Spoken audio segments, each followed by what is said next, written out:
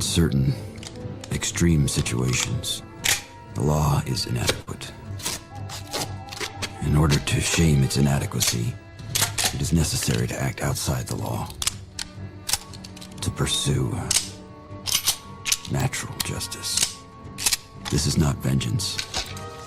Revenge is not a valid motive, it's an emotional response. No, not vengeance. Punishment. Tonight we have a chance to say, yeah, you're right.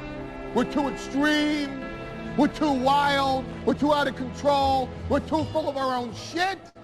Or we have a chance to say, hey, fuck you, you're wrong.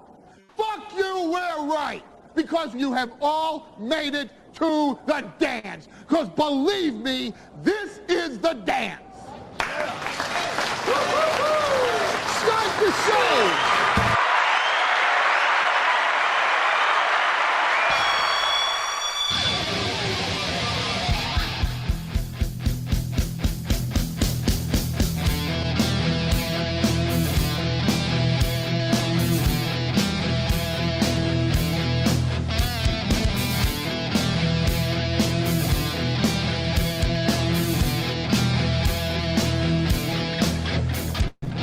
Everybody, good morning. Welcome. How you doing? How's it going? How's it hanging? How you be? What it is, though?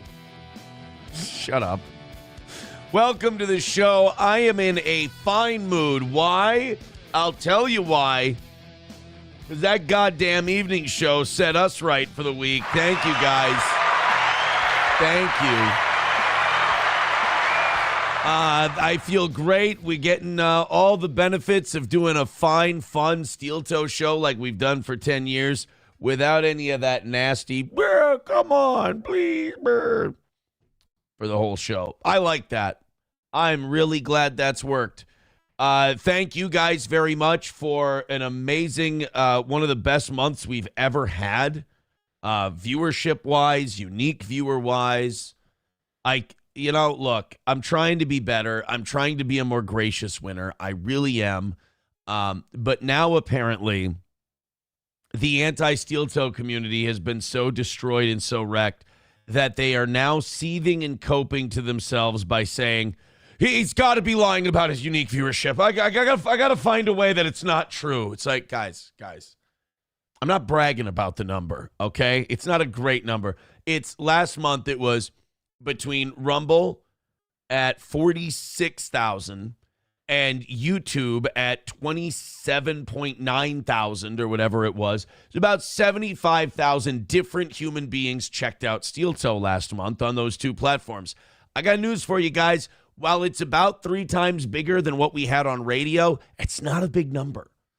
It's not I mean, I'm proud of it. I'm happy to have it because we started out as a radio show in St. Cloud. And we've organically grown into the amount of people that watch us on a monthly basis now. And I'm extremely proud of that. But, don't worry, guys. I haven't gone viral. I'm not Rogan. You don't have to feel so defeated about it. But it does make me feel good that you are. So welcome to the show. We've got a great one for today. Johnny's going to be here at 7 o'clock. We got plenty of things to talk about. I honestly, I can't keep up with the fraud.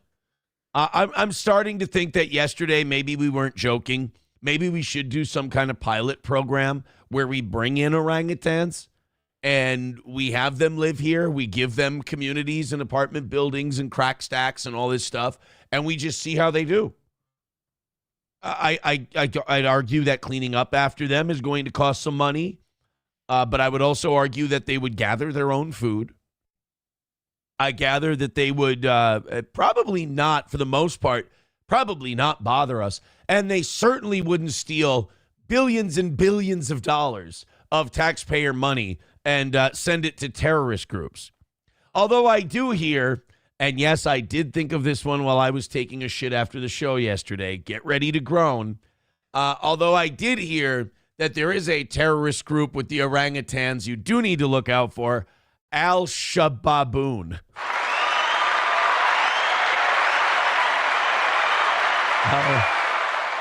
Al-Shabaab. Al-Shababoon. You see, I just took the word and I added un onto it. You can't do that for Al-Qaeda because then it just becomes Al-Qaeda, and that's not good. You don't want that just it leaves too many open ends, if you will. So I don't know, man. I'm looking at, like, today we're going to add CDL license fraud to the list, voter fraud to the list, and now the U.S. Treasury Department has decided that they're going to get involved and they're going to look into Somali fraud. And the best our governor has been able to do so far is go, it's not just Somalis, everybody's stealing. The Vikings are 4-8. Our pets' heads are falling off. Dogs and cats living together. Mass hysteria. And one thing I can say about Tim Walz, yes, it's true. This man has no dick. So we've got a lot to talk about today. We're also, Nick Fuentes' generational run continues. We'll discuss that. We got a lot going on. One of our clips hit. It's been a long time since I've been able to say one of our clips hit, as YouTube has our reach strangled like it is so many people now. This one was about old Hassan Piker. Yeah, we hit on one. I think what happened was, because it's in the thousands now, I think Rumble and YouTube together, it's at like 10,000 or something. I think it got into some like anti-Hassan community or Reddit page, or the post got clipped there, because there's a lot of people digging the clip and loving the clip, and I appreciate that. The subs took a nice jump yesterday on both YouTube and Rumble. So, hey, it hit, but don't worry. That doesn't mean we're going to go all Hassan heavy on you. Don't worry. Don't worry. Outside of the fraud stuff, if we go to some of the fun stuff, Fuentes is going to be on Crowder. That's going to be like watching an agonizing torture murder in slow motion. We've also got Bill Burr. Bill Burr's still mad about the Saudi Arabia thing. He's still upset that people are complaining about him going. Honestly, if I were Bill Burr, I'd just forget it ever happened, move on, because apparently the views, like everybody else we talk about, seemingly like everybody we bring up that's not legacy media, his views on his podcast are dropping. And, you start to wonder, because it starts to be the same with everybody. We've also got Lily Gaddis having her YouTube monetization taken away. Another list in a long list of people who are getting their reach strangled, or getting their reach restricted, or getting demonetized, or getting their channel deleted. YouTube deleted one guy's channel a few years ago, and he's been in court with YouTube over them deleting his channel. He won in court. He beat YouTube. YouTube still refuses to reinstate his channel. And I think what happened was the court ruling was that YouTube was wrong to delete his channel or get rid of his channel, but I don't think they had the mechanism in place to order YouTube to reinstate his channel, because they're a private company. So he's mad that YouTube won't reinstate his channel, but I think what the court just said was, we think what YouTube did was wrong, but he's under the impression that now YouTube has to give his channel back, and I just don't know if that's the case. But I think Bill Burr, after the Saudi Arabia thing, his views went in the shitter, and I think he's trying to rescue it. But he's trying to rescue it by defending himself. And I think that's a terrible idea. I think Bill's just got to forget it ever happened, move on. He's still liked by a lot of people. Look, just because you watched a couple internet videos that said, Bill Burr fucking sucks, no. He's still very successful. He's got a lot of fans. And if he just plays to them, blocks out the noise, he'll be fine. And then we've got, this is going to be an interesting debate today. I can't wait to have Johnny on for this. Asmund Gold had a clip that I found fascinating where he talked about how, and he's got a right-wing audience. I'm not sure how they saw this. He said that if he can make 9/11 jokes and George Floyd jokes, and he does, then why can't he make Charlie Kirk jokes? I don't disagree with him, but I have a feeling that you're going to catch a lot of shit for having that take. So a lot of things going on today, of course, including but not limited to, yes, another day, more fraud. And honestly, I was going to make the title of today's episode something about Minnesota and fraud, but I'm like, it can't be every goddamn day. Like, it can't be every freaking day. Another Minnesota fraud scandal. And then Keith Ellison, they're finding, Alpha News is doing an investigation, and they're finding that Keith Ellison may have told some people involved in the Feeding Our Future scandal. We talked about how he goes to benefits and meetings and stuff with them and high society galas, that Keith Ellison may or may not have told them that he would look after them and that they would be okay. That Keith Ellison knew about a lot of this stuff going on. That's the allegation. And that he may be protecting people. I mean, it wouldn't surprise me in the least. $2 from Joey Caravello starting us off this morning. He says, this is natural selection. Death to the cripple. Bang. No, I don't think there should be death to the cripple. Thank you. Veldrain with $1 says ... It's Morse code. No, it's the Epstein list. I want to give credit to the person in our chat who said it first, but they said it's going to be white paper dipped in black ink, and I agree. Historically white, I don't know who you're talking about because I'm catching up in the chat. He says, not gonna lie, those guys are generally unwatchable.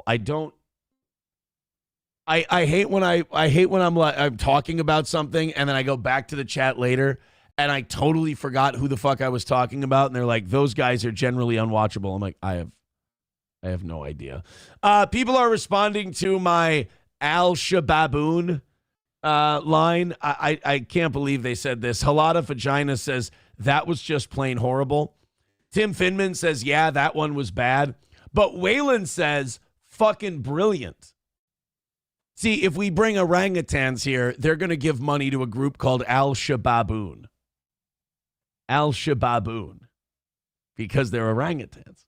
Cheeseburger Pie says, kill the stream, it's over. I agree with you, buddy. It can't get better than that. I mean, you should go out on top, spike the football, call it a day. By the way, Cheese, you gave me a bunk address again. The order came back. I haven't even been refunded yet. I'm a little annoyed. It came back. I don't know what to fucking tell you, buddy. I don't know if you don't know how to write down your address. I don't know if you live in some weird nexus of the universe. You're the only one still on my list that I can't get the order out to. You're the last one I have, the only one still open, and this is now the 4th time that it's come back wrong. I don't know what to tell you, bud. Hulkamasha Baby says, are you proud of yourself? I am. I am very proud of very, very proud of myself. You Need Me More says, you're such a dork, Toe. I don't know if that's true. I think we should probably we should wait for a second opinion on whether or not I'm a dork. Joey Caravello with another $2 says, throw Johnny from the train.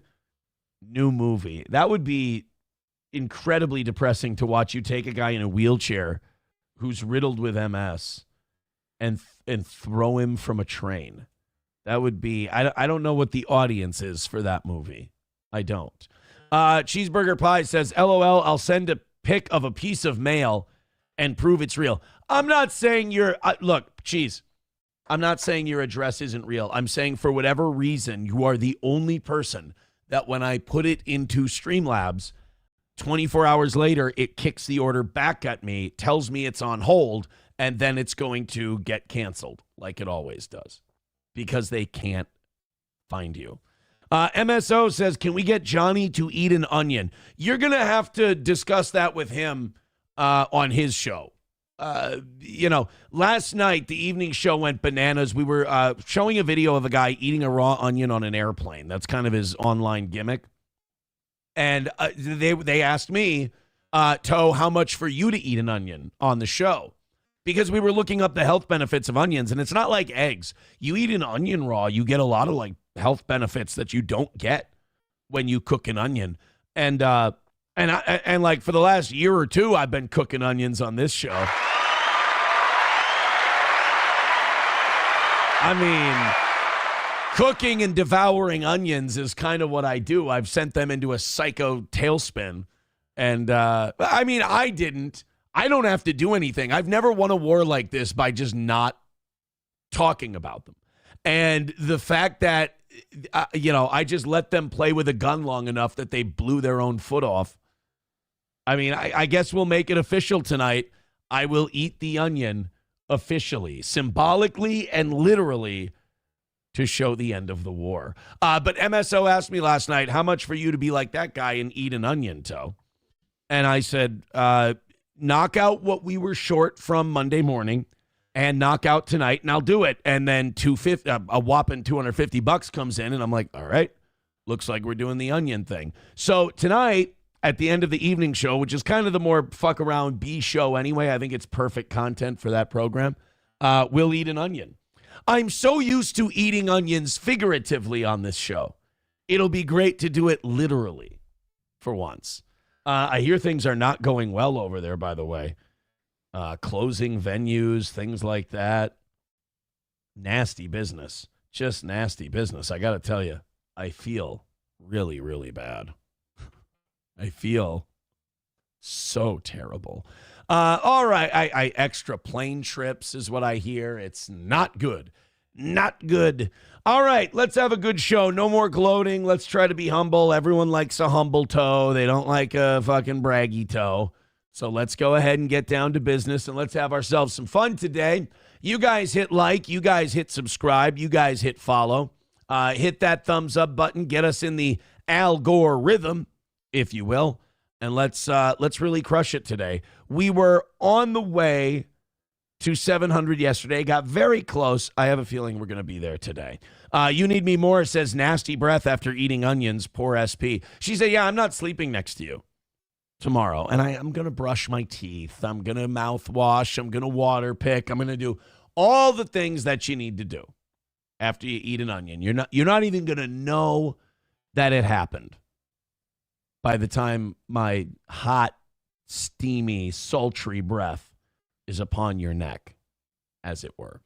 All right, down to business. Let's start with this. I don't think this is going to surprise anyone. I don't think you guys are going to be shocked by this. Take a look here. From Dominic Michael Trippi on Twitter. He's a political analyst. The FBI has reportedly spent nearly $1 million in overtime pay to review and redact the Epstein files. Now, as you know, they had 30 days from the time President Trump signed that bill to release everything they've got on the Epstein files. And, Donald Trump is kind of like a dad who disappears for a year at a time. Every time we start getting really pissed at him and he can sense we're getting really pissed at him, he brings us stuff. Like, he brings us free shit. And like in this case, you've got, his approval ratings took a plummet because he was supporting Israel too much. Still is supporting Israel too much. He's invited Netanyahu to the White House for the 5th time. I mean, why not? He owns it. So he took a hit from that. So he's like, we should release the Epstein files. And okay, great. Awesome. I mean, we still don't like you. You're still a lying bastard who, I like the meme, faked right, went left. You're still not America first. You're not a nationalist. You're not what we voted for. You're not even doing that great on immigration. You could be doing much better. But okay, you want to release the Epstein files. That's something. You called Tim Walz retarded. Hey, that's great. You can keep that up as long as you want. Still not supporting you. I wouldn't vote for you again if the election were held today. And then his approval ratings over the weekend took another hit. And now he's trying to rush out, what do you call the tariff checks? He's trying to rush out $2,000 tariff checks in time for the Christmas season. So essentially, Trump's new plan is like me, please like me. Because his approval rating is in the high 30s. His second term is already looking like a disaster. And he's going to try to buy our love like an absentee father. But the FBI spending $1 million in overtime pay to review and redact the Epstein files. I mean, you can't look at that in any way as a good thing. I mean, I don't want to be, Christmas season, I don't want to be the one to tell the kids there's no Santa Claus, but if they're spending that much time and that much money reviewing and redacting these files, I mean, it's looking more and more like it's going to be white paper dipped in black ink. And now, the flip side of that is Massey and Green which sounds like a 70s folk band, but Marjorie Taylor Greene especially, who's on her way out, like she's not coming back. She's done January 6th, I believe. We should have a party at the Capitol for Marjorie Taylor Greene on January 6th. Marjorie Taylor Greene had said that if they redact the victims, she will read their names along with the victims who want their names read publicly. And those victims will name names and everything else and blah, blah, blah. And I don't know. It's too much to hope for, I think. I think we're going to get a lot of redactions. I think we're going to get a lot of like, well, technically we did release the files. And that's where they're going to leave it. I don't have a lot of faith that we're going to get, hey, look at this. Total transparency. Look at all the Epstein files that we released. Oh, my God. Look, I'm not anticipating. Oh, look, there's Bill Clinton's name. Oh, look, there's Bill Gates. Oh, there's Stephen Hawking. Oh, there's all these. Like, I'm not expecting that. I'm not expecting a lot of incrimination out of these. But, I mean, I would hope that we're going to get a morsel, a little something. Let the elite throw one guy to the wolves. I'm not even sure we're going to get that. I'm not even sure we're getting that. Joey Caravello with $2 says, would you think of putting an onion up your ass and then making Johnny eat it? As long as Joey Caravello keeps throwing us $50, $2 at a time, I mean, I'm really not going to get annoyed of these messages, or at least that's what I tell myself. Coltrane with $1 says, tell SP that your breath won't smell any worse after eating the onion than it does after eating her box. Oh, yeah, that'll go great.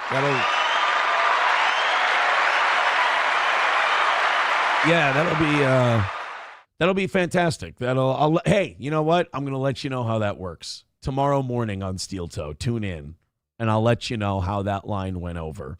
Brian says, my prescription meds were more than 50% less than they cost last month. Not sure if Trump did that or what.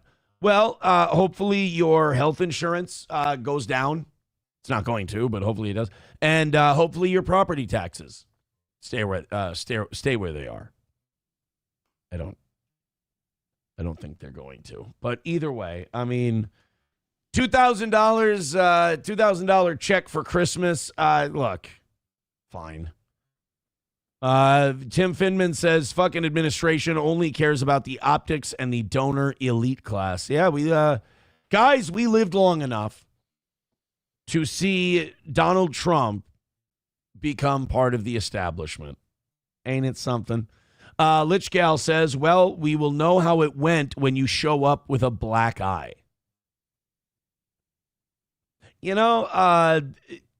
It's, you know what, that's too much info. I don't need to tell you that.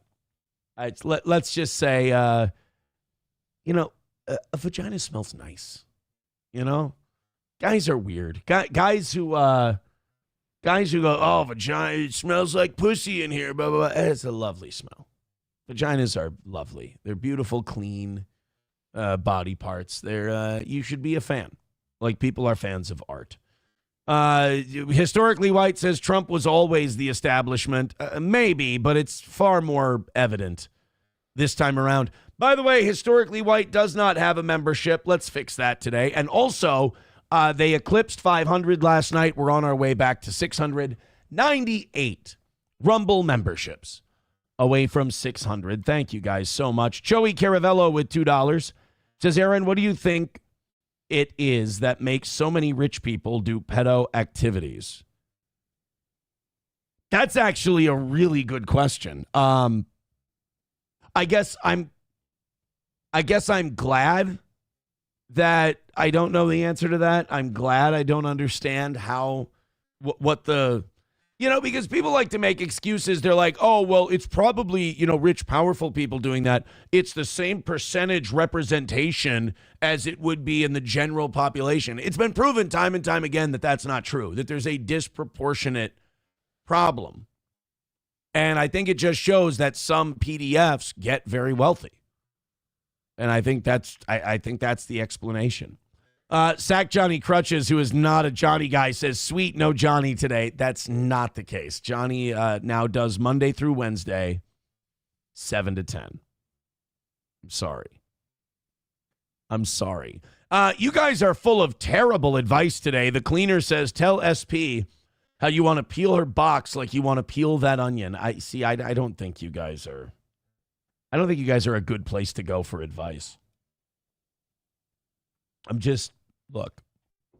If you want my honest opinion, I feel like you guys are doing this on purpose to see if I'll get into some kind of trouble and or physical altercation. And I got to say, I don't appreciate it.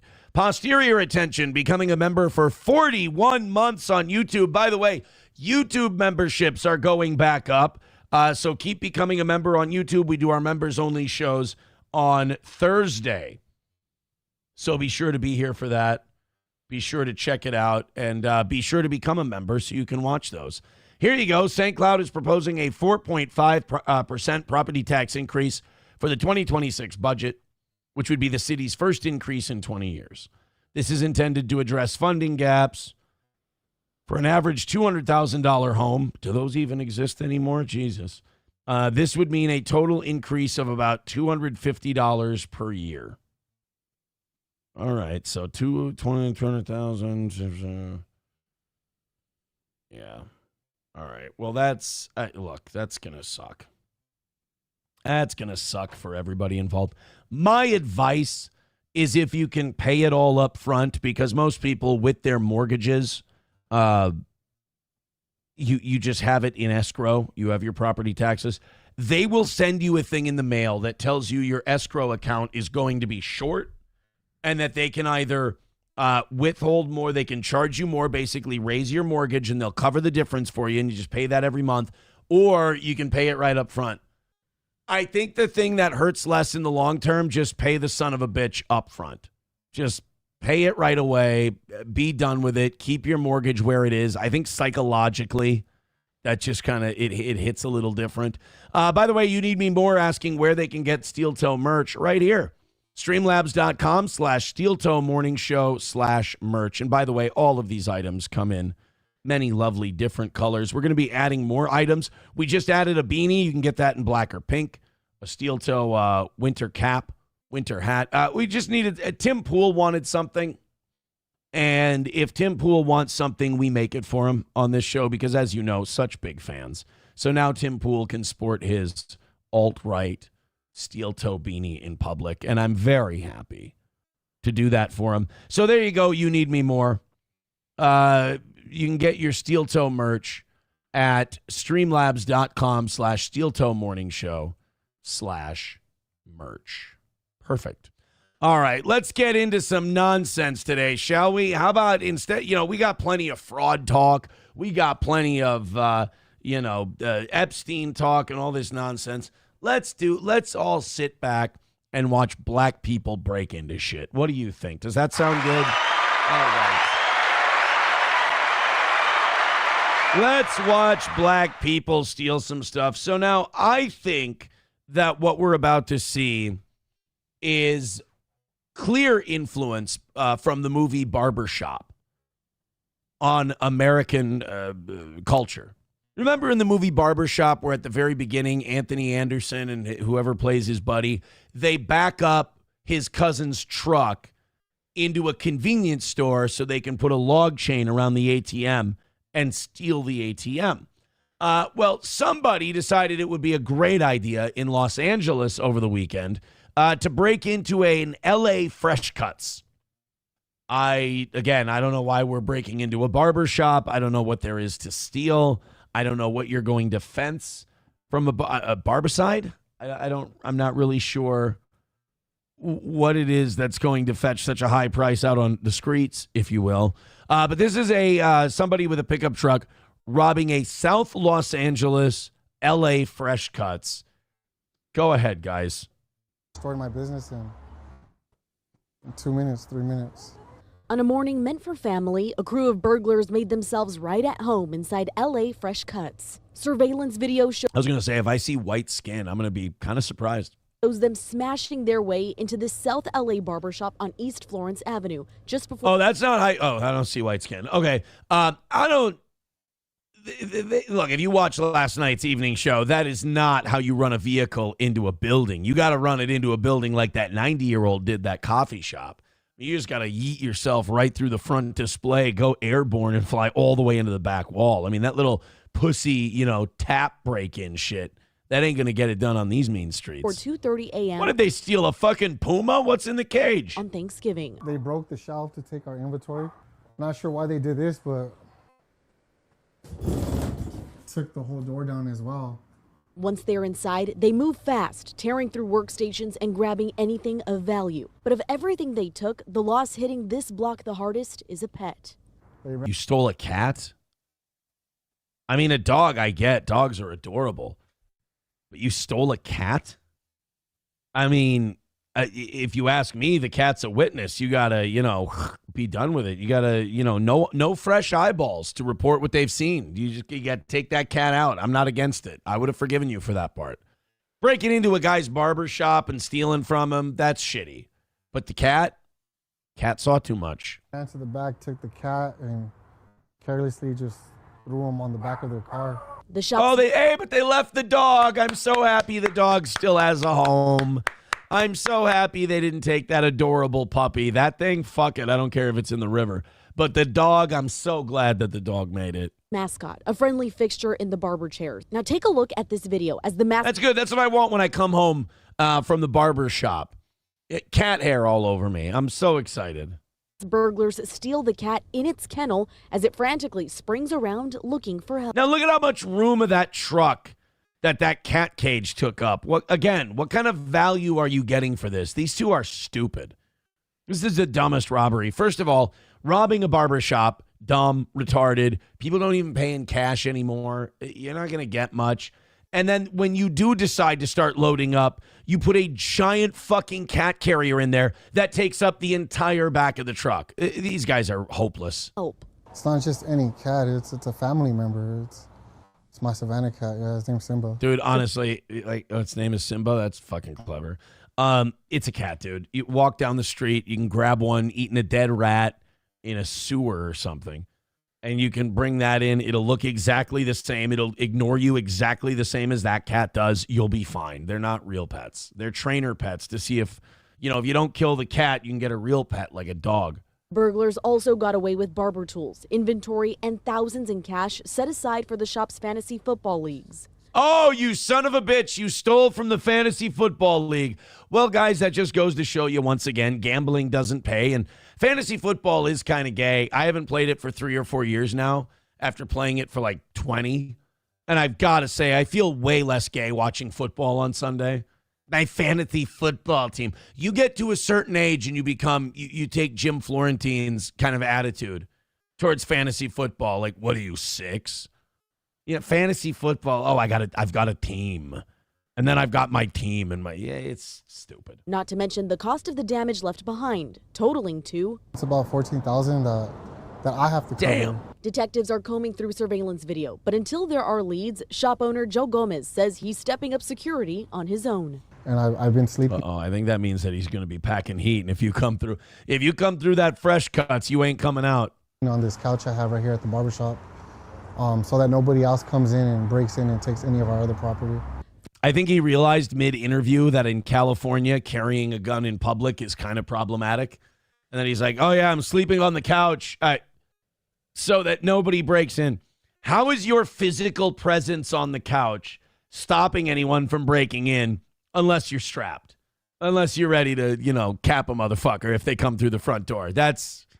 Don't worry, you don't need to tell us. Your secret's safe with me, buddy. For now, the focus isn't on getting back what was stolen, but rather who was stolen. Joe sharing a message to the people responsible for Simba's kidnapping. You'll be fine. Look at him. Look at him. He's obnoxious. He licks you. He licks your arm like he's grooming you. Like, I already took a shower, dickhead. Get off of me. You don't need him back. Again, if you really do want to make a mistake and get another cat, you can go find one on the street. It's easy. Get him a few shots. They're good as new. But if you want a real pet, like a dog that'll love you and be loyal to you and actually be fun to be around and won't be an antisocial cunt, you can go get those. They're all over the place. You'll love it. Step up. Not only did you guys take away a family member, not only did you destroy my business, but you're taking away from the community. He's not just a number, it's a family member, so please bring Simba back. Yeah, I mean, sell all the barber tools, sell all the other shit that you stole, but for God's sake, I mean, take my eyes, but leave the cat. And I love how he's like, I can't believe they would do something like this. Bro, they backed a truck right through the front door of your business and knocked a wall down. I don't think they're going to find a conscience when it comes to felines. I'm sorry. It just doesn't seem like you're dealing with that kind of human being who has that, they have that moment where they go, oh, God, it really feels like we're doing the wrong thing right now. No, they're all in. Mr. Sista with $1 says, Kitty girl, tell that SP what you tell me. You will make me look like an exploded Hot Pocket. That gets me going and ready. Thank you, Mr. Sista, for not only for the $1, but also for the terrible vision inside of my head of an exploded Hot Pocket. I appreciate it. Never mind. That would have just been racist. Joey Caravello with $2 says Johnny stole the cat so he could use it to get his current one to stop trying to have sex with him. Is that what that loud noise is every morning? That fucking cat. By the way, I'm ready to have that cat euthanized myself. What is it? It's like, I was just kind of waiting for God to do it because it's like, 20-something? And it's like, okay, you're ready to die. I think I may have to take matters into my own hands with that fucking cat. I mean, just every fucking morning we're getting on a roll. We're doing something. Fuck off. Can't you rip a cat's voice box out or something? Like, can't you have it taken to the vet and have that fucking obnoxious sound removed from its body? And for the record, I'm against it when they do that to dogs. But again, dogs are real animals, real pets. Cats are expendable. But Jesus Christ, that fucking cat every morning. I'm making a point about something. I'm talking about something. Maybe I've got a great Al Shababoon joke ready to go. And God bless Johnny. Johnny knows it, and he tries to mute it, and he tries to talk to the fucking thing. But they're unreasonable cunt beasts. So nothing's going to happen. The damn thing's just going to get... Die already. And I mean that. Die. You're 20-some years old. You're a burden on your owner who has his own problems. Just fucking go to sleep and don't wake up one morning. God, Jesus. Tim Finman says, Aaron, that cat is worth $5,000 to $20,000. Look up Savannah cats. Jesus, really? A Savannah cat worth. Ranging from around $1,500 for later generations to over $20,000 for early generation. Why you would pay that much for a cat is beyond me. I don't get it. Joey Caravello with another $2. Boy, Joey's moving up the standings $2 at a time, isn't he? Up to 55 now. That puts him ahead of Jeff Diane. Let's put Joey Caravello in at $55. And then in central booking, Jeff and Diane, who were very generous with a $50 super chat last night. We love those. Or Rumble Rants. Doesn't matter. Thank you for your generosity either way. Joey Caravello with his $2 says, people complain about me in chat. Oh, they don't say anything as far as you know. Usually women, but Aaron ignores them because I pay. And they're also women and matter less than a man like me. No. It's totally the money thing. If people want to give money to complain about Joey Caravello, I will read those with the same vim and vigor that I read a Joey Caravello chat. Money talks around these parts. You guys know that. Thank you for the $2, Joey Caravello. I appreciate it. And thank you for Tim for getting us started on PayPal this morning before the show even started with $10. If you don't think that shows a guy's belief in this fine program that he throws you $10 before you even start,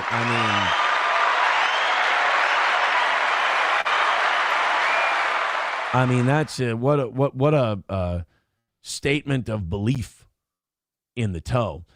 Hit like, hit subscribe, hit follow. Oh, we're already over 500 this morning, a half hour into the show. That could mean that we're on our way to 700. So hit like and hit subscribe. Hit it's follow on Rumble, but hit that thumbs up button. That's the big one, and put us right into that algorithm, or maybe even on Rumble. Who knows? The front page could happen. Could happen. Hey, do you guys remember Lily Gaddis? Lily Gaddis is a woman, allegedly. No, she's like a right-wing commentator, not like, I don't know if she's political as much as she is like social commentary. I don't know. All I know is she doesn't have a table to put her mic stand on, and that's aggravating me. You could operate with the mic crane here. You could do one of these. But to people who take the little miniature mic stand that comes with the Shure SM7B, to just take that and hold it and talk into it, I don't know why. Maybe it's the professional broadcaster in me. It annoys the shit out of me. But Lily Gaddis is this really cute little Nazi muffin, and she likes to say the N-word, and she's blonde and blue-eyed and pale of skin, and she just loves spouting racial slurs. Well, you're not going to believe this. And, you know, we've been talking about YouTube creators who have been getting their reach strangled because it happened to me. Now it's happening to many other people. And instead of just admitting what it is, people are trying to cope about it. Like Tim Pool is like, well, right now, political conversation is not in the social forefront. Yeah, people never talk about politics. And he's like, oh, well, the views are down for everybody and blah, blah, blah. He won't admit, like, he's such a slave to YouTube. He won't admit that, like, no, look, YouTube has had it with, you know, they feel partially responsible for the rise of Tucker and Candace and Nick Fuentes. And they're like, okay, it's too late. We didn't close the gate in time to stop those three, but we can stop the next one. So if they're saying Israel or they're saying Epstein or they're saying Jew or they're saying any of this stuff, we'll choke that off. We won't send it out. And it's happening to everyone. It's an across-the-board thing. They want to try and control the conversation. But a guy like Tim Pool is such a fence-sitting zilch that he's worried if he criticizes YouTube accurately, he'll lose his YouTube channel. Guys, you can make it on Rumble. Crowder is proof. All of these, Russell Brand is proof. Nick Fuentes is proof.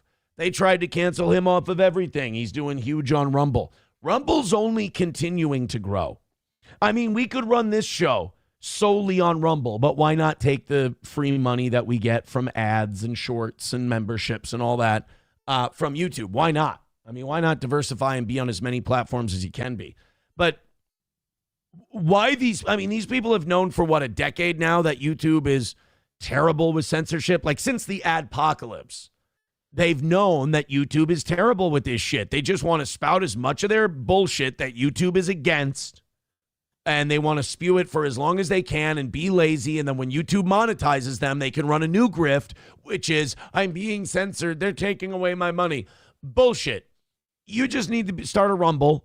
Go on Rumble. Rumble Studio allows you to go to YouTube and like we're on 5 different platforms right now. And Rumble Studio allows you to do that. So use Rumble. And then when YouTube goes out, you can switch over to Rumble and it'll go off without a hitch. But these righties especially, they get their channels demonetized. And Lily Gaddis shouldn't be surprised because Lily Gaddis drops the N-bomb regularly. So that's only a matter of time when you're doing stuff like that. Now, do I think Lily Gaddis should be allowed to say that stuff? Sure. But I'm also not an idiot. She's not going to be allowed to say it on YouTube. All right? There's an expiration date for that shit. YouTube starts catching on. You're not flying under the radar anymore. You've been on Piers Morgan and other shows. They're going to start to take notice, and they're going to get rid of you. Or they're at the very least, they're going to demonetize you because they still want to run ads on your channel that gets a lot of views. They just don't want to share it with you. But that's how YouTube operates. You're not going to change them. I mean, shit, that guy took YouTube to court, and the court said, yeah, it was wrong for YouTube to take your channel away. And YouTube still won't give him his channel back. So they don't have to do a goddamn thing. So diversify, get yourself ready. Anyone who doesn't do it by now, you're just the latest to not listen to the toe and take an L. I learned that from Corey. So this is Lily Gaddis talking about her getting demonetized from YouTube and basically using it to grift off her audience. I have officially been demonetized on YouTube, which was my sole form of income. Now that right there, that's supposed to be a sob story. I lost YouTube, which was my sole form of income. It's not our problem that you didn't plan. It's not our problem that you weren't ready. I mean, look, Nick Fuentes can't get banned on Rumble. That should tell you that free speech is unlimited on that platform. And the best thing about Rumble is the reach is organic. So if you guys hit thumbs up enough and enough people watch, the number keeps going up. I mean, our clips are doing, I mean, it's rare that our clips are under 5,000 views on Rumble. It's great. I love it. Aside from a few tiny little outlets here and there, YouTube was my main money maker. And I'm kind of stupid. I don't have a 5-year plan. I don't plan ahead. Yeah. I mean, again, how is this anyone's fault but your own? You are a blonde, blue-haired, pale white lady who likes to drop N-bombs to be controversial. You didn't have a 3-week plan for YouTube. I'm surprised you were even monetized. I live in the moment. I put it all out there. I'm an open book. I live with my heart on my sleeve, you know? I hate to sound like Myron Gaines here because he's such a phony, projecting dipshit. But why don't you just find a husband and one that, I mean, you're a good-looking gal. You like to say the N-word. You'll find one that makes decent money, and then you can just quit all this nonsense. I mean, this is stupid. You sound like an idiot, ma'am. No offense. I mean, love your work. But Jesus Christ. I don't have a 5-year plan. I got demonetized by YouTube. I wear my heart on my sleeve. I live in the moment. No, you're lazy. That's coming from a guy who gets lazy from time to time. Don't I wear my heart on my sleeve. I fly by the seat of my pants. Those are all euphemisms for I don't want to do shit. I just thought I could hit go live on YouTube. I could upload shit on YouTube, and they just pay me money all the time. No, man.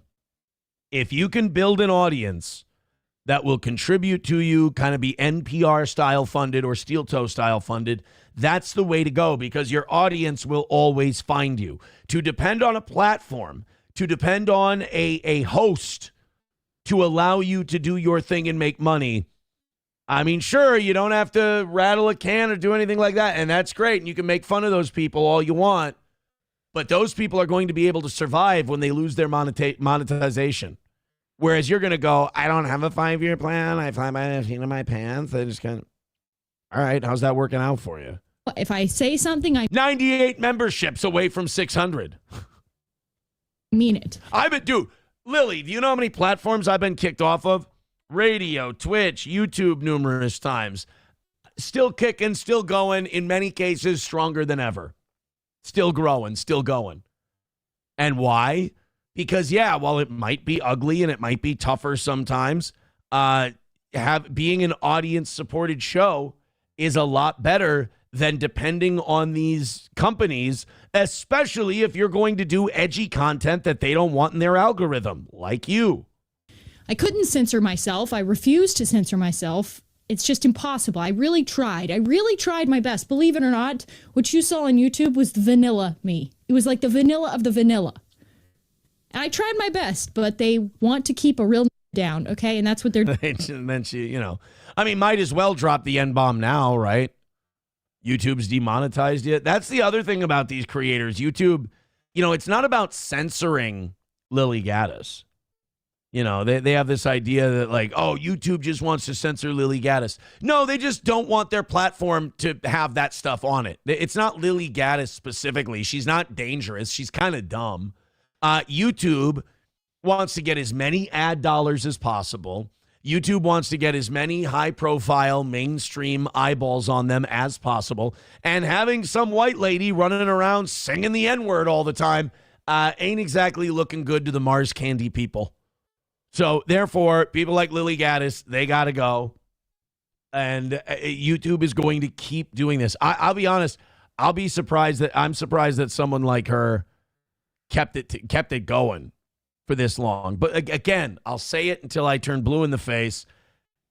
Rumble, Kick, Twitch, Facebook, X. But all these people are worried because, it waters down your YouTube. Who gives a shit? A view is a view is a view is a view. A viewer is a viewer is a viewer is a fan is a fan is a fan. We have people who watch the show on fucking Facebook. I don't get it. We have hundreds, maybe thousands of people every month who watch this show on Twitter. I don't get it. I don't like listening to shit on Twitter, but some people do. God bless them. I love them. They're the greatest. I mean, diversify your viewership so that no one thing can take you down. I mean, it's possible, so just get the damn thing done. King Kong Dong says people still watch on Facebook. Let's take a look.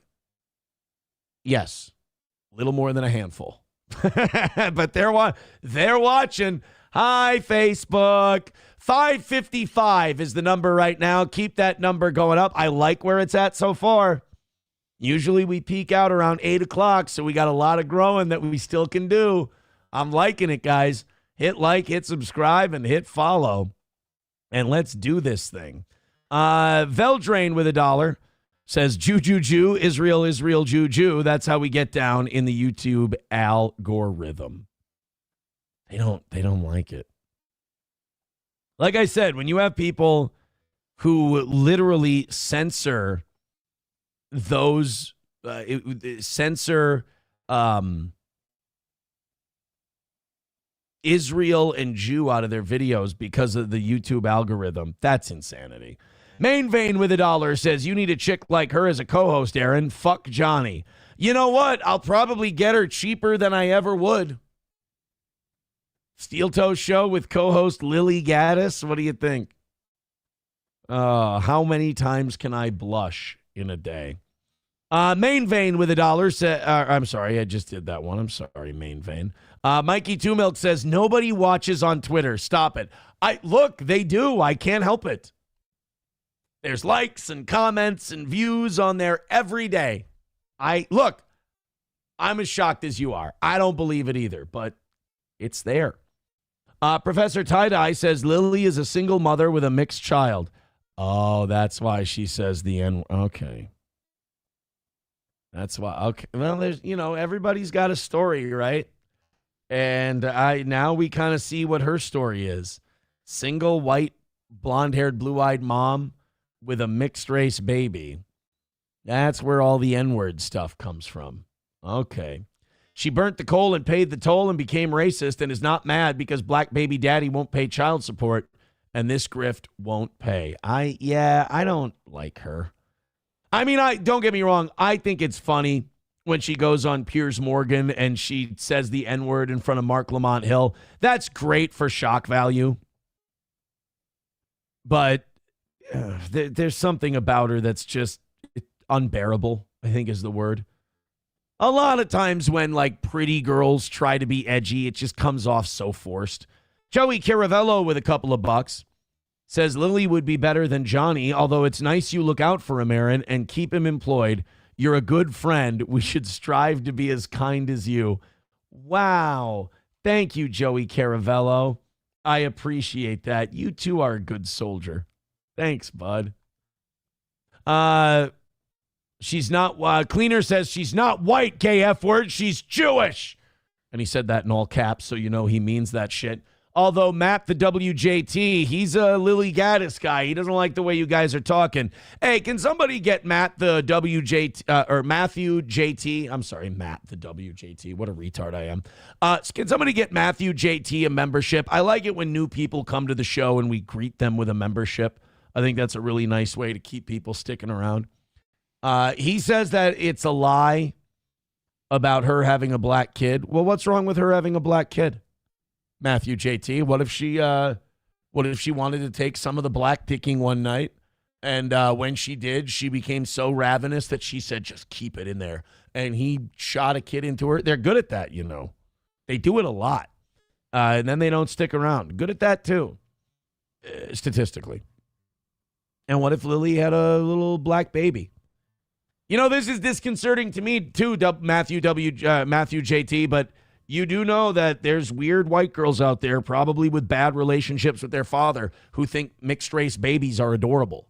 Think it's like the cutest thing. I know, stay away from them. I get it. But what I'm saying is maybe, come on, Matthew. I know you're a simp for Lily, but we need to start considering the possibility that maybe all this N-word talk coming out of Lily Gaddis comes from a deep place of pain and abandonment and resentment. Huh? It's possible. It's possible. Matthew JT says, do you actually listen to her or just listen to Jew propaganda? I mean, I do a good amount of both. Bapa Shab says, I literally saw a video of her talking about pro-Israel shit and she had a little Israeli flag in the background, the small type of flag, handheld, that you wave on 4th of July as a kid. She had the Jewish version of that. Ew. Lily Gaddis is gay. Veldrain with $1 says, hey, Lily, this is how is YouTube acting with their money? That's right, niggardly. Yes, that means cheap, stingy. King Kong Dong says she's not Jewish. Thanks for the $1. And if she is, she's half, because Jews and blacks don't mix. It doesn't help the Jews financially. Well, you guys are being very reasonable about this. Matthew JT says, just because you want to believe something doesn't make it true. You just want to believe it because you're weak and anti-white. You're probably right. It's always easiest to disarm guys like that when you go, yeah, sure. Of course. Stick around. You watch the show, and then you tell me if I'm anti-white. Well, just keep racking up those hours watched, and I guarantee you're going to be a big fan of the toe in no time. I mean, guys in the chat, could you go ahead and raise your hand? How many of you were like Matthew JT and started watching this show, yelling at me, and now are here every day? Hobo, I'd better see your fucking hand. So should we see? Let's see here. Let's see if this is true. Lily Gaddis, mixed race child. Let's see. I mean, is she Haley? Is she I'm talking about working for a living. I'm talking about mud sharking. Tradwife influencer Lily Gaddis, new dropping the N. I don't see anything about mixed race kids. Lily's first kid looks nothing like her father. Oh, here we go. I'll take a look. I don't want to put it up there publicly. I don't really have much else. I don't see any picture of it. Fuck it. We're not going to sit here all day looking for it. Oh, here's where she said the N-word on Piers Morgan. Why would you want to support a white racist? Because I want to support free speech, and you cannot have free speech in a country. Yeah, that's fine. You can support free speech, but you also have to be accountable for what you say. Would you use the N-word out of interest? Yes. You would? I do, quite frequently. You use the N-word quite frequently. Well, why? Other than the fact you're a despicable racist. Are you? Some would say I am. I guess according to the ADL, I'm No offense, miss, but you look like a racist. Although in the nose, you look a little manipulative and imperialist and banking. white supremacist. I'm a neo-Nazi. Yeah, well, if you use the N-word repeatedly, you are a racist, then, are you? Sure, I'll embrace that. If that means forwarding, helping white people achieve freedom of speech, real freedom of speech, which, by the way, Shiloh Hendricks is being attacked on all fronts. They're trying to bring legal charges against her. They're trying to get her children taken away. Oh, wait, no, she didn't say the N-word on Piers Morgan. That's right. Piers Morgan was like, we'll say it right now. And Mark Lamont Hill blew a fucking gasket. I hope that's in this clip. You were saying Carmelo Anthony, it doesn't matter. That's a different Sorry, but just to be thing. clear, you just said to me you use the N-word regularly. In what context? Right. Do you use it with black people? Yes, if they... It's the best time to use it, Piers. Who do you use it for? I mean, you use it on white people. It's just kind of wasted, you know? If it's appropriate. When would it be appropriate to use the N-word? People. When would it be appropriate? Right now. Anytime I feel like it. So you're an unashamed racist. Correct. Well, do you understand that makes you a despicable human being? I guess so. I don't really care. I mean, why are we not talking about Shiloh Hendricks? Why are we talking about? Well, actually, I think you've moved it on in this debate very quickly to your own racism, which explains why you've supported her in public and why you've got all these views. You see no problem with a woman shrieking the N-word repeatedly because you yourself are a despicable racist. And you've just proudly admitted that with a smug grin on your face, which is pretty horrifying, actually, for most people to have to watch. And shame on you. You're entitled to do it, and I like Piers Morgan's show because it's basically Jerry Springer, the political version. But that old-timey, old-school, traditional media, like finger-wagging and shaming and shit, it's so hard to watch because you know the person saying it doesn't mean it, but in their head, they're going, oh, this will play great. Oh, people will love me doing this. I'm really confronting this hardcore racist. I bet you the clip on YouTube will say Piers Morgan destroys disgusting white supremacist, eviscerates racist. And, you know, it's so cynical. Like, I don't buy the outrage for a second. And also, Mark Lamont Hill's there, so he's got to turn it up a little bit. But I still think Lily Gaddis is a grifter.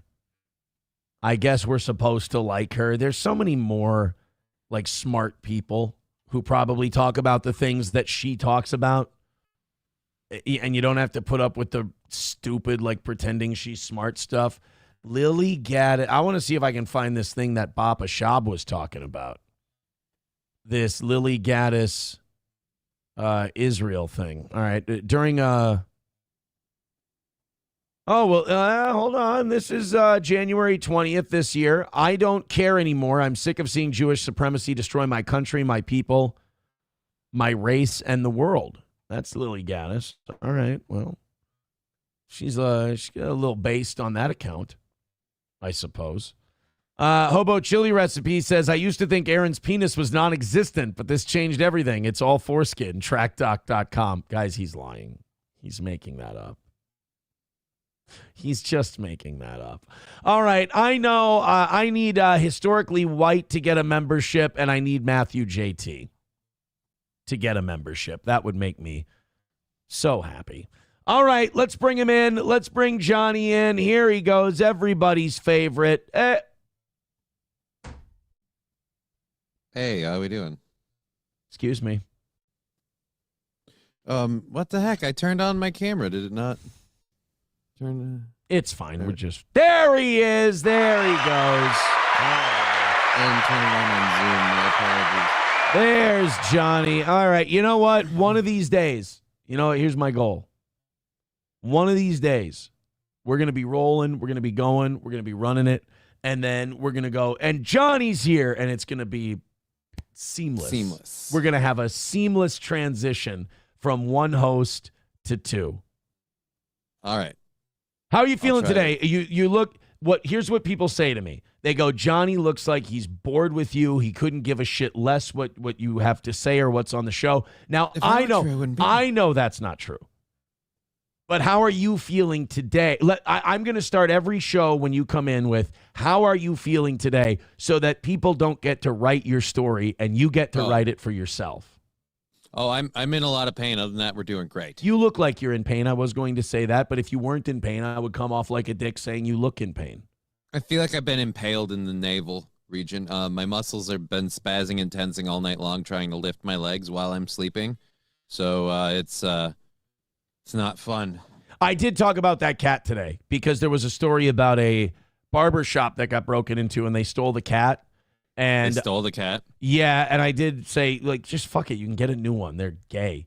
And we talked about your 20-year-old cat, and I really apologize because I know this is really wrong and it's terrible, and I apologize as I'm sorry I'm a Christian. I did say I can't wait for your cat to die. That's fine. Because it's old, right? From your perspective, he's highly annoying. Right, because like I said, I'm like, we'll be getting in a rhythm. We'll be hitting on all cylinders, and the show will really be taking off. Will just come in and then, out. And I'm like, you are not necessary. Like, if I was really motivated enough, I could go to that house, grab you by the neck, and kill you. Not you, Johnny. And just be done with this and end my national nightmare once and for all, because I don't have the same relationship with that cat that you do. The only relationship I have with that cat is where he interrupts my workplace all the time. Yeah, I apologize for that. He's been that way his whole life. He's a yowly little cat. If only he had an owner who would discipline him. Well, the thing is, he's yowly when he doesn't get attention, and for the earliest and longest part of his life, I had fuck all to do but give him attention. So it wasn't as big a deal. Can you put shock collars on cats like dogs?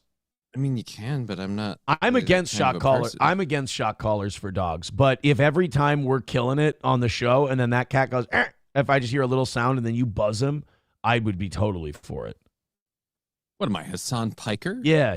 I mean, look at the views it gets, Hassan. You get a trip to China out of the deal, for God's sake. He just needs a little attention. He got his food in the morning, and he's just He's old and persnickety. I apologize. People don't understand that Hassan Piker trip to China was not an accident, that it happened right after the electrocuting the dog thing. The Chinese saw potential in Hassan Piker and said, since you're so reckless and since you're so up for torturing animals, would you like to electrocute dogs and cats to death and then be a supplier for our restaurants? And that's why he was in China to work out contracts. That's why he was in China? Yeah, he was working out. That's why he had to cover it up with the cops taking away his phone, so he couldn't record it. And then people be like, why didn't you stream your stream? Oh, they took my phone. And then he had to also suck their dick after they took his phone. That's the allegation. Which is weird. Of course, that's the allegation. It's also the implication. So he was working out contracts to distribute cat and dog meat in China. Cooked in gutter oil, by the way. You don't think they feed 1.5 billion people in that country like the way we do you? No, they don't. We know they don't. We know they use gutter oil for street vendors who probably use rats and cats. It's just... Is it weird that the gutter oil is the bigger problem for me? That it comes from the sewers? Yeah, like the cats and rats part, I'm like, whatever. Gutter oil, guys. What the fuck? The gutter oil is troubling. Like, they have this idea that because they like heat it, boil it, and separate it, it gets all the shit out. Better. Yeah, that oil is still made of shit. And you know what the worst part is? When you watch the videos about the Chinese gutter oil, the food looks good. The food looks good, and more importantly, the people along the process have no moral inclination to think, oh, I'm about to help someone else eat fecal matter. That's not good. Nope, making my money. And if you've ever seen the air in the cities in China, I mean, you can taste it. I mean, people go up to the mountains, can fresh air, and sell it to people so they can look at it. I mean, that's a thing. Are you serious? They do that? That's a thing in China. Oh. I'm never going to China. Not that it was on the list, but sweet Jesus, God, no. Yeah. They bottle fresh air so that you don't have to just see dirty brown air all the time. But Hassan said it's awesome there. Joey Caravello with $2 says, Johnny, how was your brother? Did you guys have a good evening? We had a great time. I took him out to Firehouse Subs. He's in the Air Guard, and he's got his final tour before he retires coming up. We're pretty sure he'll be stateside, but I just figured either way would take him out to lunch while he was in town. So I did. Firehouse Subs, had a great time. Solid place, man. I love Firehouse Subs. So does he. He says there isn't one. He's up in Duluth normally. He says there isn't one up there. So we were like, well, we're making the stop here. Then right across you're right across division from downtown. Did you go bar hopping and get all fucked up? No, it was 11 in the morning. What? Oh, well, yeah. Well, you're kind of insulting a lot of people. What are you, gay? Right yeah, now. no, I didn't want to go get drunk. We hung out for a while. We came back to my place and we watched. He hadn't seen the movie Willy's Wonderland, so we watched Willy's Wonderland. Is that the Nicolas Cage one? Yeah, where he's in the clown place. He's in the clown place. He doesn't utter a single word the whole time. It's a very funny movie. That was back during the Nicolas Cage, the Scotland castle real estate market collapse. I think it was definitely at the end of it. Yeah. Yeah. And then he kind of got back. I think he made back his money. He made back his money and his reputation with that. With what was it? The one where he literally plays himself in the movie. Oh yeah, the one with Pedro Pascal and Doogie Howser and shit. Yeah. Yeah. Tim Finman with $1 says Johnny should try ivermectin comboed with high quality full spectrum CBD to see if that works. I don't have any of the CBD right now. Should we get a CBD sponsorship? I had one for a while, but then they stopped doing sponsorships. What's that? I'm sorry. Because they started making laws that got really critical of CBD because of the Delta 9 stuff. So now it's just everybody's, and now there's even, and that was before the federal law that came in with the big beautiful bill that they passed. So really, I don't know. The CBD market's fucked up now because there's all these rules about how you process it, if there's any THC in the products of the plants that produce the CBD, and it all stems from, again, people like Mitch McConnell thinking, well, they're selling it as it's weed, gas stations to kids. They're making the weed argument. I see. Yeah. I get it. Oh shit, this is terrible. I just got a DM from Husey.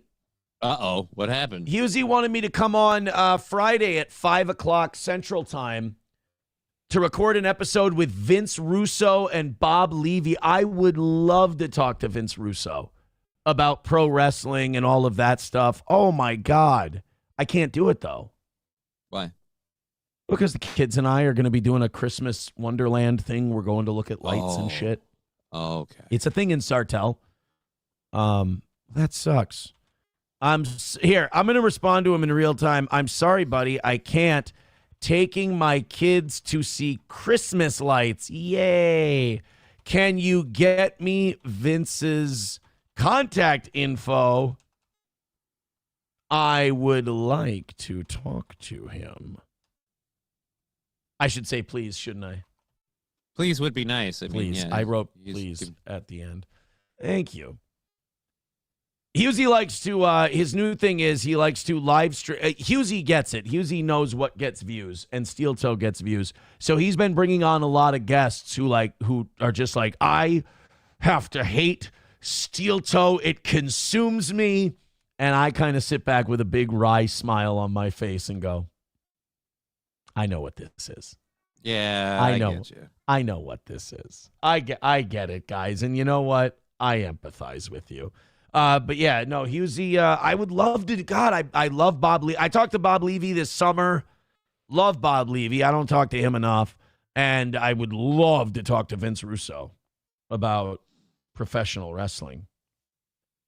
Oh, damn. You know what? Somebody just wrote me on Facebook now apologizing because they said on the anniversary show they were going to send Casey's Pizza last Friday. Oh, yeah, and they didn't. And they just wrote that they didn't. They shouldn't have sent me that message because you'd forgotten. Totally forgot about it. I didn't give a shit. You'd escaped before you owned up to a crime nobody knew you committed. Yeah, exactly. Baba Shab says, can't wait for Vince Russo to call you a cuck, of all people. If Vince Russo won't call his, his arch nemesis, Jim Cornette, a cuck, I don't think he'll call anybody that. Honeybee's photo says Husey doesn't get views. Doesn't he? Husey gets... I don't keep track of other streamers. It's not something I'm... He'd better be getting views on his last couple of episodes, because his last couple of episodes, the whole angle has been these people fucking hate Aaron, and they need to tell the world that they hate Aaron. So I was kind of hoping that they would do well. I always root for people. You know this about me. I root for people who need me for their existence. I've always loved playing the heel. And I know that if those numbers go down, that means I'm less influential than I was before. So that's not good. So, yeah, you got to have those numbers up. I need those things to do well. 98 memberships away from 600 today. Please and thank you. We appreciate you guys being part of the show. Hit like, hit subscribe, hit follow. Johnny, 618. Nice. We're not going to hit our peak for about 45 minutes yet. So 618, boys and girls, here's what I say. Like and subscribe and follow is working. Keep sharing it. Keep moving it. 620 is the number now. All the way to 7. Let's have a couple of days this week where we do 7 hundo. Let me do something that's good for the creator program. If you're looking for smarter ways to browse and enjoy your favorite content without ads, get the Perplexity Pro bundle with Rumble Premium for just $19.99 a month when you sign up before December 31st, normally a $29.99 value. With Rumble Premium, you'll get an ad-free viewing experience across all your devices and access to exclusive premium content. No interruptions, just the videos and streams you love anytime, anywhere. Plus, Perplexity Pro boosts your productivity with unlimited research, unlimited uploads, exclusive member perks, and access to the latest and most advanced AI models for faster, smarter answers every day. Save over 30% on this powerful bundle. Head to rumble.com/premium before December 31st to sign up and unlock your premium experience. You know what? After today's show, I'm actually going to go do that. I'm already a Rumble Premium member, but I think I want that Perplexity Pro. Go to rumble.com/premium before December 31st and save 30% on this bundle. Because I have a thing now that helps me edit shorts. Yeah. But like editing them out of 4.5-hour shows is expensive as all fuck. It sounds like with the Rumble Premium Perplexity, it sounds like you get unlimited. You just like mark them and clip them and send them out. No, they use an AI algorithm, and you type in like, "Hey, optimize for views and virality," or "optimize for trending topics," and they kind of grab what you need for you. They spit out shorts. Now, I don't like when they do clips. I don't like the way they do clips, so I clip out my own shit. But for shorts, I think they're great. They can be very useful. Yeah, I think they do awesome. Zen Man with $2 says, "Hey, Johnny, did you see that Netflix may buy Warner Brothers and finish the Snyderverse until Valhalla Brothers?" Really? Warner? Are they going to get Henry Cavill back? Or I really don't need Henry Cavill. I don't know. I didn't see the new Superman. I don't really care. I just like Batfleck. Like, you can't do the Snyderverse without Superman. Yeah, I mean, I just like Batfleck, man. Yeah, and you need Batfleck back because, like, no offense, we have nobody to play Batman. I'm sorry. The Twilight guy, no thank you. And then what was the thing? The Flashpoint movie they used? Keaton. They brought back Keaton. Yeah. Which was kind of cool. Look, I love Michael Keaton's Batman too, but let's be honest. If you're pulling him in, like, we got a problem. Unless you're doing Batman Beyond and you're going to do the new Batman Torch Pass saga. You know, like, fuck that. The bubble's got to burst on that fucking nostalgia pop that we've been going through for what now, 10, 15 years? I should hope so. I thought it did burst. The millennial Gen X nostalgia bubble has to pop because, I mean, Beetlejuice wasn't so bad because he's supposed to be a shitty zombie and he's supposed to look like garbage. So that's he looked fine. Remarkably similar to himself in the first movie. He looked good. Less makeup, though. But Dragon, 1990, 1989 Bruce Wayne out of retirement. Jesus. We're getting desperate, guys. Yeah, Warner Brothers Discovery gets a mostly cash offer from Netflix. Mostly cash? What, they're going to just pull up with a dump truck full of bills? I guess so. Netflix is going to take all your subscriptions. You know what's great about that? Is Netflix goes, we're going to buy Warner. And if they buy Warner Studios, it's easier for them to make movies. I think that's the ultimate goal is they want Warner's studio lots. Studio lots and things like that. But obviously that's going to mean that everyone's subscription price goes up. Yep. You can't buy Warner and not raise prices. You're going to have to. How many paying members do they have right now? Netflix subscriber amount. 301 million. So you got and what is it, about $20 a month now? Yeah. 301 million times $20. So you're pulling in $6 billion a month. It's a nice mint. 72 billion a year. And then I think, do they run ads now? Netflix? No, they don't. I bet you they buy Warner. But they've had a lot of live events. They might be doing that with, like, say, football and stuff. Yeah. But I don't know. Well, they don't have football. They have just the wrestling. Yeah, they have pro wrestling. There's some advertising. Confusing Amazon. They have advertising on the live pro wrestling, but I think that's WWE's advertising. Right. Yeah. No, I was confusing it for, again, like I said, Amazon with the football there. Well, that'll be interesting to keep an eye on. What happens with Warner Brothers and Netflix and all these streaming. I told you, I've been saying it. Ain't I been saying it, Miguel? I've been saying that the new boss is going to be the same as the old boss. Streaming for a while, everyone thought it's this new frontier. The Cowboys will settle the West. It's like, no, Wells Fargo is going to come to town and the bankers will settle the damn thing. Netflix, YouTube, all of these streaming platforms, they are going to push out the small creator. They're going to make room for the Warners. They're going to make room for the Paramounts. They're going to make room for all the big guys. The same guys that were in charge of the last form of media are going to be in charge of this form of media. And if they don't make room for the big guys, they'll literally buy out the big guys as they become the big guys. Yeah. They'll just replace them. It'll be a different face in the same suit, my friend. Yeah. Well, and it's kind of like, you watch Landman, and it's kind of like the oil business where, it's so cute when people are like, if we develop solar and wind and all these other energies, it'll get the oil companies out of there. It's like, no, it won't. The oil companies will just fucking buy them. Right.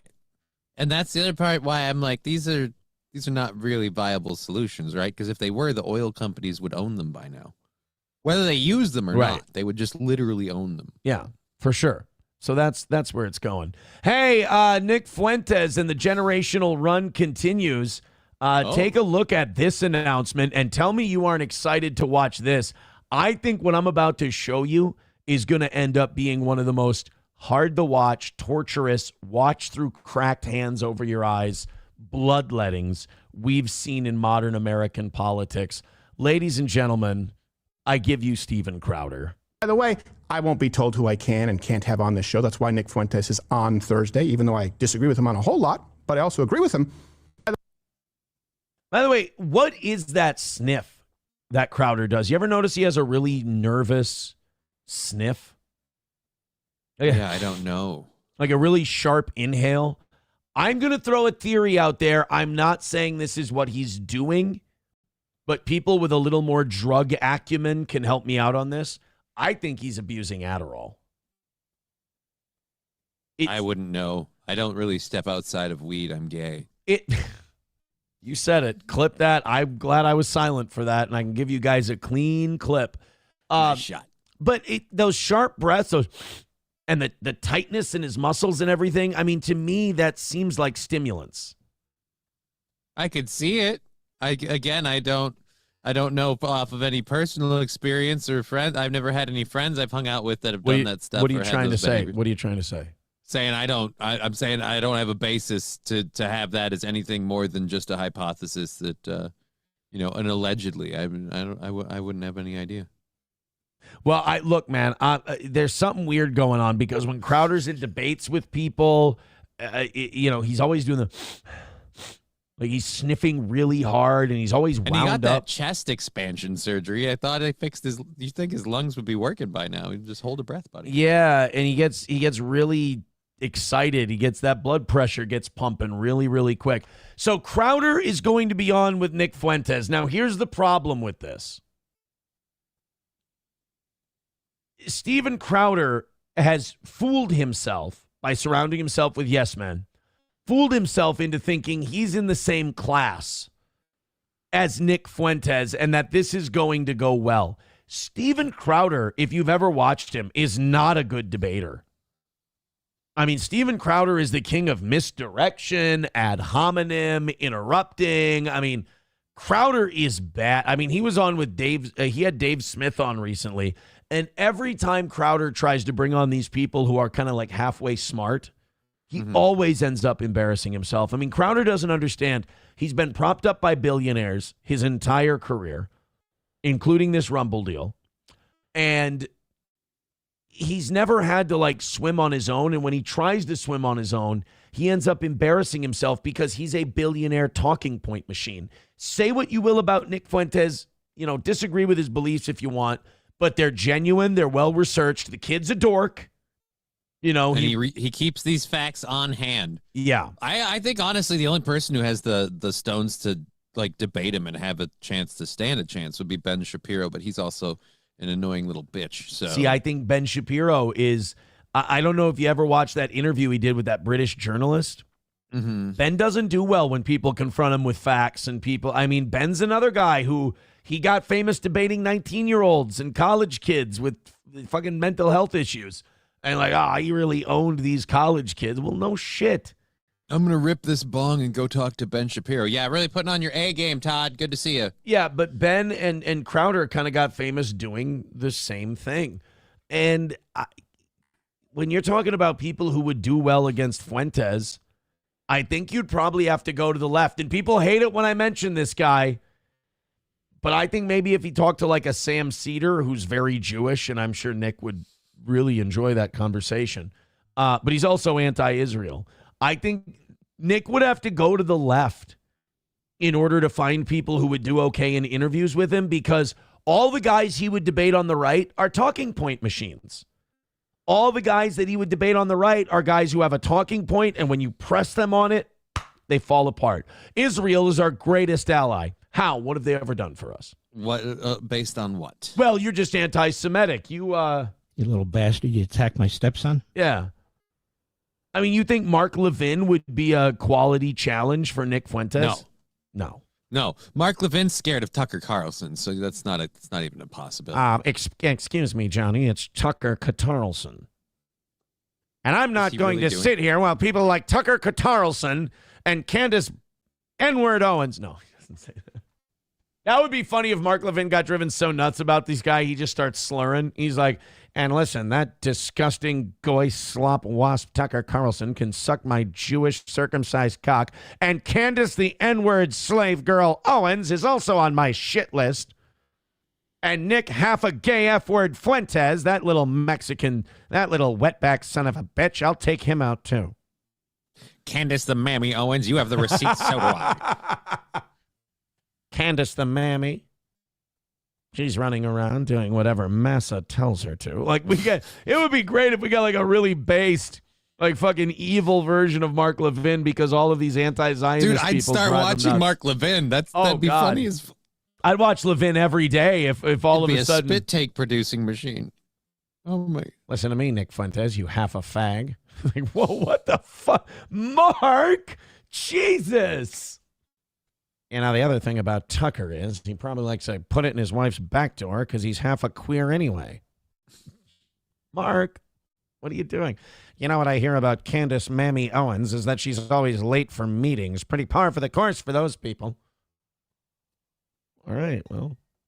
She married a white man, and you know why she married a white man. She's ashamed of her blackness, as she should be. She's a beast. Mark. She's also half intelligent and knew it would up her. She reminds me a lot of a baboon. Her nose looks like a gorilla, and I've had it with her. Attack my stepson, you black bitch. It's like, Jesus, Mark, this doesn't seem like it's about the issues anymore, my man. This is getting very personal. Joey Caravello with $2 says Crowder would love to just bend Johnny over and beat him up and then violate his poop tunnel with his baloney baton. Well, I'm not down for any of that, so It doesn't matter what Crowder wants. Veldrain with $1 says Dumbo ears, no chin, beady little eyes, one of Jim Henson's Muppets, or Steven Crowder. Oh, be nice to Crowder. Yeah, the cleaner says Candace House N. Owens. Tired of her. Tired of her talking about Israel. All of these people talking about Israel when they follow Tucker Carlson, who's probably a filthy Mexican. Rusty Grammar says, you've got the nasally Jew impression nailed down. I've gotten a lot of compliments on the Mark Levin impression. The problem is that's pretty good. One person in the chat is saying it's starting to turn into Eugene Levy. And I have noticed that if there's a different cadence. That's really the separation. I've noticed that if I don't practice my impressions off the air, they do slip. Yeah. Yeah. NF Cap says, it's hilarious that you think Sam Cedar could stand up to Nick Fuentes in a debate. He would get crushed so quick, it would be a boring debate. I don't think so. And I think the reason that Cedar would hold his own for a little while is because they have such wildly different views. Like, Cedar, like all these right-wing guys that Fuentes is debating, they agree on a lot of shit. They just get really defensive on Israel, and Fuentes makes them look retarded because Israel's indefensible. The thing about Sam Cedar is that Sam Cedar is so diametrically opposed to Nick Fuentes on so many things that there's going to be way more disagreement. So the debate's going to be a lot more interesting, for sure. I'll tell you this. You little bastard, you attacked my stepson? Exactly. I don't like it any more than you do, Mark. So Crowder versus Fuentes. How do you think? I mean, to me, this is like, it's 1986 and Mike Tyson's about to step in the ring with the number 15 ranked contender in the world. I don't give this much of a chance to go past the first round.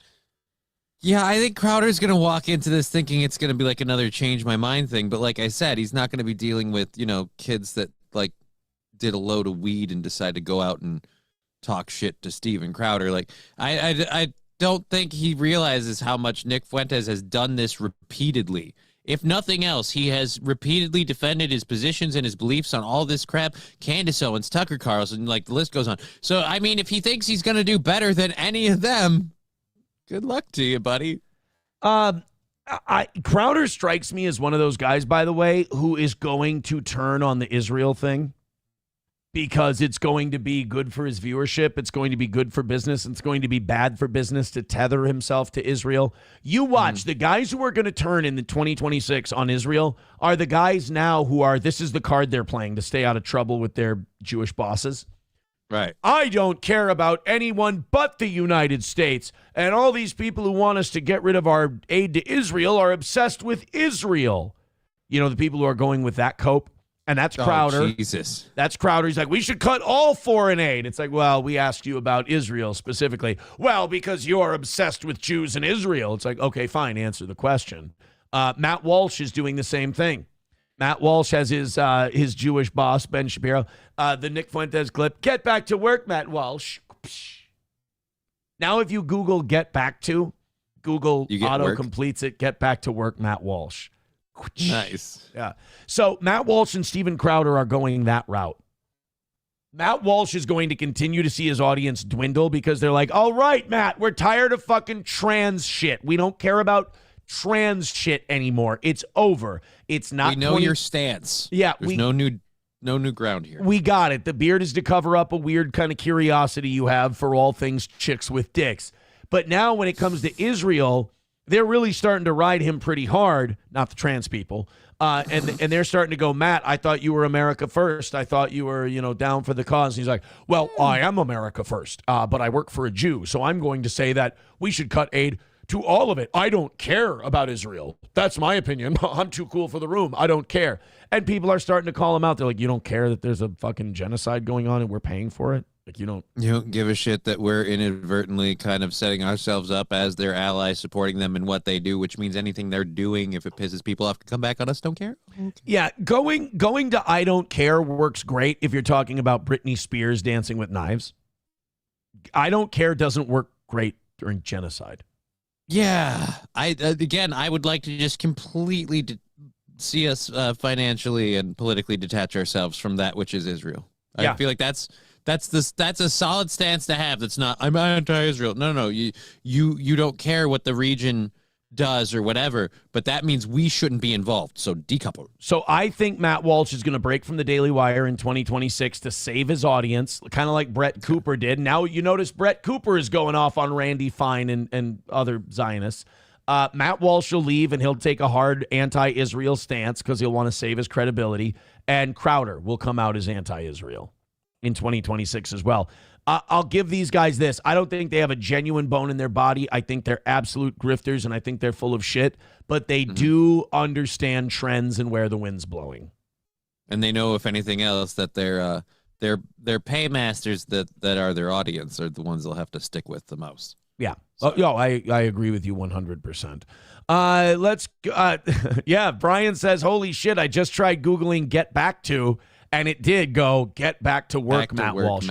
Do me a bit. Go to Google right now, Johnny. We'll see if it's just my algorithm and Brian's algorithm. Type in get back to, hit space, and tell me what Google auto-completes with. All right. Get back. And all of you in the chat do it as well. Get back to work, Matt Walsh. I could send you a freaking screenshot if you want. It's get back to work, the Matt first Walsh. thing. See? I told you. It's the first thing that comes up. Hey, by the way, I want to say this real quick because it's looking great. 648 is the number for today, and we ain't even peaked yet. Let's get to 700. Hey, Rumble, hitting that like button is really good. I mean, that's really doing awesome. YouTube, you're lagging a little, but not by much. Few more likes, few more subscribes, and we're there. Thank you so much. Oh, my. 649 is the number at the moment. Joey Caravello with $2 says, you Heine raped my stepson, you bastard. Yeah, you know what? I will say this. If you guys want to send in Mark Levin impression donations, I do love doing that voice. And it's not one of those voices that hurts my throat or anything. Right, so you can get a lot of bang for your buck with that. I like the Mark Levin one. Veldrain with $1 says, I looked up my ancestry and found documents that stated it's guarantee that they will never rise against us. I need my reparations. Candace is obviously defective. Oh, I'm sorry. You guys, I think you got to start your donation with in Levin voice. Okay, hold on. Right. I looked up my ancestry, Johnny. And I found documents that stated it is guaranteed they will never rise against us. I need my reparations, and Candace Owens is obviously defective. You bastard. Ryobi with $1 says Genocide Jones was better than Nikki Lake. Genocide Jones. It's my favorite Marvel superhero is Genocide Jones. Oh, my God, we're having problems in Israel. Who's that in the sky? Oh, my. And the Palestinians like, it is our friend, Genocide Jones. Here he comes to smite the IDF. I'm here to protect the Palestinians from the you-know-whos. Oh, I'm so glad you're here, Genocide Jones. Can you tell the difference between who's on whose side? Yes, one of them has high-powered scoped rifles and tanks, and the others have rocks and barely working Kalashnikovs. I know who to go after. Genocide Jones. That's a good pro wrestling name, too. Actually, that's a great pro wrestling name. Right? Genocide Jones. You don't have to have a superpower as a wrestler. Just be called Genocide. Yeah, Jones. what's Genocide Jones's theme music? I don't know. Well, I guess we found Rampage Jackson's wrestling moniker. My son's wrestling moniker. Rampage can become a pro wrestler, and we'll call him Genocide Jones. Oh, God damn it, you pieces of shit. Ryobi, thanks for the $1. Joey Caravello with $2. I got to update his stats, by the way. I got to throw another 4 on the Joey's total. He's at 63 for the week. Thank you, Joey. I think Laura Loomer will become anti-Israel. Oh, God, not on your life. She'll literally cut off that giant schnoz of hers before she becomes anti-Israel. Her fantasy is to be with a guy who's in the Atomwaffen division. Waylon with $5 says, go off angry on Johnny and Levin voice and have fun with it. Okay. All right, well, let me tell you something about Johnny. Johnny, you have that cat. That cat's still making a lot of noise. Yep, he's Let me tell you what to do with that cat. I want you to take that cat. I want you to cut off all its paws, right at the ankles, and then I want you to throw him in a goddamn incinerator. I want you to eviscerate that cat. You bastard. Well, listen. I didn't want it to come to this, Johnny, but your legs don't work, and I'm an able-bodied Jewish man, and I'm telling you right now that I'm going to come over to your house. I'll beat your legs with a bamboo shoot. I'll pull off all of your fingernails with a screwdriver, and then I'm going to throw that cat of yours in the microwave and put it in for 7 minutes. It was done to my people, Johnny. It will be done to your cat. We're going to start small, but we're going to get all of you goy bastards because I heard you attack my stepson. You know, you're crippled and handicapped, and us Jews have been very Nazi-like lately. I might take you to a home. That's just me. Are you telling me that your people are somehow contributing to this nation? Because I don't see it, my friend. Which people? Crippled or Polacks? Or Irish? Polak as well. I've got a lot in the background. There's only one kind of good Polak, and that's an Ashkenazi Polak, and you don't look like you fit the bill. Oh, God, thank the Lord. I'm going to throw all goy cripples into an oven. I tell you that. One thing we do in my culture is we take the atrocities that have been visited upon us and we do it to others because you all deserve it for not rescuing us faster. That's right.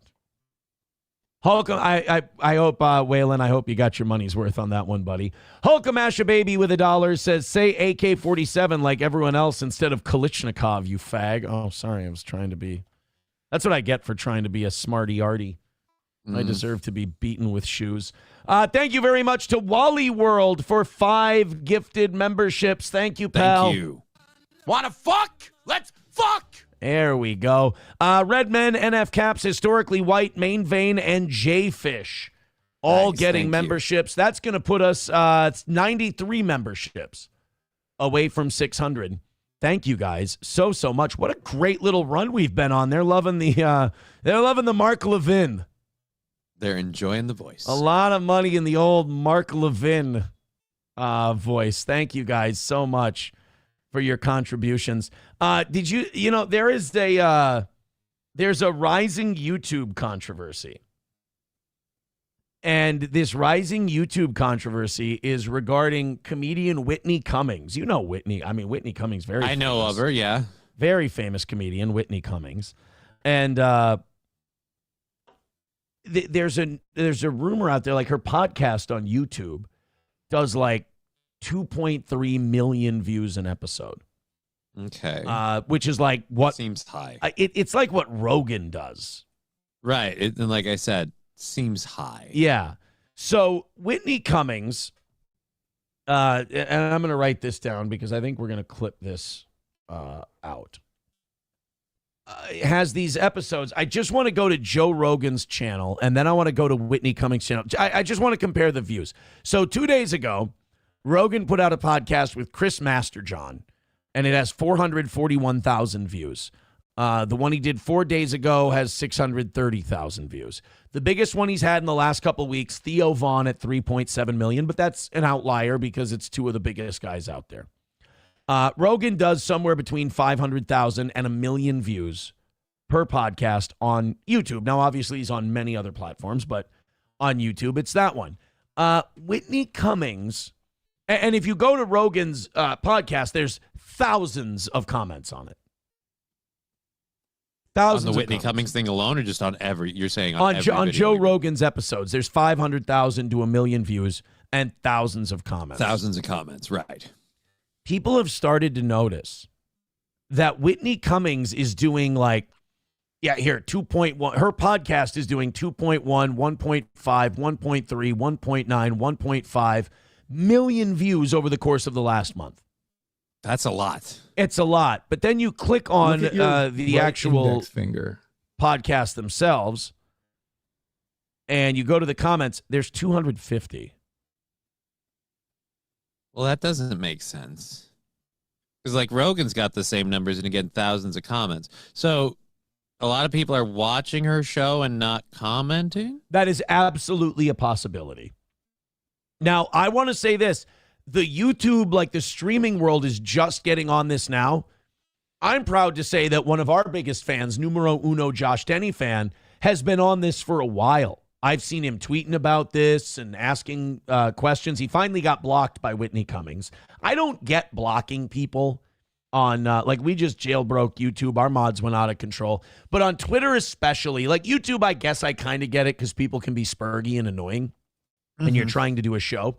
But on Twitter, it's so easy not to see people's shit without blocking them. You don't have to, you just ignore them. I don't get it. But Whitney blocked numero uno Josh Denny fan as he was saying, look, you got 2 million views and only 200 comments. What gives? And she blocked him. Now, to me, if you aren't buying bots, if you aren't botting the shit out of your podcast, if someone writes that to you, you either ignore them. You don't care. Yeah, you either ignore them or you write, hey, I guess I have a lot of viewers and a lot of people don't feel like writing comments. I can tell you this, I never leave comments. I never leave comments. Yeah, I watch shit all day long. I never leave a comment, never have, probably never will. And I think that's the vast majority of people who watch shit. They don't leave comments. But it's one thing to have 2 million views and like, well, they have 5,000 comments. Maybe their audience just kind of listens to it in the background. That's fine. But to have they're a live show, so it's about what's going on in the moment. Right. To have 2 million views and 200 comments. And 200 comments is a little iffy. So now other content creators are even starting to call out Whitney Cummings. Alex Stein was asked about this. Now, Alex has this new thing where I think he's kind of doing IRL streaming. I'm sorry, Johnny. Where he's kind of doing IRL streaming because he's in between gigs because he had the thing at the Blaze and now that's done. And now he's working on getting the next thing together. So he's kind of just been doing these walk-in talks or these sit-downs with his audience and reading his chat. Somebody brought up the Whitney Cummings thing to Alex. Josh Denny fan. I saw, who was it? Too Lazy to Try, I think, made a video exposing Whitney Cummings for having fake views. Of course she does that. She does that so advertisers will think her, because they don't actually, because you can tell if their views are organic or not, because, like, yes, there are occasional videos that have tons of views and not a ton of comments. But realistically, if a video has a ton of views, there's going to be a correlating amount of comments that make sense. Like she had a video with 2 million views and 200 comments. Like, no, maybe you said that. And by the way, 200 comments is not awful. Like, you probably... Right. It's not like she doesn't have an audience. It's just nowhere near as big as she says it is. I don't know. Maybe it's that's 200,000 views. Maybe with 200 comments. I don't know. I'm not sure how it works. Still way more than we get. Totally jealous, but my point is. Way more than we get, sure. And, but 2 million, I mean, you're really stretching credibility. I think if you're going to buy up to 2 million views, turn the comments off. Turn the comments off or somehow talk to whoever's bot viewing your program and have those bots drop a comment, even if it doesn't have to be good or bad. Some good, some bad. Some like, hey, I think Whitney's funny, or I think Whitney's hot, or I think she's a cunt. Well, then we like, know just short then little stuff. No, come on. Then we'd know they're lying bots if they said Whitney's If they hot. said she's funny, I know. But I think, we watched a clip yesterday where a streamer was breaking down how much it costs to buy views. Right. Now, I know this is going to make some people mad. I've never bought views before. I know a lot of the shows that talk about Steel Toe buy nobody believes that, Aaron. I know, but a lot of the shows that talk about the toe, they do buy them because you see their number, their chat moves the same speed as ours does at 600-700 people. And it says, they're at 1,000 exactly every single week. It's like, well, you're on a service and you're buying that. It's understandable. You're insecure. It's fine. But this person was saying if you buy 12,000 viewers, it costs $50,000 a month. I don't understand doing that. All you're doing is faking it till you make it. You know you're lying. You know the numbers are dishonest.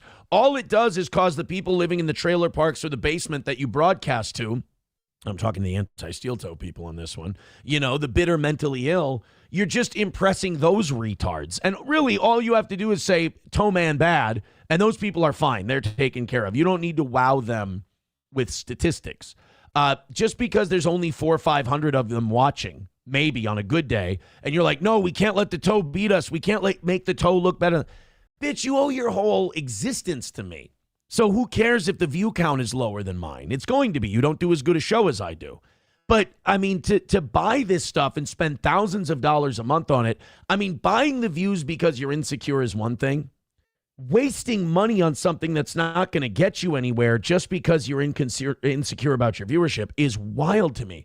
And with the Whitney Cummings thing, if she's buying views that gets her up to millions, I mean, how much is she spending on that? Got to be tens of thousands a month, right? Right?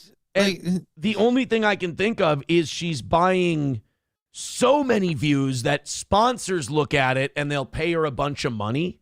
Because there are sponsorship deals. We have them thrown to us from time to time. And these sponsorship deals are, if your video gets this many views, we pay you this much. We give you this much. Yeah. And some of them are like, one of them I saw, if it gets over 1 million, you get $60,000 from a sponsor. So if she pays $50,000 a month, and for that, my viewers weed. For that $50,000 a month, she gets all these botted viewers, and advertisers who don't know any better are willing to pay her $60,000 a pop. Then I guess it is a money-making endeavor.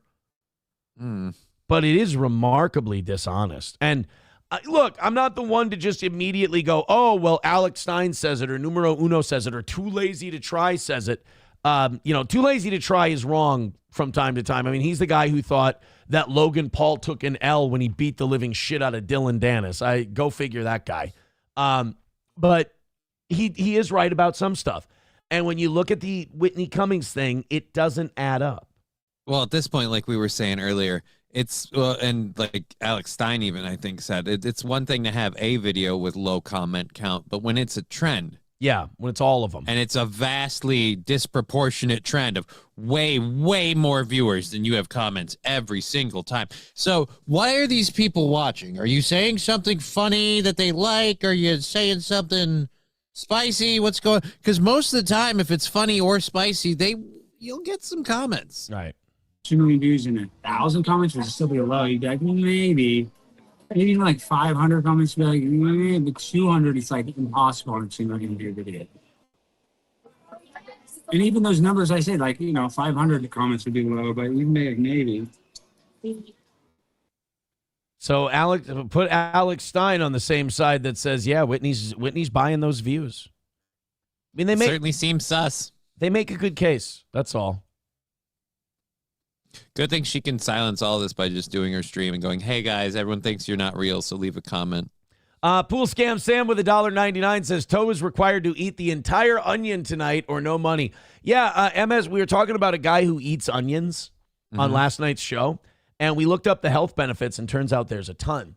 And there's a rule that if people ask me how much to do something, I always give them a number. If it's something I don't want to do, I just go, yeah, $50,000, something they're not going to come up with. And they said, MSO asked, how much for you to eat an onion on the air, Toe? And I said, well, we missed by 125 yesterday morning. I said, you guys make tonight and this morning and get us back to perfect. I'll eat the onion at the end of the evening show tomorrow night. So they did. They got both. Congratulations. And they got well into tonight. So tonight on the evening show at the end for that last 5 minutes, since we're not going to eating an onion. Since we're not going to need any can rattling, yeah, I'll be eating an onion. Pool Scam Sam is right, though. Eat the entire onion. Have to. Here's the thing, Pool Scam Sam. You know this better than anybody. Eating onions is basically what I've been doing for the last 2 years now, is just devouring them whole and watching them get mad. So this should be easy for me tonight.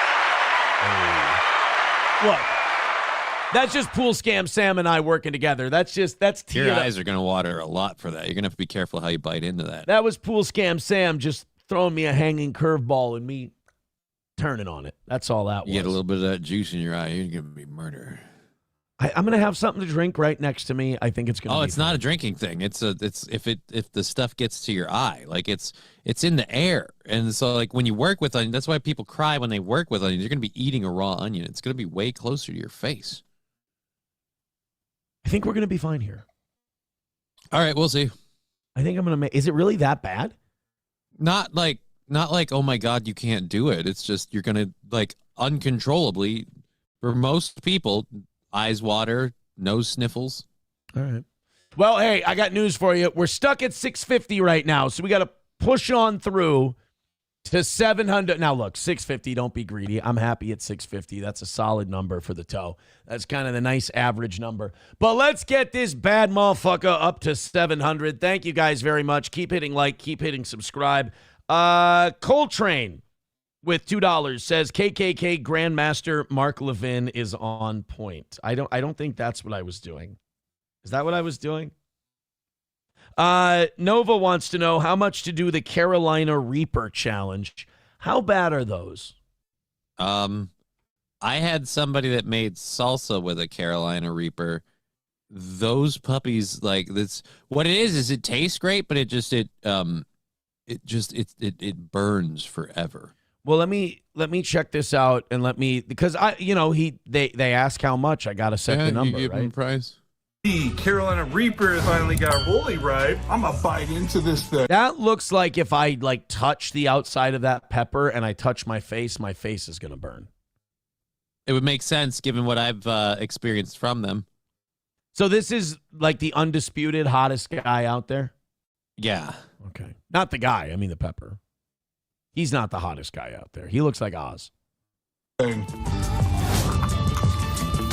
retarded. Wait, so you eat the whole thing? I thought you just took a bite. He's eating the whole thing on this one.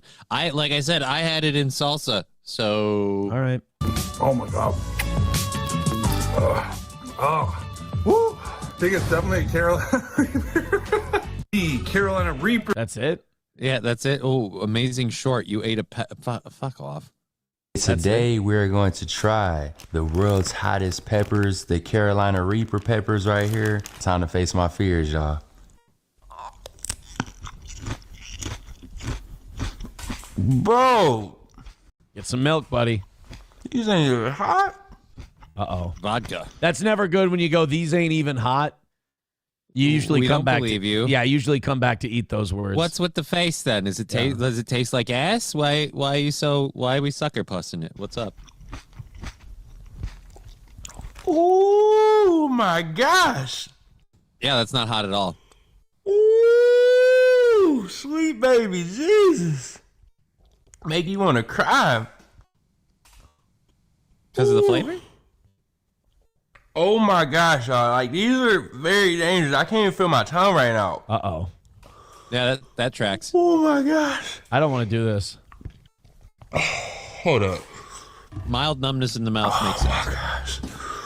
Not He has a water. love Don't for drink spice. water. Don't drink water. I gotta get some water. Nope. No, that's not going to help. All that. If you're going to use water, you got to swill it inside. You got to just kind of keep it as a number sensation. Otherwise, you need milk or vodka, my friend. Because if you do the water, that just disperses the Right. spice all over the place. Yeah, you need to. I learned that from Bar Rescue. You need to use milk. What is the other one? Bread.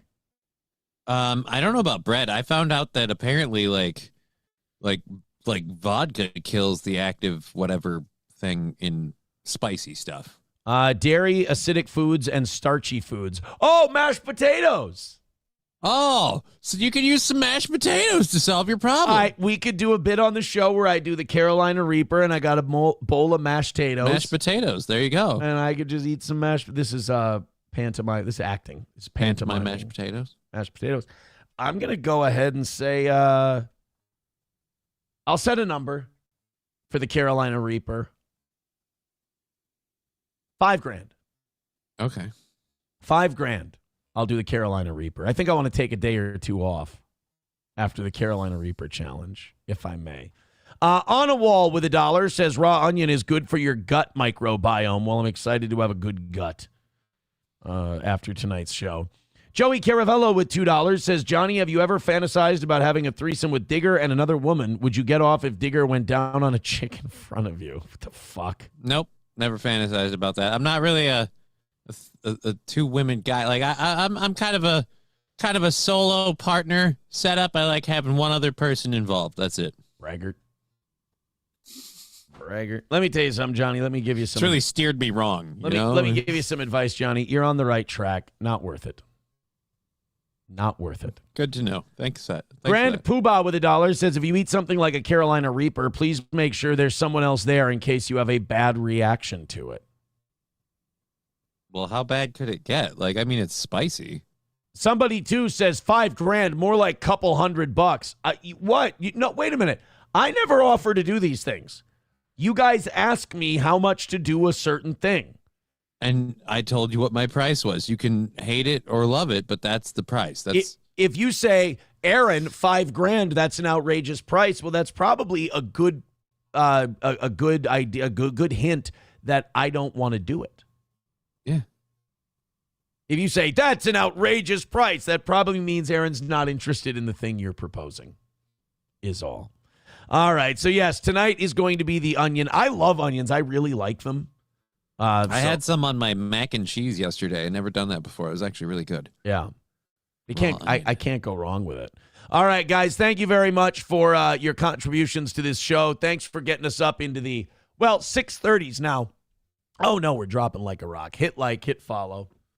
Let's get down to business and see if we can't hit that 700 today. And 93 memberships away from 600. Keep up with the generosity. I think, I did get Coltrane over there on PayPal. Appreciate that, buddy. Let's move on to something else. I am having a blast today, I must say. Now we have to get into our daily Minnesota fraud update. Oh, now, boy. Did you have a chance to look over the stuff I sent you this morning?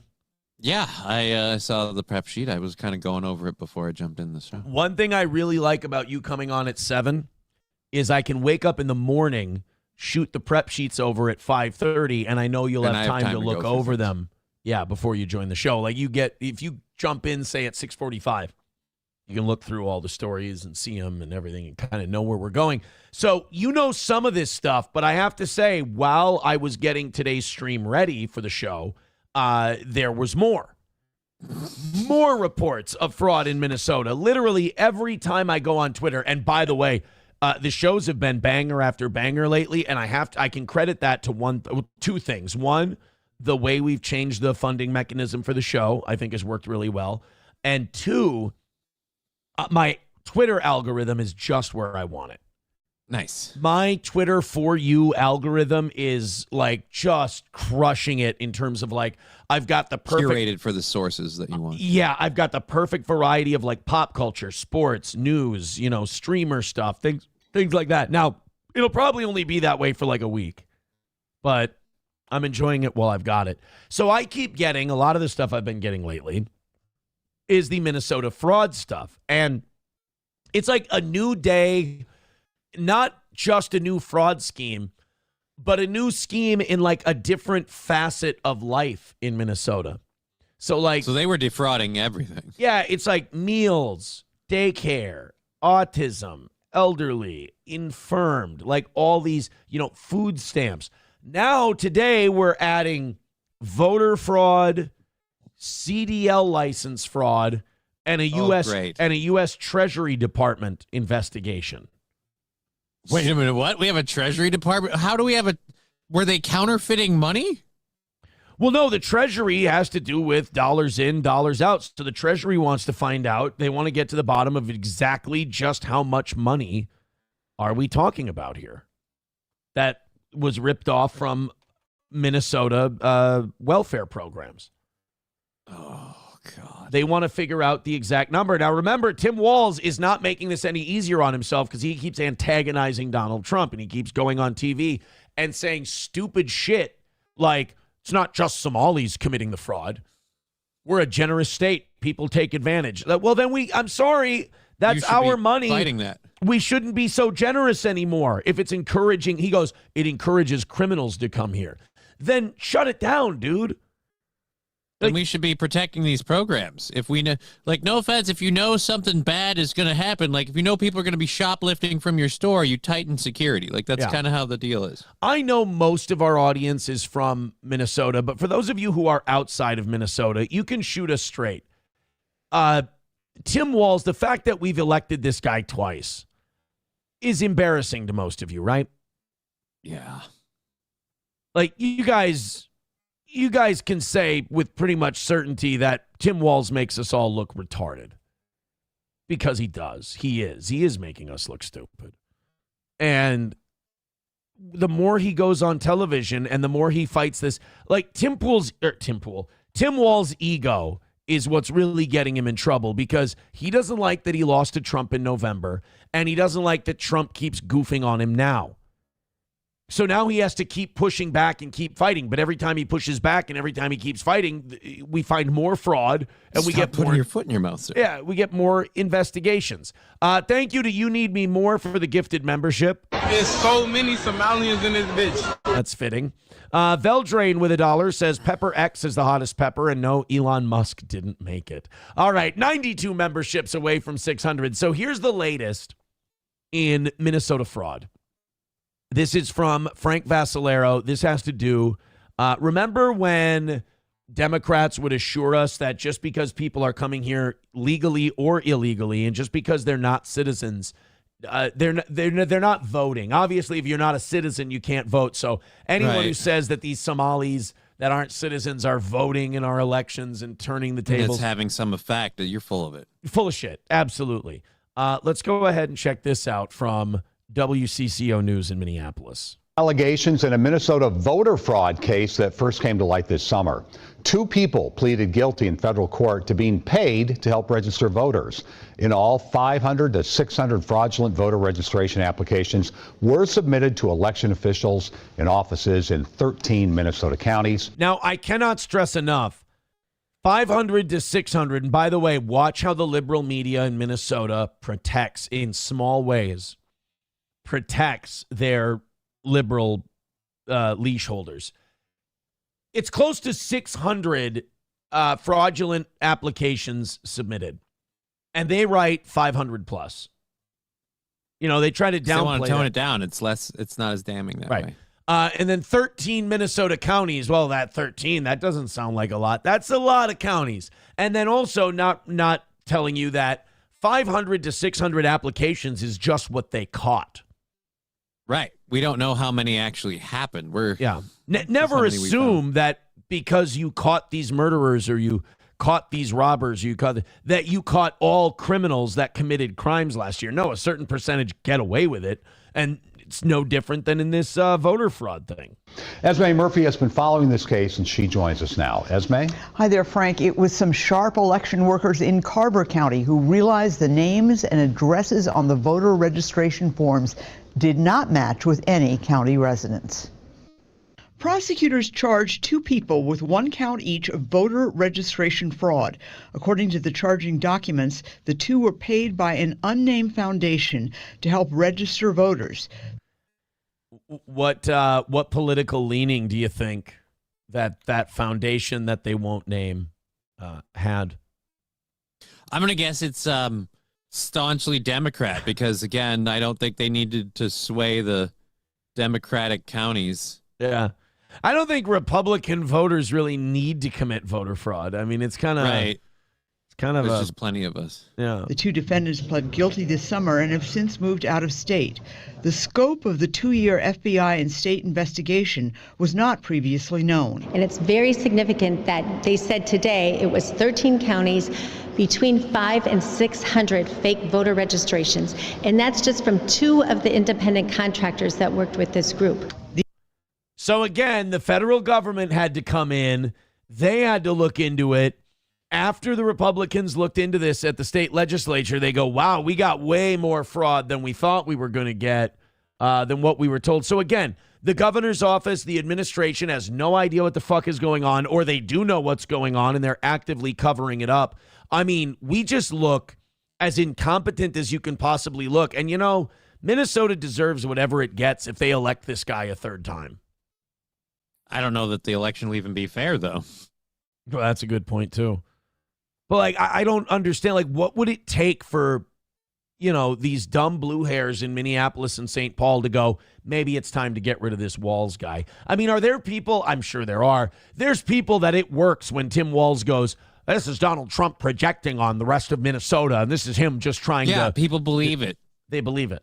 Even though it's happening, even though they're catching people and arresting people and putting them in prison and getting convictions, when Tim Walz's judges aren't, you know, letting them go because Mama, I can fix him. I mean, they're not pulling these, you know, convictions out of their ass.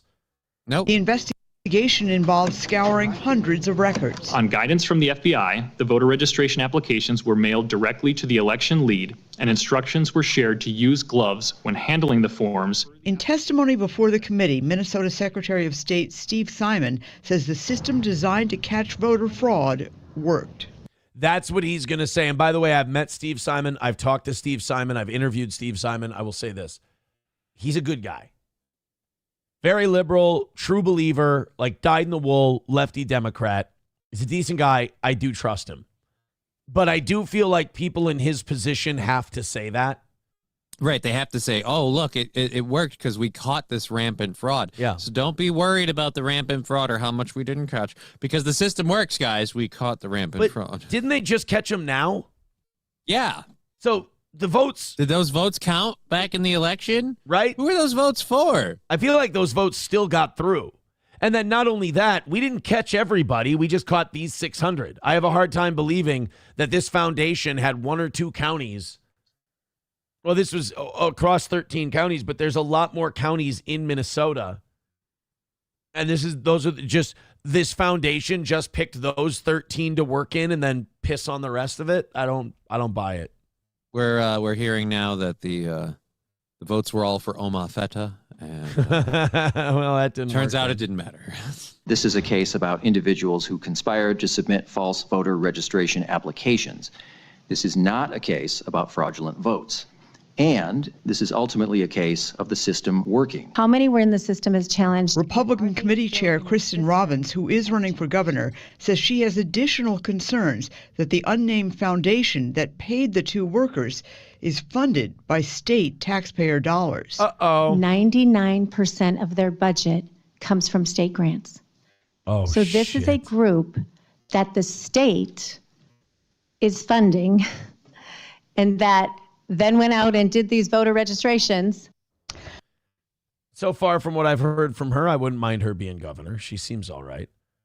Seems like she's getting after it. But, like, by the way, Kristen Robbins, if you didn't know, she'll be in the female remake of Winnie the Pooh. Oh, really? Kristen. So it's not going to be Christopher. It's going to be Kristen.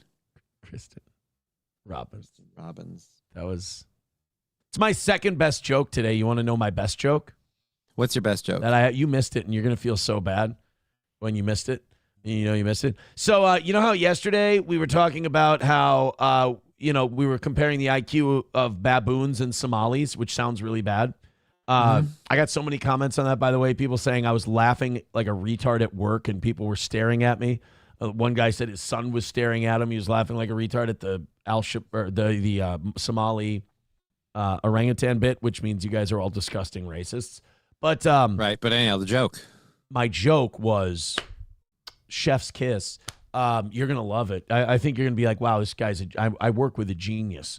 We got to worry about Al-Shabaab getting all this money from these fraudulent Somali incursions into our welfare programs. And a lot of people think that if we get rid of that if we replace the Somalis with baboons, that we're not put a stop to it. We're not going to have to worry about the terrorism funding anymore. But I did some digging yesterday, and I found out that if we do bring orangutans here, we have to worry about them funding Al-Shababoon. That's the best joke, huh? Al-Shababoon. Yep. So because it's not Al-Shabaab, it's a baboon. Baboon, because it's orangutans. I get you. That's what the. Why aren't you laughing? I don't know. I guess we hyped it too much. I was, like your best joke. Well, if we replace the Somalis with Italians, there's only one group we got to worry about at that point. Who? Al-Shabalboa. I don't like that. You like that one? You like that one? Yeah. That was it. I wasn't ready for it. Yeah. Al-Qaeda is a bad group, but us Germans have a similar group that we got to look out for. Yeah, the Nazis. Well, I guess that one too. Yeah, you kind of. Thank you. Kind of walked into that. No, but the big one that us Germans have to look out for is Al-Qaeda. Al-Krauta instead of Al-Qaeda. I mean, it's not the worst one I've heard. I guess I could have gone Al-KKKda. Yeah. But, missed opportunities and all that. It's a workshop. It's a process. Is what Figure it out. They can't all be winners. I got to do this corny shit in between because I have 3 fucking Minnesota is getting robbed blind stories, and I don't want to just go from tragedy to tragedy, although some people would argue these jokes are the fucking Hindenburg. Thank you to Wally World for gifting 2 memberships. What a guy. Thank you, Wally World. That puts us 90 away from 600 today, and that puts Wally World back in the top 5. Nice. Wally World Welcome kicking back, Jeff and Diane out of Central Booking. Wally World now at, whoopsie daisy, there we go, 55 in Central Booking. Thanks, pal. Another $5 from Wally World. Says, I have to say I am not from Minnesota, but I am fascinated by the Minnesota fraud and orangutan coverage. Well, thank you. I've been getting that a lot. A lot of people want us to keep on. I've been hearing people say keep on the Minnesota fraud stuff. So we'll and I'm glad you guys want to hear about it because every time I hear about it, I lose my fucking mind. So it's nice to have you guys to, vent my frustrations to. It is infuriating. Yeah. Dan Vicious with $2 says, we all know Minnesota libs would vote for Walz a 3rd time, even with the fraud. I'm worried a lot of the Minnesota libs don't believe there is fraud. That's just racist Donald Trump and him. Again, they're painting this as the Somalians because they want to get rid of them. Next, it'll be you guys. No, it's not what's happening here. I don't think you're wrong about that. I think that there's going to be a lot of people who are going to buy that line of bullshit. Los Federales with $1 says, check your ex. I love super hots and make extreme heat hot sauces at home for myself. If you want, I will come on a stream and eat a Carolina Reaper whole, no water, no milk, no mashed potatoes required. No, I'd only do it for money, my friend. T-Baby with $5 says, ooga ooga, I'm a dumb Somalian orangutan. Give me bananas and free shit. That's, the art of subtlety. It's an interesting character you've made. I'd like to see where this goes. Yeah, the art of subtlety is not really strong with us. Coltrane says, I bet it hurt WCCO to have to put this video out. Well, I mean, look how much they tried to downplay it, right? Like, oh, this is the end of it. They already dropped the graphics to 500. Yeah. They already soft-pedaled it. They already made sure to have a big focus on the clip where he's like, look, so yes, this fraud happened, but the system works. We caught it. Yeah. By the way, people are fact-checking my Al-Shababoon joke. I hate it when I can see the audience straight-faced, Like I can see their face reading their chat like they're just deadpan. Chips and Diff says orangutans and baboons are different. Oh. It was a shitty enough joke on its own without you fact-checking it. Don't bring science into this. Jesus. Chips and Diff says, have you ever heard a little ditty about Jeff and Diane? Apparently, they are two American kids growing up in the heartland. Thank you. It was actually Jack and Diane. My son does that. My son corrects people deadpan knowing he's being a dick. Just like, oh, you're wrong. These are the facts. Like we'll tell a joke about something that actually no, that could never happen. And then you'll go like, Bud, it's a joke, and he'll smile. And so he knows. So he got you, dude. I like this. This is awesome. 8. He shouldn't be that much of a dick yet. And the problem is, I learned it from watching you, Dad. We'll be riding in the car, and SP will be like, you have to stop laughing when he does shit like that. Like he that nothing makes him happier than when you. Yeah, he thinks that that's impressive, and now he's won. He's like, she knows that Dad that's rewarding his behavior. Is funny for a living, and that if Dad laughs at him, then that means he's a really funny kid, and he'll just keep doing that shit. I can't remember what he said in the car. It was so stupid and so mean, and I did one of those like trying to get out of his sight of the mirror while I laugh. It's really hard to do while you're driving. You're kind of locked in a spot. I don't think I succeeded. To be honest. Probably not. No. 647 is, I was going to say 644. 647 is the number right now. Thank you guys very much. All right, we're going to dive back into Minnesota fraud in just a second here. Whew, here we go. I want to share a quick story about a farming family supporting this channel. 8 years ago, they had a brother return from Afghanistan with significant injuries. They watched as he became a shell of his former self and struggled a lot with health. We can't share his exact story because of FDA restrictions, but friends kept suggesting CBD, Johnny, just like we talked about. So they tried dozens of CBD products, but nothing helped. Out of frustration, they began to create their own. They started making it to help friends, family, have CBD that they knew was as clean and powerful as possible. Then doctors started asking to carry it, and it took off. Now they speak at medical conventions and help others across the United States. While most companies have 1 to 10 compounds in CBD oil, their oil has up to 50. They have 8 things that make them different. They make balms, gummies, pet products, etc. They're called Emerald Med. You should check these guys out. If you get their CBD and don't notice a big difference, they'll actually provide a refund. If you want to support a company that supports our channel and free speech with marketing dollars, and you need a source for CBD, my boy, that's real. They're running a Black Friday deal. You can click the link below to try Emerald Med 40% off today. Get extreme muscle and joint relief, support quality sleep, or even daytime calm. They're worth a try at least once. Just click the link below and use the code for 40% off up to 2 items today. That's Emerald Med. Try Emerald Med today. There you go. It's worth looking into. Yeah, Rumble's looking great. YouTube's looking iffy. YouTube, you guys keep hitting thumbs up, and we'll be up to 700. Thank you. In no time. Somebody with $1 says, Aaron, it was crazy. I was freezing to death. Then it started to snow. Fucking shit. Aaron, it was crazy. I was freezing to death. Then it started to snow. So I got down from the tree stand and started heading for the truck. And that's when I seen it there. The 30-point buck.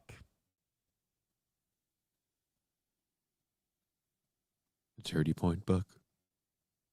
30-point buck. Thank you, guys. Appreciate it. It's weird that a guy who regularly used to drop 230 on us doesn't like the 30-point bucks. I can't do 230 anymore because we can't talk about that until the end of the show. I'm just saying, I just thought this would fill that void. Which, by the way, you guys are doing just fine right now. Keep it up. Keep doing what we've been doing. I'm very proud of you. And we're, 93? Oh, no, 90. A straight 90 memberships. Yeah, we can make that happen. 600. Thanks, guys. Go an extra half hour.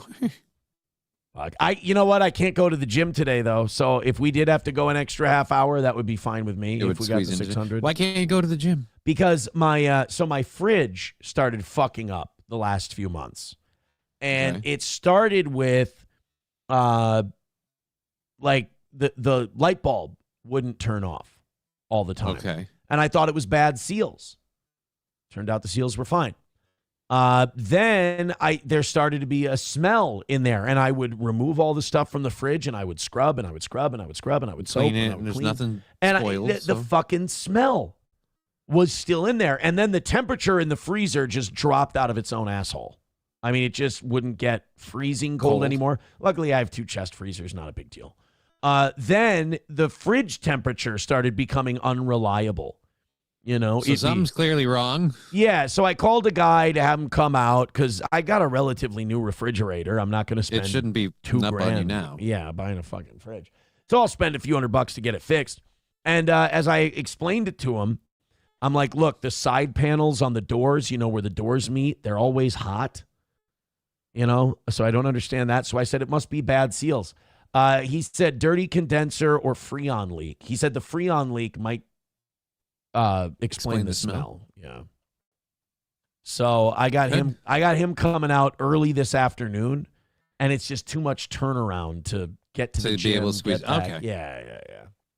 Because if I go to the gym and like pick up basketball games are there to be had, and I don't want to keep going to my phone every fucking game and being like, oh God, do I have to leak? Can I play one more? Yeah. Does a Freon leak smell? Yeah, you can smell a Freon. Okay, so that's It sounds like Freon leak is the likely culprit. A faint, sweet chemical odor, sometimes compared to nail polish remover. Yep, that would be it. So I got me a Freon leak, which, by the way, is that bad for my food? Because that means I've been eating and drinking Freon leaks. Because I remember, oh my God. Yeah, that's not good. I threw out a thing of deli meat about a month ago because it fucking reeked. And I was making a sandwich and something smelled like bleachy or chemically. And it was relatively new deli meat, like it was a day or 2 old. And I'm like, this smells chemically. I thought maybe it was the bread, like maybe the bread was going bad or something. I smell the meat, and it does. It has a chemically smell to it. I fucking ate Freon contaminated deli meat. Is Freon bad to eat? I imagine it. Is refrigerant to go back with yes. Toxicity can occur if refrigerant is ingested. Irritation in the mouth and throat can occur. Frostbite and burns of the upper airway and gastrointestinal tract are possible. Yeah, I'm glad they have to be way more loaded than what you were eating. I'm glad. Yeah, I'm getting that taken care of. Notice though that my voice has been bad the last couple months. I'm eating Freon, dog. I've been eating Freon. So hopefully we're going to... My favorite coolant is Freon. The fridge light they always leave on. So then what was keeping the fridge light on? That I feel like is the seals. I'm worried there's more than one thing wrong. I don't want there to be more than one thing wrong. I'll do the fucking seals myself. A Freon leak, I ain't, that ain't my bag. But I'll fix the fucking seals my own damn self. So yeah, it would explain the leak. That would explain the smell, because I'm getting so frustrated because I'm scrubbing and scrubbing and scrubbing and getting shit out of there, and it's still in the process applying more bleachy chemical shit to your fridge. Precisely. All right, we got more fraud. You ready for more fraud? Great. So it's voter fraud. We already know about all the other stuff they've done. What's left that we haven't hit yet? Oh, not a big deal. It turns out that Minnesota is giving out CDL license fraudulently. Suck it, California. Yeah, that's right. And by the way, they're saying that Minnesota failed to follow the law and legally doled out trucking licenses to unsafe, unqualified, non-citizens endangering American families on the road. So I know that liberals in this state want to get to a point where we have a fraud story and they're like, white people, let it be one of us, because liberal white people are self-defeating, self-genocidal, crazy people. We're now just giving, and if you didn't know this, by the way, I thought, our transportation secretary's name is Sean P. Duffy. Yeah. I was reading it in small print, and I thought it said Sean P. Diddy. That would be badass. I was like, That what would be the badass. fuck does Diddy have to do with Somalis getting, like, does he want to stay in prison longer? But anyway, every time one of these fraud things happens, liberals in this state are like, God, please let it be us. We just hate being white so much. And the rest of us go, I know this is going to be fucking Somalis. Like, I know it's going to be another ripoff gimmick. It's, and Somalis are driving 18-wheelers at larger numbers now in this state. And I have to say, they're not good at it. What was your first clue? The fact that they can't handle a roundabout with a minivan? No, 18 wheels should be fine. Yeah. Well, and it's not good that, you're like, oh God, anytime you play the game, who's the driver?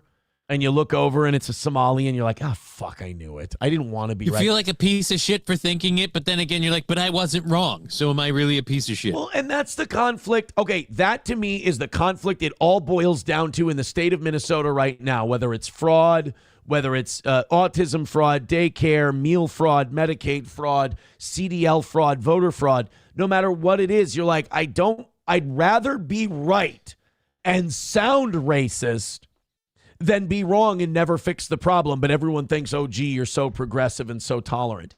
I am tolerant. I don't care if people come here and they prosper, but don't fucking steal and definitely don't rob us blind. Yeah, I'm tolerant till fuckery's afoot, and then we got a whole new bag. So you can sit here and go, oh, there's a CDL, fraudulent CDL licenses being given out in Minnesota. And you're like, well, I know it's Somalis. And you're like, and then people go, well, that's so racist of you. And you just roll your eyes and you go, look it up. Like, okay, call me racist. Fine. Aaron, with no information, you're just going out and saying it's Somalis. It's like, oh, I'm using my gut. I'm following Based on the pattern. accumulated facts, we're in Minnesota. It's fraud. It's for a CDL. If we had a rampant case of white nationalists illegally getting CDLs in Minnesota, I'm sure we would have heard about it well before now. If people were getting fraudulent CDLs and then trafficking meth, I'd say, okay, maybe we got some whiteys. Well, they issued all the CDLs to Waite Park. All right. Now I know what we're doing. Now it makes sense. And they're all driving to Kirkhoven and Little Falls. I don't understand. So weird. I just, and by the way, you never get the apology once you turn out to be right. Right. You're never like, oh, I'm sorry. You're not a racist. You're just a bigot who pays attention. Yeah. Like, yeah. So U.S. Transportation Secretary Sean P. Diddy Duffy exposed yesterday that one third, I said that right, 1/3 of non-domiciled commercial driver's license, CDLs, reviewed by Federal Motor Carrier Safety Administration were issued illegally. This isn't 500 or 600 voter applications. No. This is hundreds upon hundreds of driver's license. Thousands. 33% of all CDLs in Minnesota. I mean, let's look up the number. How many CDLs were issued in Minnesota last year? Let's take a look. Not publicly available? Well, that's troubling too. Can we fucking keep track? Okay, here you go. 200,000 CDLs. Sounds like a lot. Oh, no, this is national. Will be removed over the coming 2 years. Oh. So more than 450,000 are issued nationally every year. All right. So you drop that by 50, even if we just assumed every state had equal, even though that's about 10,000, about 9,000 per state. 30,000 of that, or 33% of that would be about 3,000. That's still a lot. Thousands of these fucking things every year. Minnesota has 30 days to come into compliance and revoke the illegally issued licenses, or risk losing up to $30.4 million in federal highway funding after months of deadly crashes caused by illegal foreign drivers. The department is cracking down on states that failed to follow the law. So we just weren't watching this shit and we're allowing it. I mean, this is... It's not like, dude, I don't mean, if you've been in a DMV in Minnesota, Minnesota. There's one that I go. There's one that used to be in the mall near my house here, and I used to walk by it all the time, because I have to go through that mall to get to a different appointment. And so you go to that fucking mall, you'd see like there's people that are literally taking the test where you're on the screen and they have to answer questions. They have an interpreter right next to them to read and listen and answer. So that, like, who's taking the test? You or the guy telling you what the questions are? Because I feel like I don't speak your language. It'd be very easy for you to just tell him what the answer is. Firstly. Secondly, you're doing a test on road signs. If you can't read them, you shouldn't have a license. Well, and not only that's for the regular common driver's licenses. Well, there's this scam that's been being run nationally. They've caught a few people doing it, where people go in and take the test for people, and they get them their CDLs. It's very illegal, but I wonder if that many people are being caught. We're doing that here. What really sucks about this is, okay, we revoke these CDL licenses from these Somalis. What's going to happen? They're going to go on public assistance. The taxpayer is going to be covering them. I mean, I can't work. You took away my license. The whole Somali experiment has failed in Minnesota. We should have never done it. And it's not like you can send them all back. There's no mechanism to do it. So the best thing we can do is we got to cut it off. We just got no more. We'll just deal with what we've got. And we'll try to shore these things up and, maybe vote a little different, but I don't know how much difference that's going to make. I saw our old buddy Haji Yusuf posting on Facebook yesterday. Oh, it's all racism, and we're not focusing on the white people committing fraud, and it's all an unfair attack on the Somali community. Well, I love Haji, but one thing about him, man, is that he has zero ability to take responsibility for what's going on in his community. And you don't have to. You don't have to take responsibility for everyone who looks like you. But when you claim to be an advocate and you claim to be a spokesperson for it, then yeah, you do. Yeah. And like sitting there and ignoring the fact that there seems to be a fraud pattern in the Somali community by going, oh, we got to focus on everyone. We do. It's just that we're finding a shitload of you guys everywhere. Sorry. I mean, that fat white lady, she went to prison for the Feeding Our Future thing. Right. And didn't we have one guy who was a white guy that we reported on yesterday? It's just like we point him out when we're there. We're coming up with a lot more of your friends than mine. I'm sorry. It's not a choice. Yeah. Dr. Silverwolf with $2 says, question for you, is your refrigerator running? Yes, barely. It is. But not well. Joey Caravello with $2 says, Aaron, do you think you'll ever move from that awful state? I would love to move to Florida, but my children are here. Their friends are here. All of that stuff.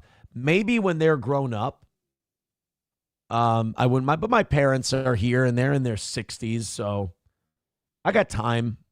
I'd like to move to a drier climate, but yeah, they kind of got the kid thing too, so not going to happen. I don't know, man. There were when SP and I were in Clearwater Beach, we were looking at some of those the small houses that are close to the ocean, and we're like, once the kids are grown up and shit, that's all we need. Right. And you're right there next to the beach. See, the only problem is the humidity for me in Florida. Otherwise, Florida would sound awesome, but it's the humidity. Johnny, that's what they say. It's not the heat. It's the humidity. It's the humidity. But yeah, I guess I wouldn't mind getting out of Minnesota. It's turning into a shithole. So this is what Transportation Secretary Sean P. Diddy Duffy had to say about the whole thing. Our audit exposes yet another example of foreigners taking advantage of Minnesota services under Governor Walz's watch. Minnesota failed to follow the law and illegally doled out trucking license to unsafe, unqualified non-citizens, endangering American families on the road. That abuse stops now under the Trump administration. The department will withhold funding if Minnesota continues this reckless behavior that puts non-citizens gaming the system ahead of the safety of Americans. Well, it's nice to see the Trump administration be America first on something. Well, there's no way they could favor Israel's first on this one.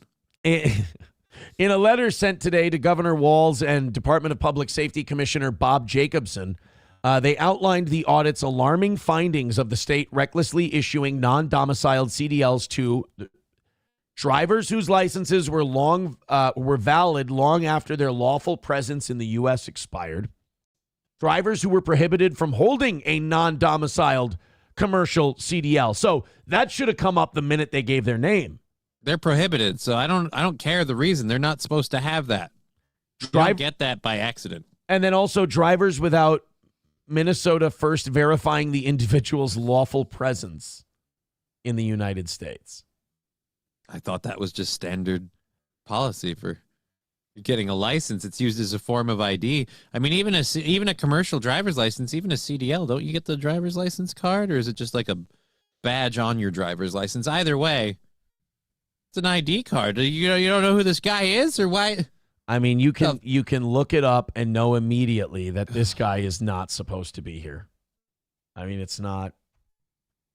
And the worst part is I know, like, in my opinion, I guess, but I know it's like people at the office that are just like, well, I don't want to be racist. Let's just slide this along. And it just kind of built up there. And then you got other people like, well, this looks bad on us and we like their voting block. So, well, and that's been the big complaint with the Somali community in Minnesota is that every time you try to look into them, they scream victimhood and they scream racism, Islamophobia, racism, and stuff like that. And then Minnesota is such a passive state that they back off. I mean, WCCO had the audacity last night to run a news report where they talked about all this fraud going on, and they went, we're going to cover the impact it's having on people in the Somali community. And they had Somalis on there who were like, we're scared to be in Minneapolis. It doesn't feel safe here because people think that we're defrauded. And it's like this big sob story. And it's like, so wait a minute. This community comes in, rips us off for billions, and then the news will run a puff piece about how we're the assholes. Right? Unbelievable. Yeah, it's almost, next thing you're going to tell me that same community is going to write to a judge and going, look, I know he R-worded a child, but he's from a place where that's accepted. We did that too. Fuck. Yeah, we did that one. I forgot about that one. Yeah.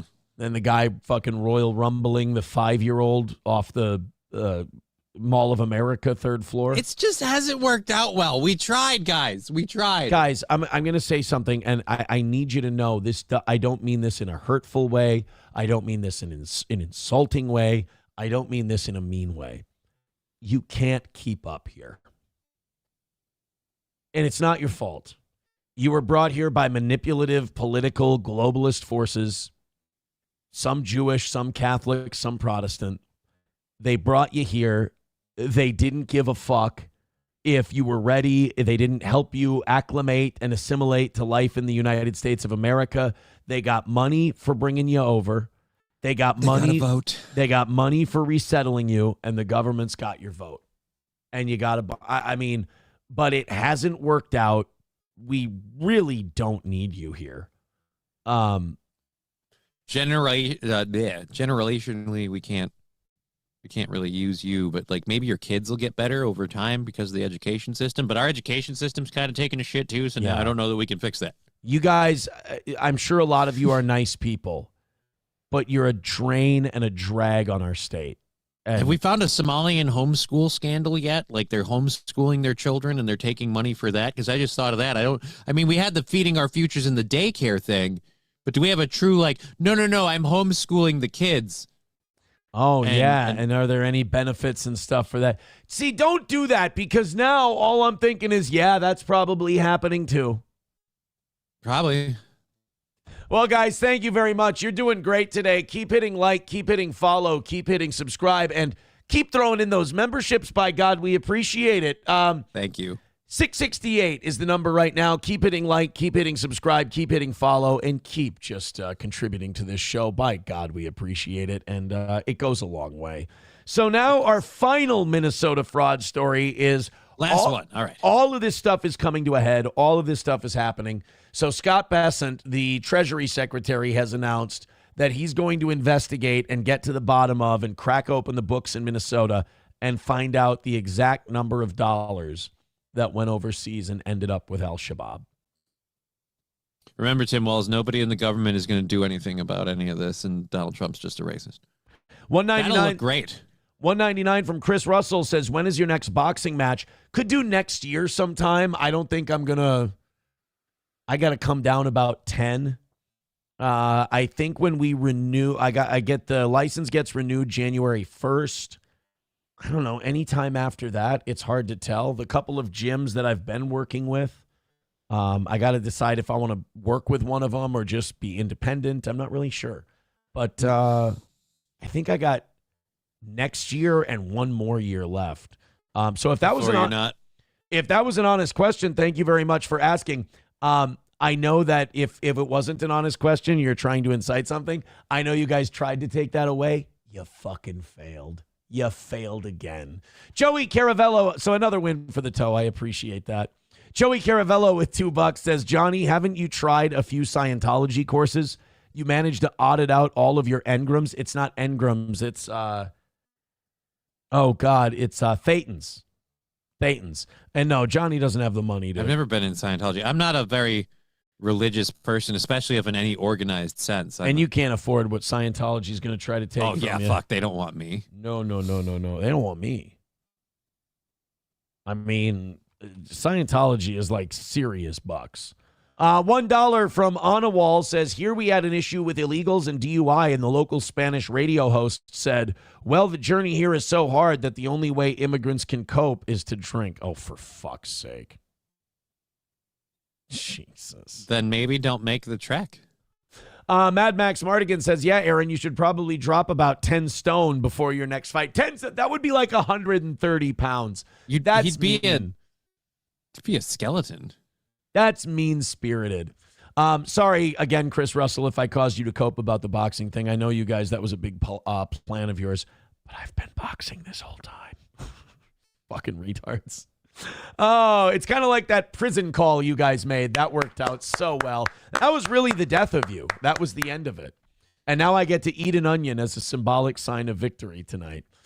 Joey Caravello says, engrams are what the Thetans create, Aaron. Oh, shit. See, I didn't know that. Neither did I. Never been to Scientology. All right. Well, I'm not going anytime soon, so I don't need to know about Thetans or Ed Ingram or anything like that. Thank you, guys. Keep them coming. We appreciate it, especially those memberships. Let's find out what Secretary Bessent. I'm worried. I'm really worried what he's going to find out, because they're going to spit at us the exact number that's been going out since Somalis came here to terrorist organizations, and that's really going to be bad. That's going to feel so good, especially when you think about how our state has a budget deficit coming up soon. It's going to be so awesome to be like, hey, and we threw out hundreds of millions of dollars to Al-Shabaab. Awesome. Not Al-Shabaabun. No, we haven't brought in the orangutans yet. No, we haven't brought in the orangutans. Al-Shabaabun's U.S. next. Treasury Secretary Scott Bessent says his department is investigating allegations of fraud in Minnesota. In a post on X, Bessent claimed that under mismanagement by the Biden administration and Governor Tim Walz, taxpayer dollars may have been diverted to the Somali-based terrorist group Al-Shabaab. The probe follows years of fraud scandals in Minnesota's public assistance programs, including the $250 million Feeding Our Future scheme. Governor Walz said he welcomes the move and will cooperate with the federal investigation. Bro, you might want to update your figures on Feeding Our Future. It's way more than $250 million. Well, that seemed like a left-leaning group, because they also said Governor Walz says he welcomes the probe and the investigation and looks forward to working with the He's so he's happy. lying his fucking He's so happy that this is happening. Chris, thank you for the $1.99. I know you're seething. That's the triple chin fool thing gives it away. I hurt you. I stung you. You're all right. Thanks for the $2. Hey, buddy, we're just having fun with you. We're welcoming you in as a fan. We're having some fun. We're busting your balls. It's all right, bud. Pull up a chair and enjoy yourself. You were supposed to get rid of me. You couldn't take anything from me. I'm sorry. Ablo Pacheco with a gifted membership. Guys, stop gifting memberships. It hurts Chris's feelings and everyone like him, even though there's less and less of them every day. Ablo Pacheco gifting a membership to Parodies. Thank you very much, pal. That's going to put us 89. Oh, wow. 89 memberships now. Away Closing from in on that. 600. Thanks, guys. Keep that train a-rolling. Very nice. All right, we have a Candace Owens update. Look, it's hard to separate the facts from the bullshit with Candace, because I like Candace Owens simply for the fact that she shakes things up. You know, I found her very entertaining since she left the Daily Wire. Yeah, I like that she kind of rattles the right people and she makes them nervous. And, you know, I like that she's just kind of a gossipy high school girl with a a bitchy side, you know, because like no text is safe, no DM is safe, and she's busting all these Zionist balls and everything. She's saying that Bridget Macron has a dick. It's like, that's wild shit, whether it's true or not. She's fighting a lawsuit from the Macron family. I'm just saying, like, that husband of hers must really love her, because he's taken, he got a shitload of money, his family. And I think him too. And he's just happily doling it out to fight this lawsuit to go all the way. And not that Candace doesn't have her own money. Yeah, she's a little successful on her own. But I will tell you, she's got to be fun to be married to. Think she's digging into the bench on his side of the fence with this because it's getting expensive? I don't know. Maybe they have what's ours is ours. Retainer. Kind of an agreement. I don't know. But anyway, Candace Owens is, boy, I tell you, this chick never runs out of hot goss. That's why we love her. And she claims that she has more, and this time pertaining to Charlie Kirk. Candace said, I received information last night, but to put the final pieces together for me. Uh-oh. I can now say with full confidence that I believe Charlie Kirk was betrayed by the leadership of Turning Point USA and some of the very people who eulogized him on stage. Yes, I will be naming names and providing evidence for my claims, and I am making a personal plea to every well-meaning person who donated to his godforsaken organization to request a refund.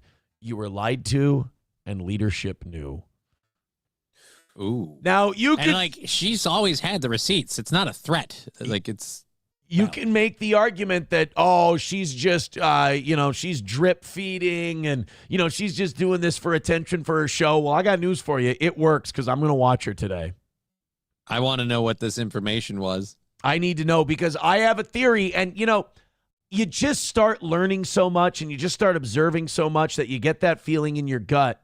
And the older you get, you go, I got to trust it, because it nails it when I'm paying attention. It really does. Right. Well, what's your theory? Charlie Kirk wanted to go a different direction with Turning Point USA.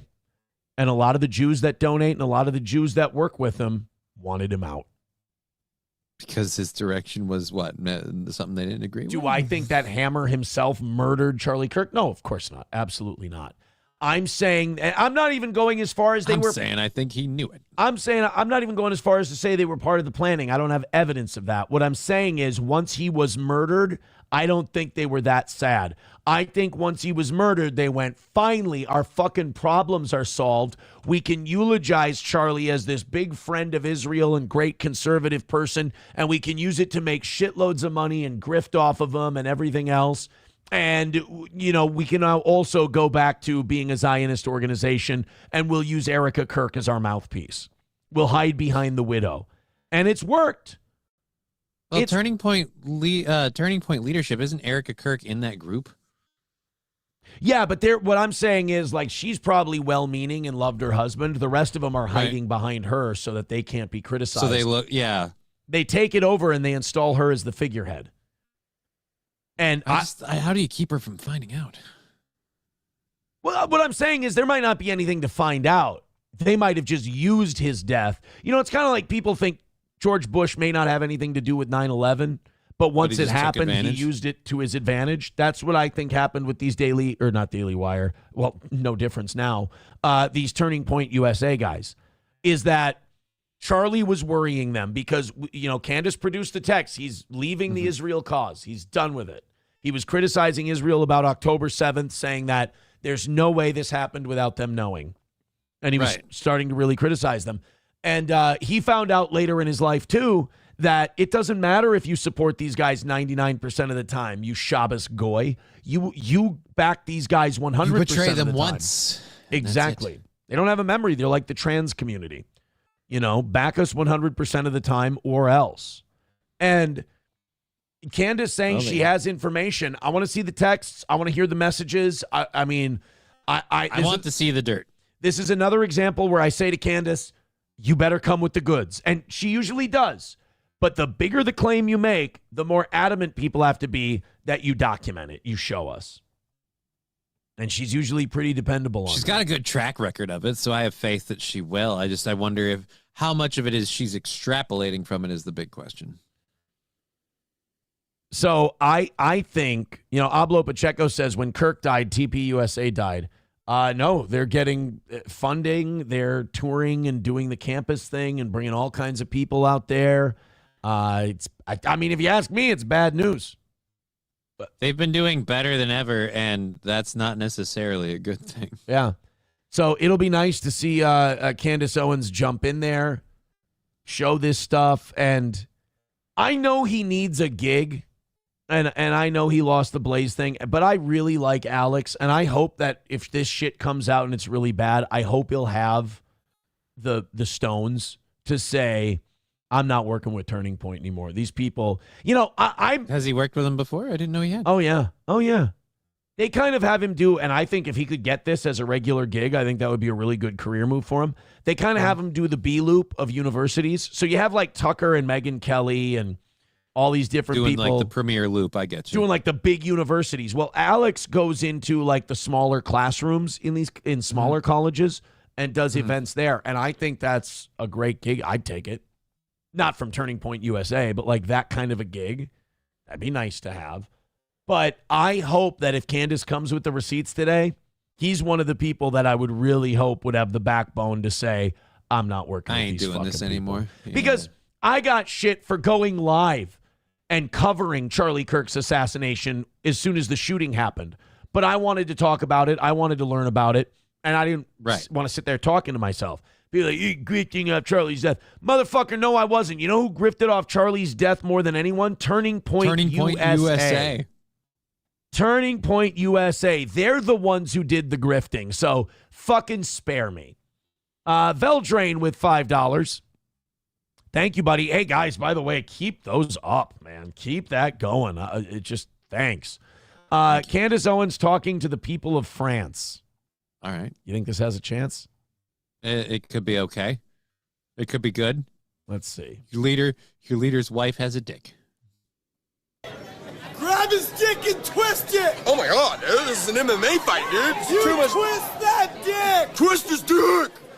Twist his dick! Oh my god. Oh, dick twist! That's right. My favorite part about that clip is when he gets the hands of him. Give him the old dick twist. Dick twist. I hate the guy commentating on it, though. Yeah, you're not funny. Yeah, you're not part of this, dude. You look like Kyle Rittenhouse. You're weird. His dick! Oh my god. Oh, dick twist! the old dick twist. Dick twist. Oh my god. Oh, dick twist! Is that what Candace that guy Owens was drunk? Is Candace Owens going to do that in court? Is that going to be like her big moment where she wins the case? She just grabs the dick and twists it. She just grabs Macron's dick and gives her the old dick twist. That would be funny. Like we have to stop this lady, Your Honor. She has been slandering us. Ow, my balls! Like, that's just a weird. And she interrupted the First Lady of France when she was watching. Ow, my balls! That is not okay. It is not okay. I'm really excited to see how that ends up because I They're can't still taking it to court. Oh yeah. Oh good. Candace wants to go because again all they the have way. to provide evidence that she's actually a woman. The burden of proof isn't on Candace for this. It's on them. Well, yes and no. They do. The Macrons have to prove in defamation. You have to prove that the person lied and knew they were lying, and they did it to hurt your reputation. That's going to be hard to prove. Yeah, because, I mean, what if Candace does believe it? She simply believes what she read on the internet. There's legit stories of people in France that supposedly brought this very issue up. So I just feel like it's going to be difficult to prove Candace knowingly misinformed people. I heard that, in that country, people fell in love with a baked potato, and they started to dance in France. They're taking a walk in the woods, and it's nice outside. Smells like shit. Go.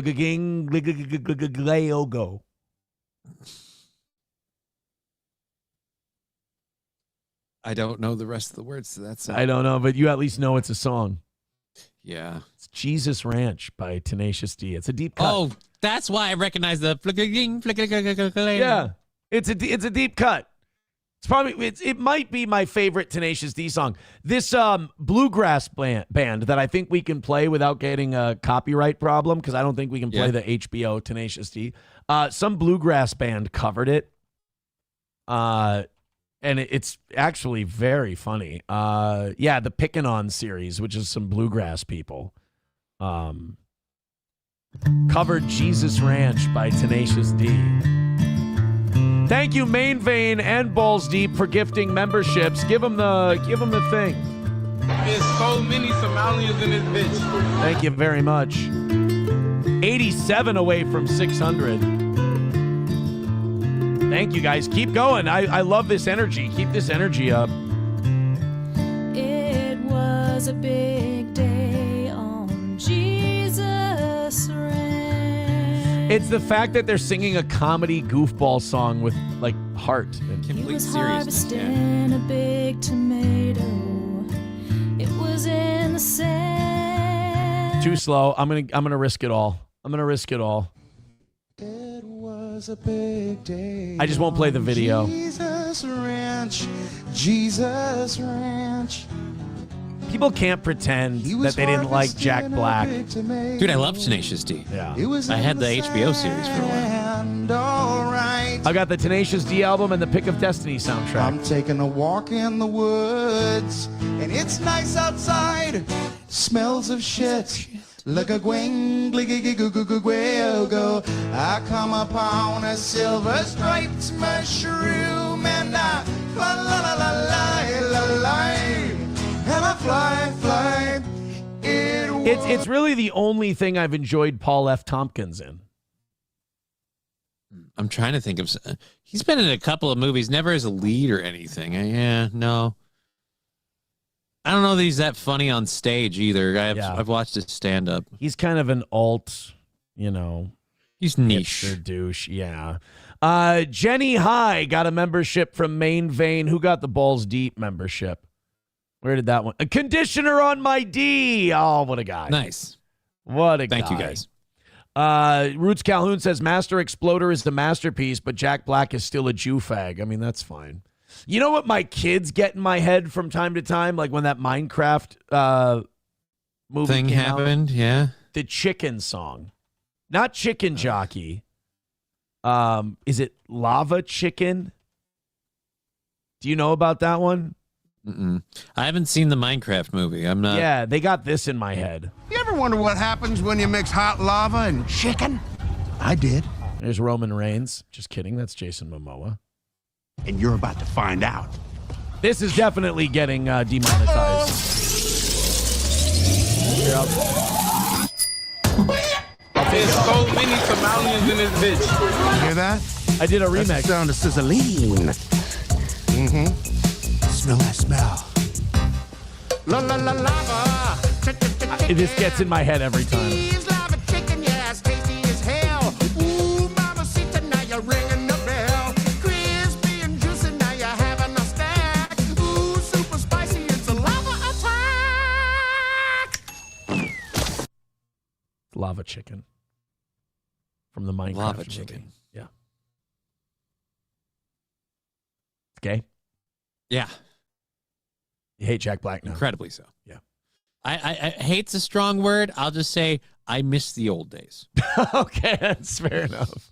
Before he looked like Santa Claus? Before he looked like Santa Claus, before things went to shit, before he did a fucking, I think, a guest spot in a Star Wars movie or episode of a show. Just a whole lot of with was it Lizzo? Yeah. Yeah, that sucked ass. You're right. Hey, The episode was called Fat and Gay. It was the weirdest Star Trek episode ever, titling an episode "Fat and Gay." It seemed a little Fat on the and Gay. nose. It was weird. By the way, Rumble, keep hitting like, keep hitting follow. 643 is the number right now. We love memberships. I like money. Thank you guys very much for the donations today. All right, let's open up our 7 o'clock hour stories, and while we do, Let's talk about our friends at All Care Towing, 320-253-5203 for All Care Towing of St. Cloud. Of course, with All Care, they come and pick you up no matter where you are, no matter what happened. Nobody is there quicker than All Care Towing. Everything from motorcycles to heavy-duty vehicles, they will pick you up. Here's what you need. Snow's on the ground. Ice is on the streets. Make sure, deporting Mexicans. Make sure that you put All Care's number in your phone, 320-253-5203. Nobody thinks they're going to go in the ditch until they do. Be prepared with All Care Towing. Again, 320-253-5203. Midland Armory in downtown Foley, Minnesota.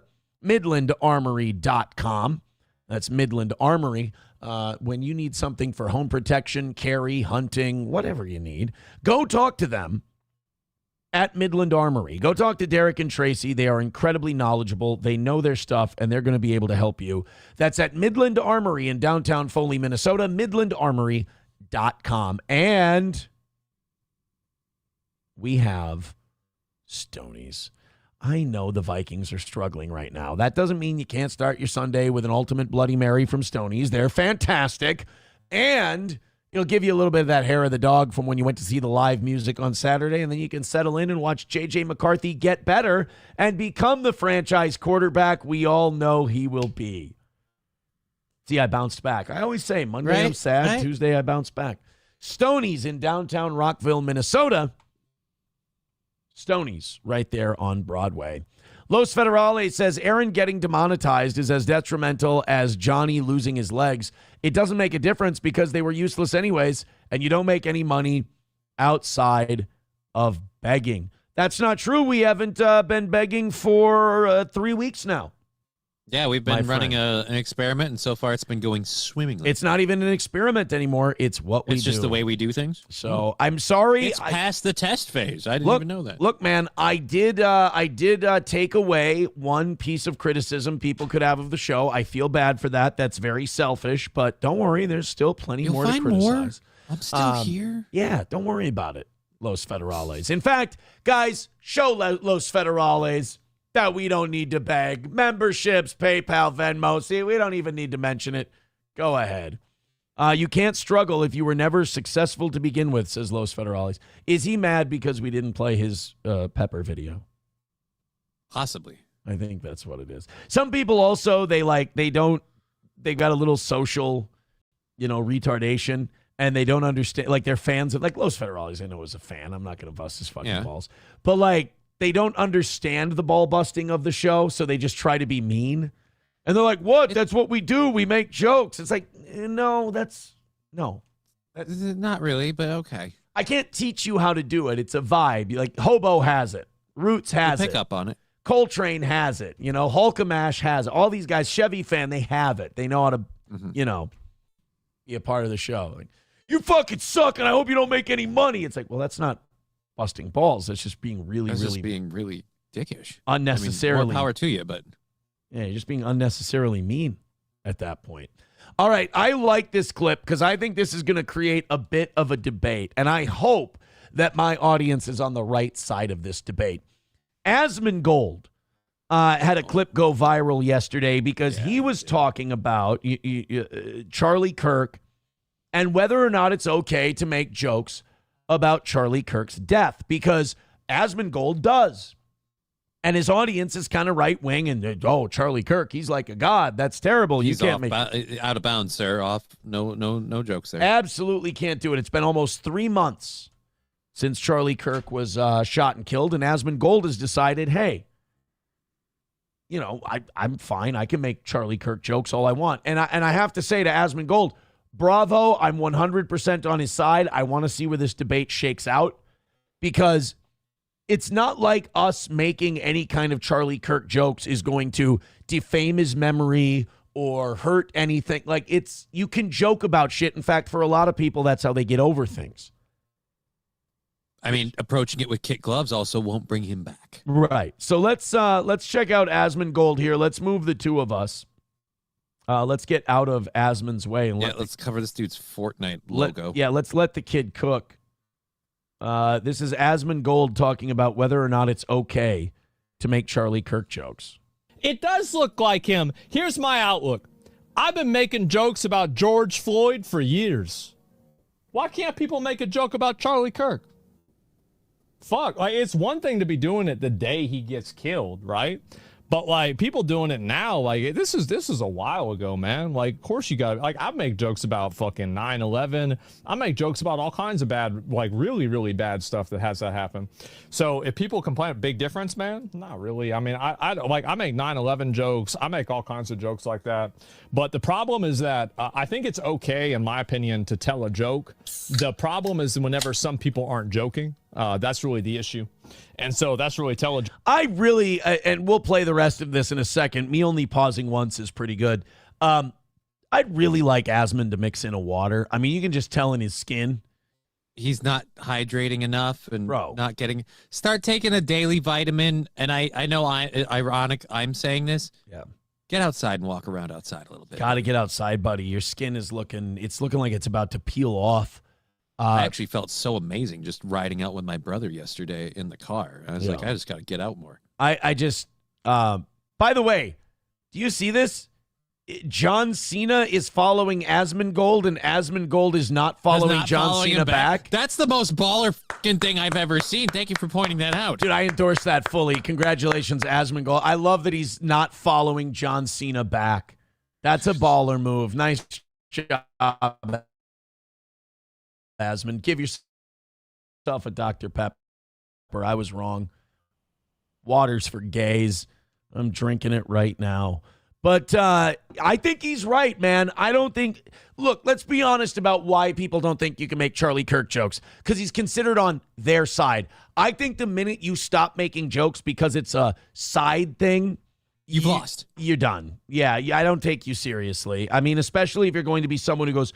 What, free speech, we got to have free speech. But then you're going to be like, it's terrible that you made a Charlie Kirk joke. Because it's free speech. Do you make jokes about people dying, about terrorism, about things like that?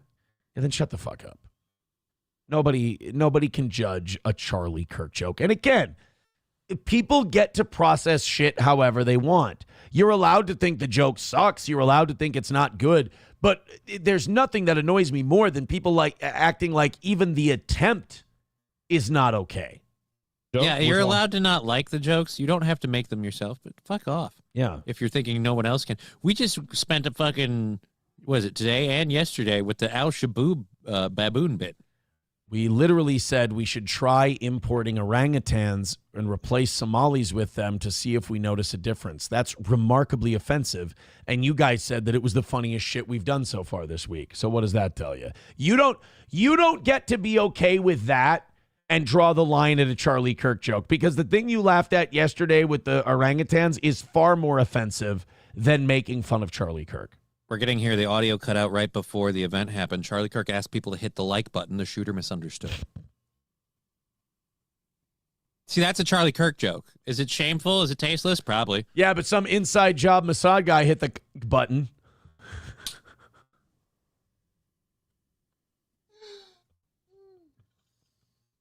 It sounds like. That's why they didn't understand. Right.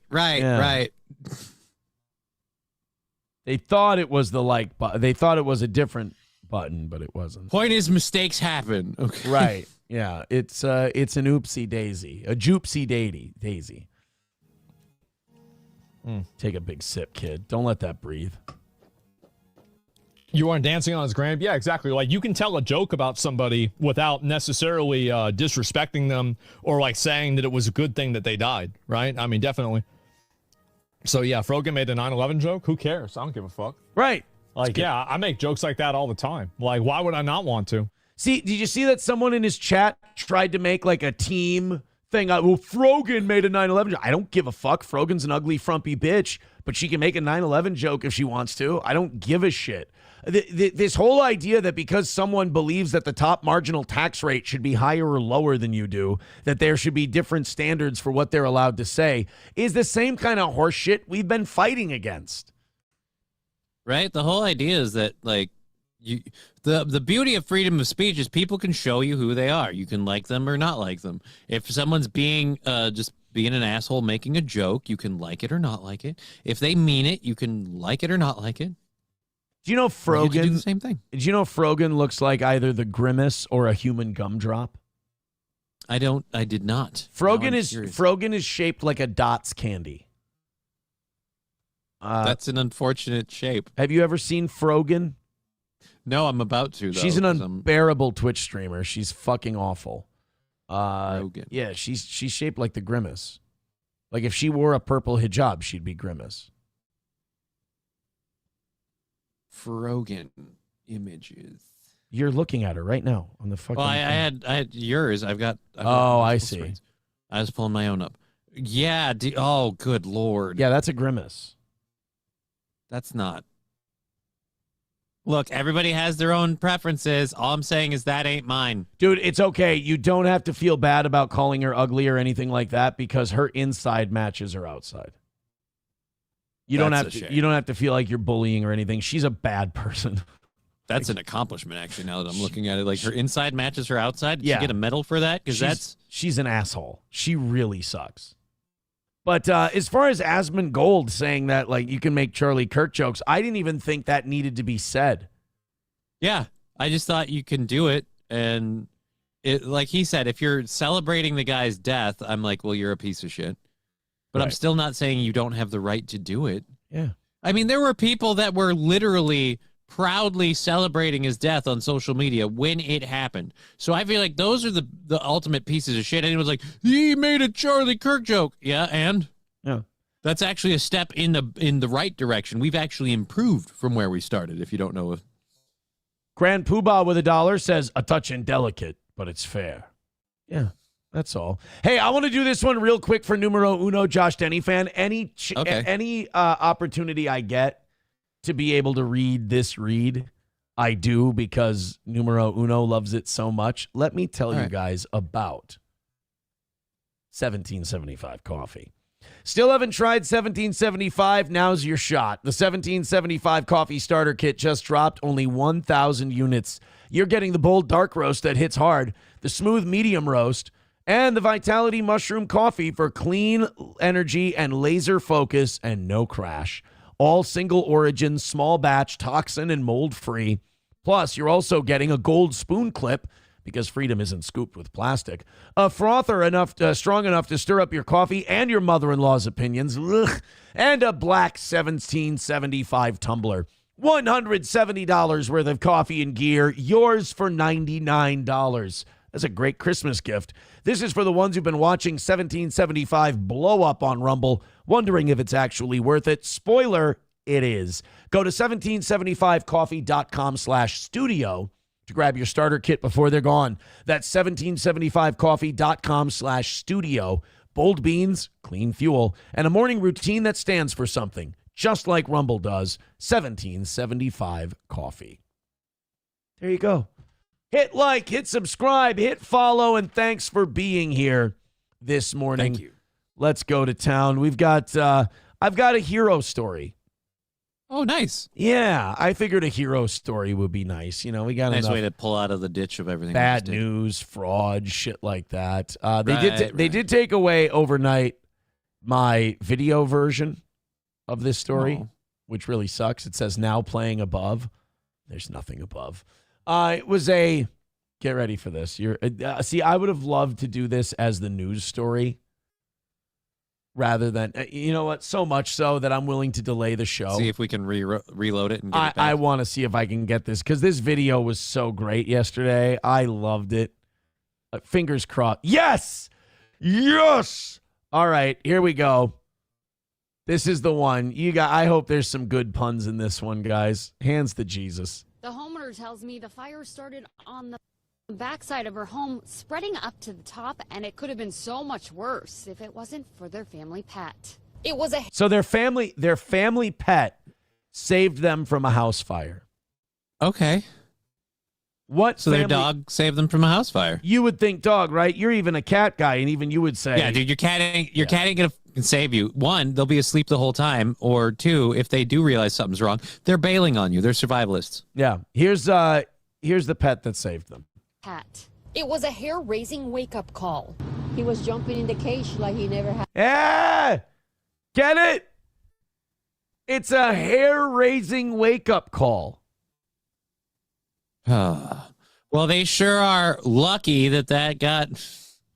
Well, don't worry. I believe that I believe that this family, once they realized their house was on fire, they moved like there was a wild hair up their ass.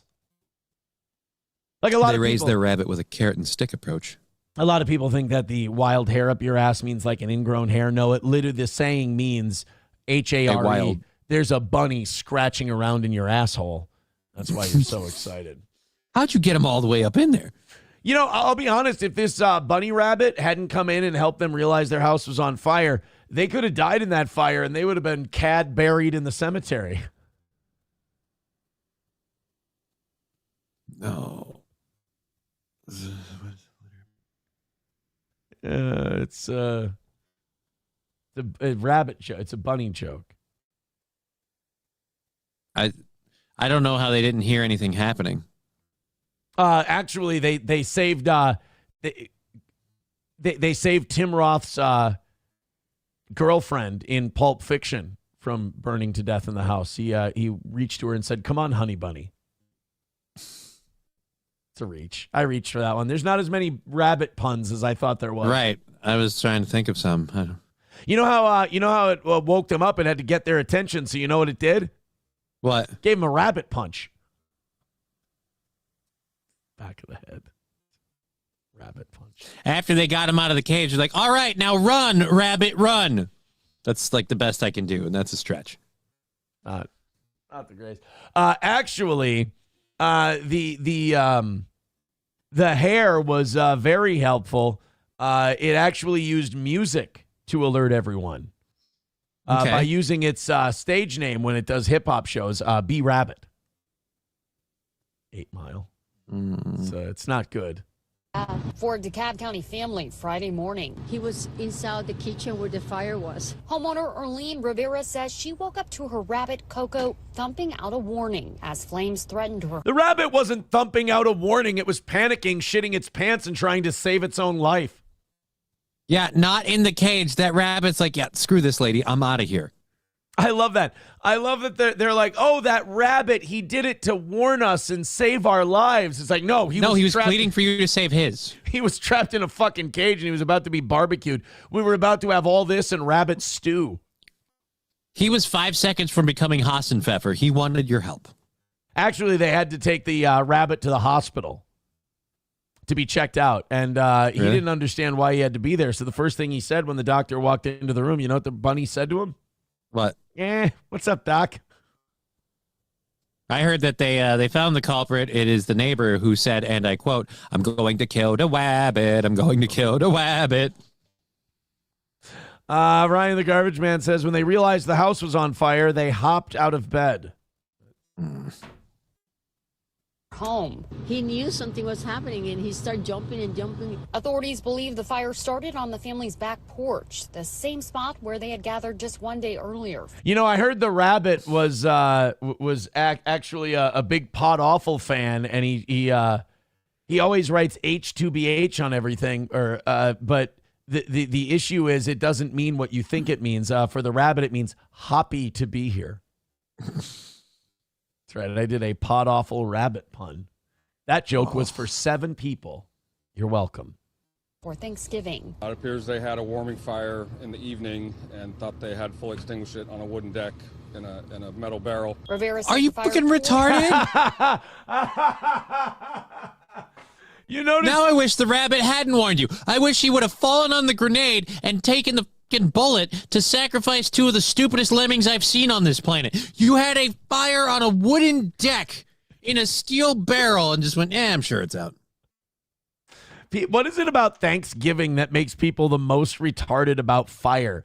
Like you have the people who try to deep fry the turkeys and they just plop the whole thing in there at once. They don't plan for the fact that your turkey is going to displace a fair amount of volume, so you can't fill the fucker. Yeah, and all that shit. Yeah, I don't. I've watched people. They put like a coat hanger in the turkey, and then they grab another coat hanger and they hook it, and then they slowly lower it. They let that burn off, and then they dip the turkey another like quarter of the turkey, and they do it like a quarter of the turkey at a time. until they put the whole thing in there and let go of the hook. That's how I've still seen seems like a lot. I don't understand the whole deep frying turkey thing. Look, man, I've had deep fried turkey one time, especially the skin. Very, very good. Very good. I can endorse deep fried turkey. It's solid.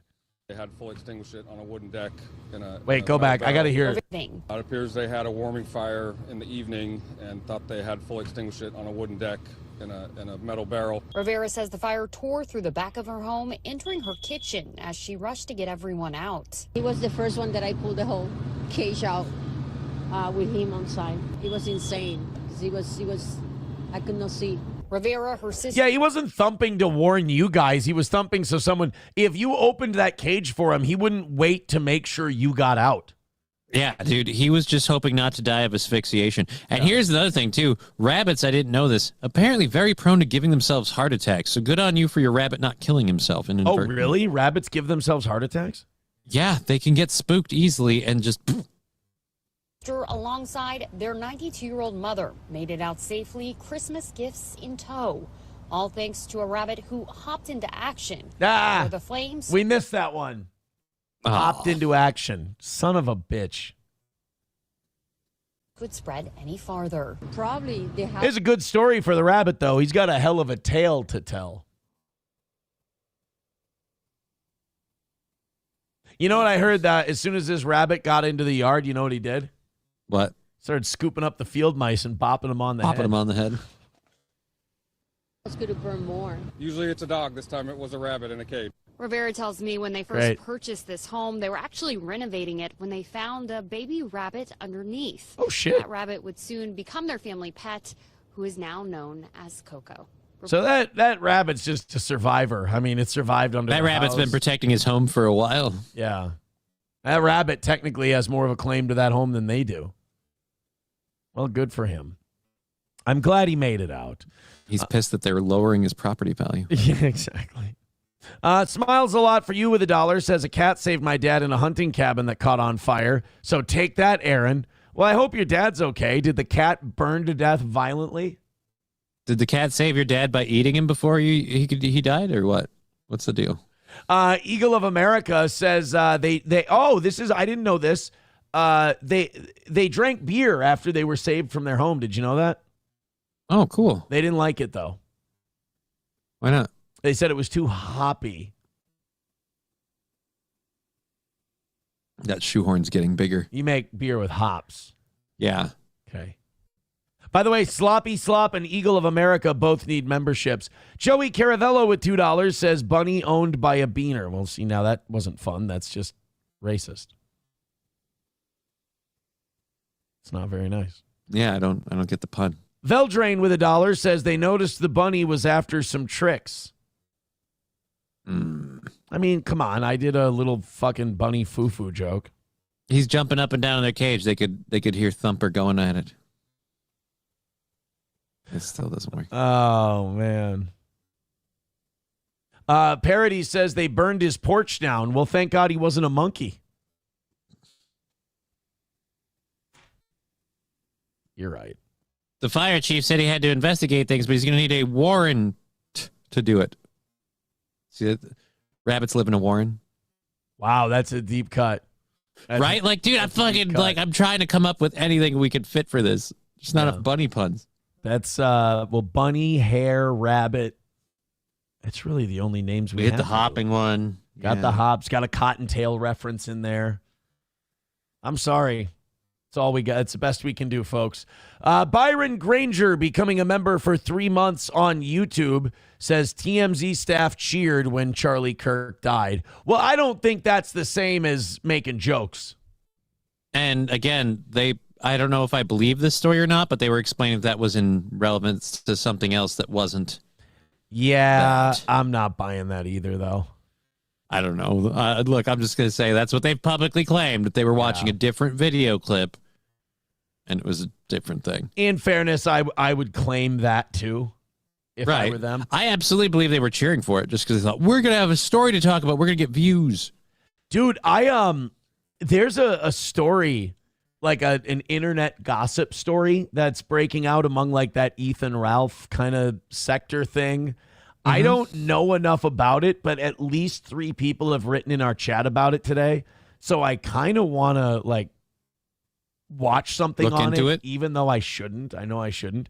Do you remember that he was at our October show that Chrissy Mayer was supposed to be at that one time with his girlfriend? Do you remember Riley? Green jacket guy? He was short, fat, unkempt beard, looked like a fat Rasputin kind of. Yeah, I know who we're talking about. Okay, nice enough guy. He had an autistic girlfriend with him. You remember her, the girl with the boobs? Mm-mm. Okay, well, her name was Mint. I think Mint or Mint Salad, I think her name was. Okay. And that whole relationship was kind of troubling to me. It was kind of weird because you can tell she's off big fucking time. Like this chick is fit for a fucking straitjacket.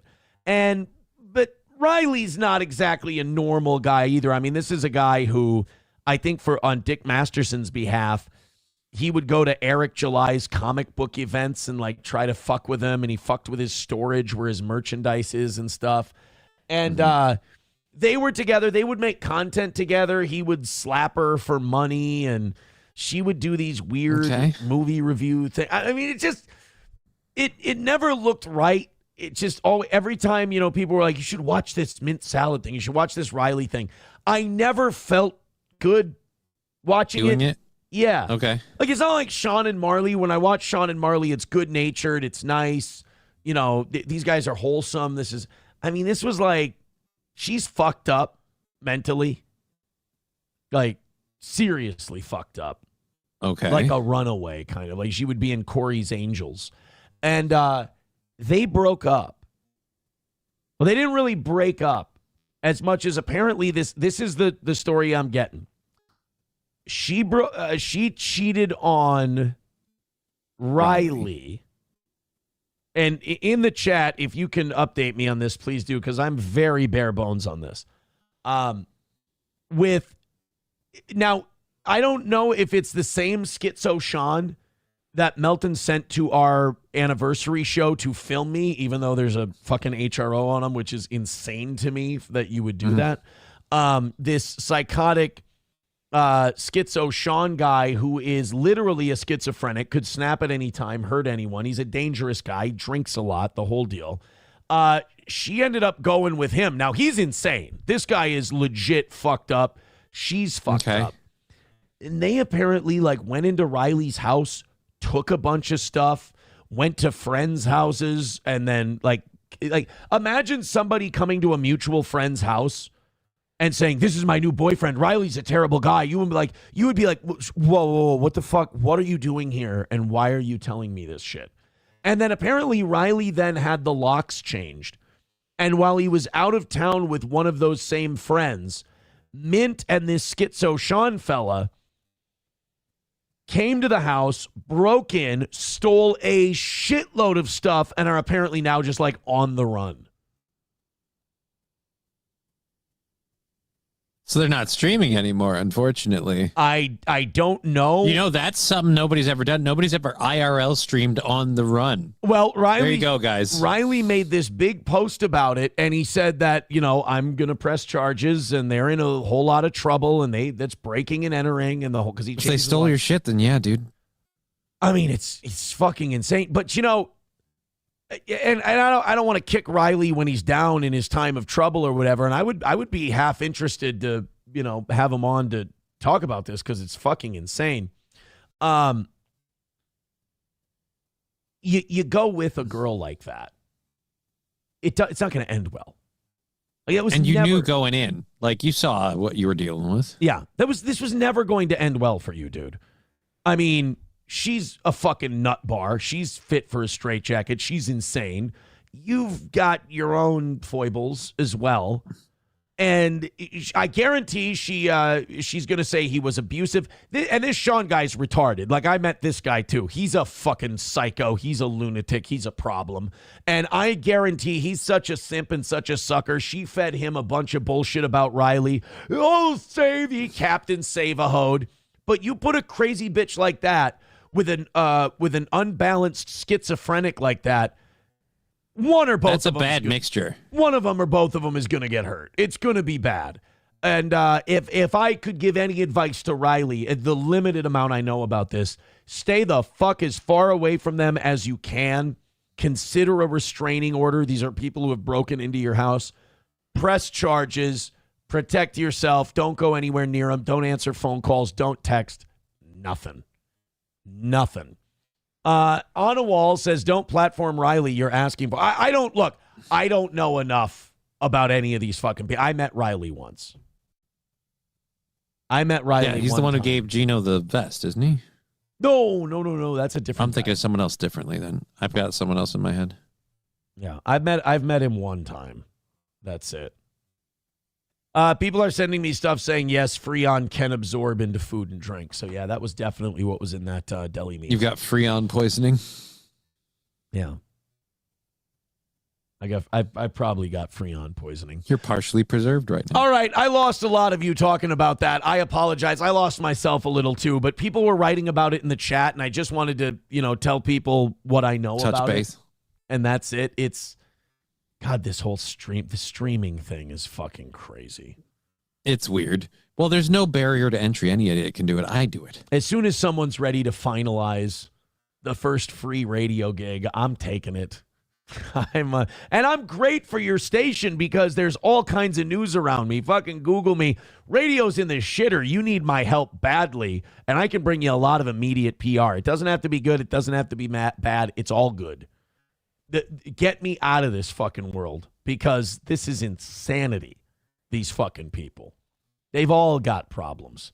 Let's go into the Kash Patel thing. Ooh, speaking of gossip, this is juicy. There is, as the numbers go down in the Trump administration, everyone's handling it differently. Trump keeps trying to give shit away to us. Right, he's trying to buy friends. He's Epstein's got to come out all of a sudden after that being a big nothing burger all this time. He also wants to investigate Minnesota and kick out the Somalis. He wants to give out $2,000 checks by Christmas now to help with Christmas shopping from the, from the tariffs. Yeah. And now, and then in other parts of Minnesota, or I'm sorry, the Trump administration, outside of the Minnesota stuff and all that, you have people just throwing each other under the bus left and right. And one of those people who's being a human punching bag is Kash Patel. And I don't mind because Kash Patel is a fucking idiot. Rest down, brother.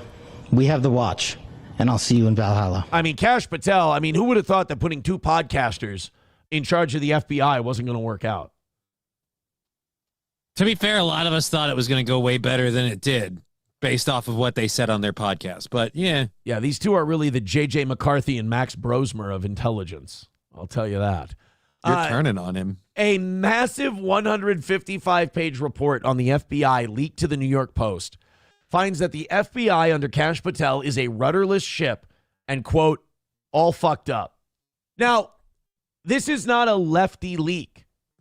This is a righty leak because a liberal wouldn't go to the New York Post. A liberal would go to the New York Times. Right. New York Post is a little more conservative. It also covers this embarrassing story about Kash Patel. Hey, would you guys like to hear an embarrassing story about Kash Patel? You mean another one? Sure. Johnny, would you like to hear an embarrassing story about Kash Patel? Yes, I would. Oh, great. The day after Kirk was assassinated, Patel flew into Provo, Utah on the FBI jet, but would not disembark from the plane without an FBI raid jacket. He wouldn't get off he wanted the cool jacket. He wanted to wear the cool FBI jacket or he wouldn't get off the plane. Oh, fuck off. According to Alpha 99, a highly respected source who has served in the FBI for multiple decades, Patel apparently did not have his own FBI raid jacket with him and refused to step from the plane without wearing one. FBI special agents at the Salt Lake City field office, busy working on the Kirk case, had to stop and ask around to find an FBI raid jacket, a medium that would fit. Oh, Kash is a medium. Just a tiny widow guy. Kash Patel was just a widow guy. We've come a long way from the cross-dressing days of J. Edgar Hoover murdering Martin Luther King Jr. Now to a midget podcaster who can't leave a plane without a coat. When a jacket belonging to a... Oh, no. This is embarrassing. Don't say a female agent. Well, do you want me to keep reading or not? Shit. Yeah, go ahead. When a jacket belonging to a female agent was delivered to Patel on the plane, he complained that, quote, 2 areas on the upper sleeves did not have Velcro patches attached. Seriously, dude, are you doing a job or are you cosplaying? What, are you going out LARPing? You get out of the plane, start screaming lightning bolt? What the, man? Oh, my God. Patel is also described as creating a culture of mistrust and uncertainty among the ranks. Well, that's not his fault. He doesn't know what the fuck he's doing. So how is anyone else supposed to know what they're doing? Plus, he kind of flip-flops more than the footwear of the same name. So it's really hard to know what way the wind's blowing with that guy. I get it. Spending too much time on social media and public relations? No. You mean a podcaster's obsessed with the internet? Holy shit. Has neither the breadth of experience nor the bearing an FBI director needs to be successful and is in over his head. I mean, he is unqualified to be there. I was going to say, he is unbelievably short, so over his head is kind of his starting point. But I mean, and by the way, the worse things get, the worse it looks for him? The more we're going to have these stories come out. You don't trust Kash to get it all done? How much do you want to bet we're going to get a story that, like, Kash Patel uses a step stool to reach the tall cupboards? Oh, guaranteed. Like, we're going to get some shit. Oh, no. He needs an FBI step stool. Oh, that somebody sent a link. That mint salad girl has an OnlyFans, dude. She's like super autistic. Like, she's barely able to care for herself. Again, knowing nothing about this lady, only what I've heard, taking that as truth. This is more proof to me that OnlyFans is like literally sex like trafficking. I don't mean this. It's bad. It is a setup to destroy society. A tool of the devil, for lack of a better term. Fucking leave that shit alone. Man. That's just some that whole story is just some crazy shit. You know? Oh, by the way, my oldest grades just came out today. Oh, how's your daughter doing? Oh, dude. Social, 98.64. Science, 93.17. English, 97.77. Math, 93.63. Choir, 100. Gym, 100. Facts, which is like home ec, 100. Those are straight A's across the board. Unbelievable. Doesn't take after her dad. That's where you're wrong, my friend. Up until about 7th or 8th grade, I was on the A honor roll every quarter. Don't believe it. Need proof. I didn't keep the fucking certificate things. Well, you should have known to, asshat. And I got a personal pan pizza with each one, which would explain all this. Yeah, now I know. Now I'd believe it, because if something would motivate you. I'm carrying the receipts. Redman says, Kash is on an undercover mission to catch a female Israeli spy. Oh, his girlfriend? Oh. Sam Show says, OnlyFans is an asset, lets you know which bitches are willing to sell their soul for nothing. That's a good point. I guess. Sam Show says, Aaron Mint Salad's OnlyFans is her getting pissed on by Riley. Oh. Again, I don't know if this is true or not. All of these people need to get away from each other and go live with their mom and dad. I don't think their mom and dad want that, Aaron. Now you're putting misery on two people. You who don't shouldn't be in the world, though. Like, even Riley, I know he's probably like the victim in this whole thing, but all of you need to go live with mom. We don't. You're a grown-up and you're calling yourself Mint Salad. Mint Salads aren't a thing. And you're borderline retarded and nobody cares about you and stop it. Go live with Ma. I'm sorry. I can only handle so much stupidity. Oh, my God. Speaking of which, you want to hear Bill Burr continue to bitch about Saudi Arabia and the backlash he's been getting? Wait a minute. Bitch about Saudi Arabia or I don't know which one is he going to do, because if you're bitching about Saudi Arabia, the backlash you're getting is because you went to Saudi Arabia. Yeah, well, apparently Bill Burr's podcast has been taking a little bit of a hit, and it's hard to tell if that's because, YouTube, let's be fair, has changed their algorithm, and almost everyone is down, Yeah. So that's, you wonder what, chicken and egg, which one came first. But he did take a lot of heat for going to Riyadh, taking the money, and performing at a place. Here's my thing. I don't think most of the people who gave Bill Burr shit give a fuck about Saudi Arabia. I don't think they've thought about it since. They just want to hate Bill Burr. They just want to hate. Reason. Yeah, they just want to hate Bill Burr, and you'll never get them to admit it. That's the culture of the internet. They can't admit their weaknesses.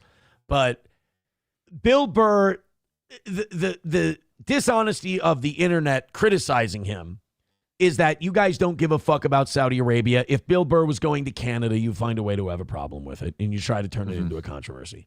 The Bill Burr phoniness that I don't appreciate is that he's pretending he's doing some kind of progressive goodwill mission where he's going to turn Saudi Arabia into a liberalized democracy slowly by taking millions of their dollars and doing comedy sets, which is a complete cope also. You're doing it because it's a great payday. Tell these people to fuck off. Say, I got paid really well. I went and did the job. But don't try to... I didn't realize I should treat women as people until a ginger from the east side came over and said, what do I know? What am I, some guy? Everybody doing a shitty Bill Burr impression like we all do, but in a Saudi accent. Yeah. Women. Yeah, I don't trust them, especially the white ones. They're crazy. My wife's black. What are you doing? I look at my camel. I say, what are you doing? Where are you going? My camel. Hey, fuck my camel. I don't know how you would do Bill Burr in Saudi Arabia, but I imagine it would sound something like that. So this is the latest from Bill. Now, I think the sooner Bill Burr just shuts up and lets the Saudi Arabia thing go, the faster it ends. The faster it ends, the sooner he can get on with his life. But this happened 2.5 months ago, and Bill Burr is having a hard time letting go. Let's take a listen to his latest podcast episode. And again, he's still trying to defend himself on the Saudi Arabia thing. It was the people there. You could feel it, like they needed it, they wanted it, and they wanted you to push. And that's what the comics did. And your job was to just, okay, we've gotten them to here. Now you can move them to there. And it's like, as much as people don't like what's going on over there, it's like they're not going to progress with isolation. So if you go over there and you just sort of like move them a little bit towards us, I don't know. I feel like we're moving towards them in a lot of ways over here, Yeah, I mean, Jesus Christ, we're fucking grabbing moms and dads and sticking them in a van for making illegally made fucking tacos to go to alligator Alcatraz. Yeah, it's fucking insane. It's insane. Did he just really pivot from I took a couple $1 million to go do comedy in Saudi Arabia to, it's the plight of these poor Mexicans, and Trump is becoming like the crown prince bin Al Salman more than anything else? I mean, did he really? I feel like Bill Burr just Tim Walls that. Yeah, he did. I mean, he completely just sold that, like, hey, people had problems with me going to this place that's got a litany of human rights violations, still treats an entire gender like a subservient species. But hey, guys, we've been kicking out the illegals. We're no better here. Wow, I mean, it's a bold strategy for old Bill Burr. I don't know if it's going to work out for him, though. I mean, let it go. I think what people like about Bill Burr is unfiltered honesty, and if he would have went with unfiltered honesty from the beginning, I think he would have fared a lot better. He still would have taken some criticism, but if he would have just come out and said, look, it's great money, and I'm going to do a gig, it doesn't mean any more than that. I don't endorse what they're doing over there. I don't think it, but to try and make it sound like, oh no, I, Bill Burr, am slowly moving them towards liberalized democracy. Okay, would you have done it for 10 grand? Would you have gone over there for free then, just to do your public service, or was it? Yeah, probably not. So just come out and say, I did it for the money. It was a really good, well-paying gig. And I put the money in my pocket. I have a family, saving up for them. Nothing is too much when it comes to my children and my wife and everything else. But instead, But instead, you're trying to lay on the train tracks and be a martyr for something that we all know you're full of shit on. And then to try and spin it into, well, Trump is just as bad because, illegal immigrants are being deported. It's like, Bill, come on. It's kind of like being grabbed by a boa constrictor. The more you try to struggle, the tighter it's going to get. You aren't helping yourself. You're just, put down the shovel, sir. Stop digging. Tell the truth. Truth will set you free, then never talk about it again and move the fuck on. People will get bored and they will move on too. They've already moved on to this Akash guy. Do you know about him? No. This guy from Andrew Schultz's podcast. Apparently he's got a gold digging cunt of a wife. And they're playing clips. Wow, they're playing clips of her being like, he buys me and they're all obsessed with his relationship now. I don't know. I can't get into it because it seems really parasocial and gross. The internet doesn't have a lot of self-awareness when it comes to that kind of shit. They're like, let's watch this video of his wife, talk about him and their marriage, and then let's assume this about their marriage and their relationship. And I'm like, oh, God, you guys. I mean. You realize you're spending all this energy on people's lives that are not yours. It does nothing for you. It's not even entertaining. I feel like you guys are getting yourselves worked up for nothing. You might be happier if you just found stuff you enjoyed. Not only do they get themselves worked up, but it has to be true that these two are having a terrible relationship and he hates himself and they create this world. And then if you say to them, guys, it might not be that. I mean, this might be their relationship dynamic. They might be really happy together. No, you're simping. You're fucking stupid. Guys, the point is we don't know. All right? And you're kind of being gossipy bitches. You're kind of being girls right now. Don't. Weirdly insecure of you to not be able to handle the whole, you called it wrong thing. You're looking at this from the outside looking in. It's entirely understandable to be like, oh, I made a miscalculation. Yeah. I mean, I think that Akash guy is kind of a pussy, but he may need a woman like that. Somebody in that relationship has to have a set of balls, and maybe she's the balls, and maybe he's happy that way. It's obviously not him. And they're like, oh, she spends his money. I'm like, oh, yeah, that's a fucking revelation that never happens. And she goes, his money is our money, and my money is my money. Dude, my mom used to say that joke all the time when I was a kid. Was she serious or was she joking? Well, my dad would say the same thing too. He goes, my money is our money and your money is your money. That's like an old. It was a bit. It's an old trope. Like women be shopping. It's like. So I think this whole thing with the Akash thing, I think it's kind of the fun distraction du jour for people online. To keep them occupied, but he's Yeah, there was a video where she was making a YouTube short or something. He leaned in to kiss her and she turned her head. And people are like, oh, she fucking hates him. And then she made a video. And this is where I tell Bill Burr, shut the fuck up about Saudi Arabia. She felt it would be a good idea to make a video going, I just don't like public displays of affection. I don't like PDA. It makes me uncomfortable. So I turned my head and gave him the cheek. And everyone, you're coping. That's not true. That's not real. It's like, bitch, just shut up. Just stop. They're never going to accept your reason unless it's you saying you guys are right and I'm this thing that you say I am. Are you happy with your relationship? Are you guys happily married? Then who gives a fuck what these retards say? They're all dumb. They don't know. All you're doing is you're kind of providing them that little window that they want anyway. Right. And so just shut the fuck up. And but we have to make a video defending ourselves. From who? From Johnny Who's It's 12 on YouTube? No, yeah, I'm you full don't. Of shit. Don't believe anything I say. You don't owe that motherfucker a thing. Just shut up and move on and do your show. But they gave me a super chat and they said, I don't love my significant other. Then take the $5 and take him to lunch at McDonald's, you cheap date. Now fuck off. It's just like the quote unquote men who obsess over this shit are gay and chicks. They got to admit that to themselves. But what these podcasters have to also admit to themselves is that they're horribly unhealthy and need to stop looking at this shit. They all become gossipy little bitches and they need everyone to love them. And it's like, that's not going to happen. It's the internet. Move on. The same guys like Myron Gaines and all these guys who try to be like, guys, we're the manosphere and shit like that. They behave like little gossipy bitches more than anybody I've ever seen. Like the whole act is just them never being taught how to be a man and then trying to figure it out as they go on the internet for likes and clicks. That's it. That's the part that always weirded me out, though. Like the internet, like when you talk about, I'm a man, I'm a part of the man. Let me show you how to be a man.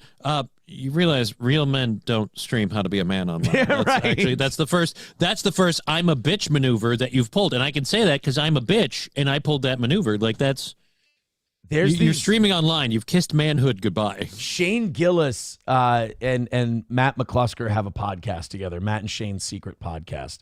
They were talking about these guys a few months ago, and I never played them on the show because I'm not really sure how to introduce them. But they're like these big muscle-bound. Maybe some of our listeners will know the guys I'm talking. One of them's name is like King something. They're these big like Armenian and Iranian like muscle guys, and they all talk like they're like movie characters, like a real man is feared. And then the other guy's like, no, a real man is loved.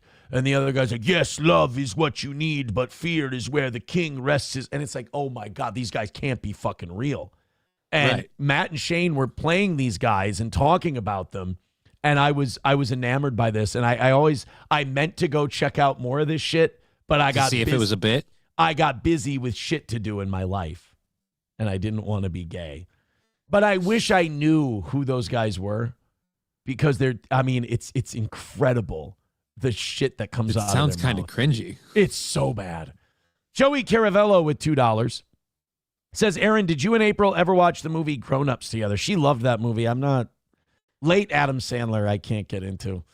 Veldrain with $1 says, Bill Burr's No Reason to Hit a Woman skit would not go over well in the Middle East. Yes, Bill, I have like 100 reasons. Last time I caught her learning how to read. Thank you very much. Thank you for your fantastic. She went outside showing cankles. Hey, Luigi Mangione is. Hey, what about him? He's in court now for a lot of their pretrial motions and stuff. Mm-hmm. And the prosecutors showed the actual attack during the pretrial motions to get evidence submitted and everything else. And as they played it, as I watched this, I was just kind of, now I think this is a federal case, so I don't think that there's going to be cameras in this courtroom. I could be wrong. It could be a state case. But they showed the footage of the shooting, of him shooting Brian Thompson or whatever his name is. Mm-hmm. And I just imagine like Luigi and his lawyers, as they're introducing that into evidence, just being like, if we could figure out how to explain that away, I think we could win this thing. If we could find a way to bar that from being admitted as evidence. Now, so the prosecution is introducing it, saying that's Luigi Mangione under that hoodie. Here's what we found, and it matches what was in this video, and so on and so forth. I just if you're his attorney, there's got to be part of you going, why don't we take a you got to represent your client as best you can, but why don't we take a fucking plea? This is insane. Look. Literally on camera, him shooting the fucking We've guy. got you doing the deed, sir. I don't know where not guilty, but it's just it looks like you shot the guy. Oh, I did. Yeah, but that's what makes you guilty. No, I'm not guilty because he's a piece of garbage. Yeah, it doesn't really the law doesn't look at it that way. Honestly, I think that's going to be their angle. defense. Their angle is going to be, maybe we can get one person that hates these health insurance companies enough that they'll just, what do they call it? Jury nullification. They'll just go, no. Yeah, they'll just fucking up. We're not going to convict him. I mean, this is going to happen in 2026. People's health insurance premiums are about to go up, so who knows? You might catch him on a bad day, and they might go, oh, dude, yeah, no, he's walking. Yeah, he murdered a United Healthcare CEO. Yeah, I don't really see the crime here, Judge. Sorry about that. He's got to walk. There wasn't sufficient evidence. Fuck this. I mean, we have the guy on film doing it. It's a little grainy. I'll be honest, man. The way I felt about Luigi Mangione when he first did it versus my thoughts on it now, I've softened. I'll just say, and I will 100% admit it's entirely based off of biased experiences. I saw that and I went, can't say I care. I mean, my thing is I can understand how people get there. Oh, yeah. Not only do I understand how people, I understand, but I kind of I can sympathize with how Luigi Mangione. I don't agree with his actions, but I'm like, hey, I get how you got. On a Wall with $1 says they don't have to offer a plea. No, but I'm just wondering if they have. And like maybe they don't want to because they're like, hey, we've got a video. We don't need a plea. Yeah, that's it too. But also, like, I think the Luigi Mangione strategy is let's see if we can catch one person who really hates these fucking healthcare people as much as I do. And because like they always say, they need one.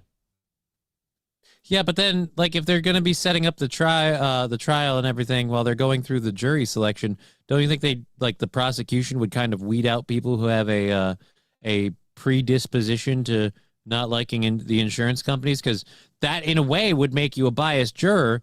And I'm going to say if they do that, how are they going to get anyone to be on the jury? Because I don't know anyone that's like, Sure. ooh, my medical insurance company, love them. Sure. Or maybe, or you get a judge who hates the insurance companies like, I'm not allowing that video into evidence. It's prejudicial. And the prosecution just goes, what the fuck? What are you talking about? Yeah, that's prejudicial. We can't allow that into evidence. You need to come up with something else to prove that this guy did it. And they're like, look, it paints a very narrow picture. We don't want the jury being swayed by an obviously truncated piece of evidence. What the hell are you talking? It's just a video. Yeah. Mommy says, I feel like I should donate to his legal fund. You know, Mommy, you can just donate to our fund of just the Doing the Show fund. That would be fine too. And then we'll know that in spirit.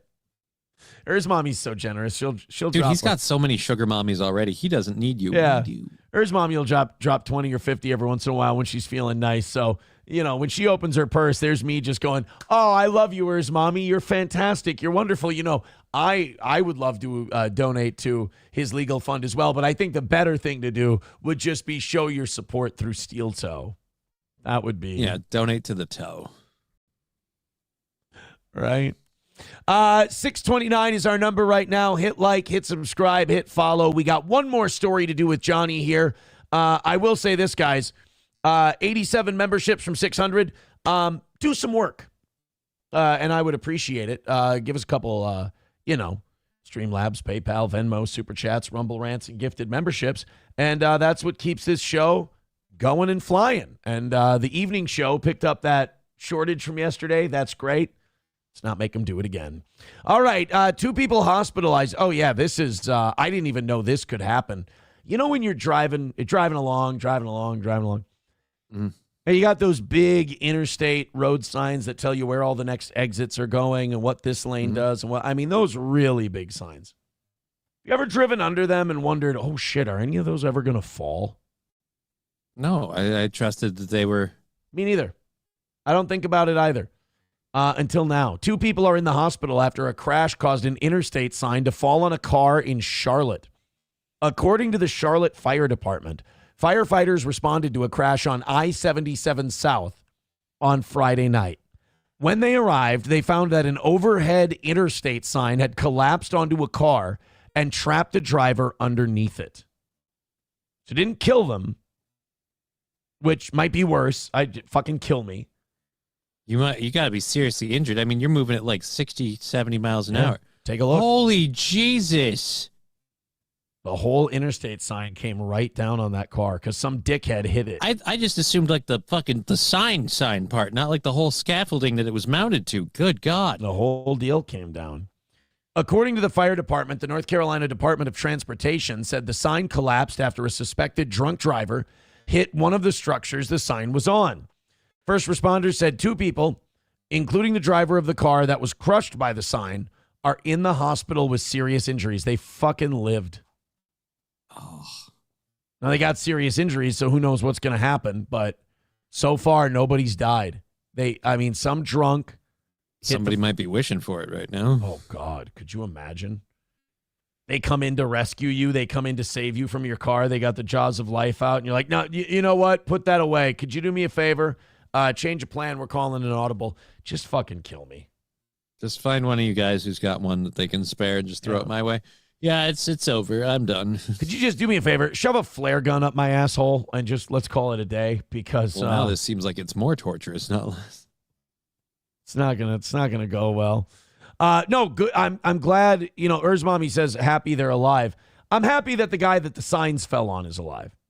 Yeah, because they didn't do anything to deserve that. Yeah, the guy driving drunk, and imagine like the bad luck you must have to have. I mean, that's a freeway. You're going 70, maybe 80 miles per hour, and just It still caught you. that sign gets you. Holy shit. But they That lived. Ugh. Like I said, though, they might not want to. It might. I wouldn't. Might be difficult. Uh, Definitely getting a severe case of whiplash. But the drunk driver living through the thing, that does nothing for me. That tracks. Fucking assholes always survive. They get drunk and they crash, and somehow they're always good. Before you go, speaking of which, there was a 90-year-old guy who got fucked up and drove through the front of a coffee shop and lived. Let me see if I Okay. can. Let me see if I can find this for you before you leave. Let's see, 90-year-old coffee crash. If I can find it, I mean, it is fucking what? Yep, we've got it. Okay. We've got the video for you here. It's a 90-year-old man. Now, somebody said in our chat last night that this guy was going fuck it speed and he was trying to tap out. He was trying to end it. I don't know. 90-year-old, especially with booze in him, can just fall asleep and that pedal can hit the floor. But you tell me. Oh, yeah. There he goes. Boom. Surveillance video shows the driver speeding down University Avenue moments before crashing. The 90-year-old driver survived. Look at that. He made it. He threaded the needle right into the store. Yeah. I would have thought a 90-year-old would turn to dust doing something like that. Dude, if he was going bucket speed, he is pissed because he failed. Yeah, that's going to hurt. 90-year-old bones getting thrown around like that. Right? Hell of and an all those airbags deploying, those are going to punch you in the face. Hell of an endorsement of the safety of that vehicle, though. I'd put that in a commercial. 90-year-olds live through that. And is recovering in the hospital. Los Gatos Montesereno police suspect alcohol may have played a role. I in the hope crash. so. Despite the significant damage to the beloved downtown business, many are grateful that it was closed for Thanksgiving. Thursday nights, the business is usually packed with people enjoying live music. It's just a miracle that no one was there, because any other night, I mean, he would have killed a dozen people like that. Hope opened the Los Gatos Coffee Roasting Company in 1982. Yeah, we don't care. Yeah. 90-year-old drunk driving into a coffee shop Thanksgiving night. What do you think? Kids and grandkids didn't show up, spent Thanksgiving Betting alone. he or doesn't have a family and he's pissed about it, or they've written him off and he knows it, so he just tied a few on. Again, 90 years old, maybe you shouldn't be driving, but, you know, don't use your accident as any proof of that. Oh, shit. What? Did somebody get muted that wasn't supposed? Are Roots and Das Optic Nerve? Okay, good. Oh, he unmuted them. Thank God. Who was that? Los Federales. God damn it. Who were you trying to mute for 5 minutes? Oh, he wanted to mute the Sack Johnny guy for 5 minutes. And he accidentally muted Roots and Das Optic Nerve. Don't do that. Don't do that. Johnny, thank you for being here today. Thanks for having me. I'll see you tomorrow. And you're going to be back at 1 o'clock this afternoon? Yes, I am. I have nowhere to go, nothing to do. I'm doing a show today. Just Kidding LLC on YouTube, Rumble, and Twitch. Be sure to join him there. Thank you, pal. Thank you. All right. See you tomorrow. There he goes. There goes Johnny. Das Optic Nerve, come on, bro. I'm muted on Rumble. Oh, shit. Show me you're here. Das Optic Nerve. Oh, boy. Oh, boy. Am I going to have to go in? Los Federales, I think I deserve a nice gifted membership drop. I'm going to try and monetize that mistake. Are you kidding? It ain't going so hot today. Moderation. Let me go in there and see. Not moderators. Muting. Oh, no. You know what? He fixed his mistake. He fixed it. Das Optic Nerve is good.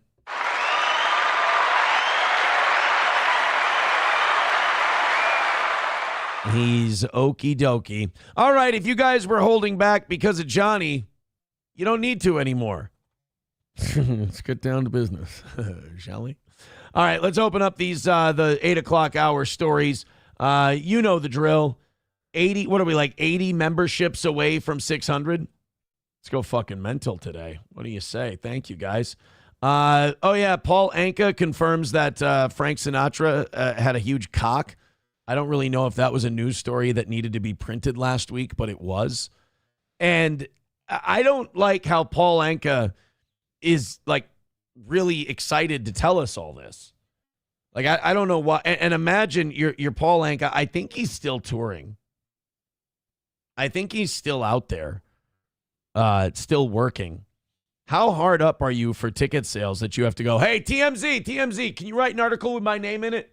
What do you got for us? I'm performing at a casino in a mid-sized market. Yeah, Paul, I'm sorry. That doesn't do anything for us. Wait, I could have this wrong. Wasn't Paul Anka a producer? I could be wrong. Anyway, Paul, what else do you have for us? Frank Sinatra, cock like a horse. What? Yeah, giant cock on old Blue Eyes. I mean, I guess we can write an article about that. Yes. Could you put the Ticketmaster link to my events in the... No!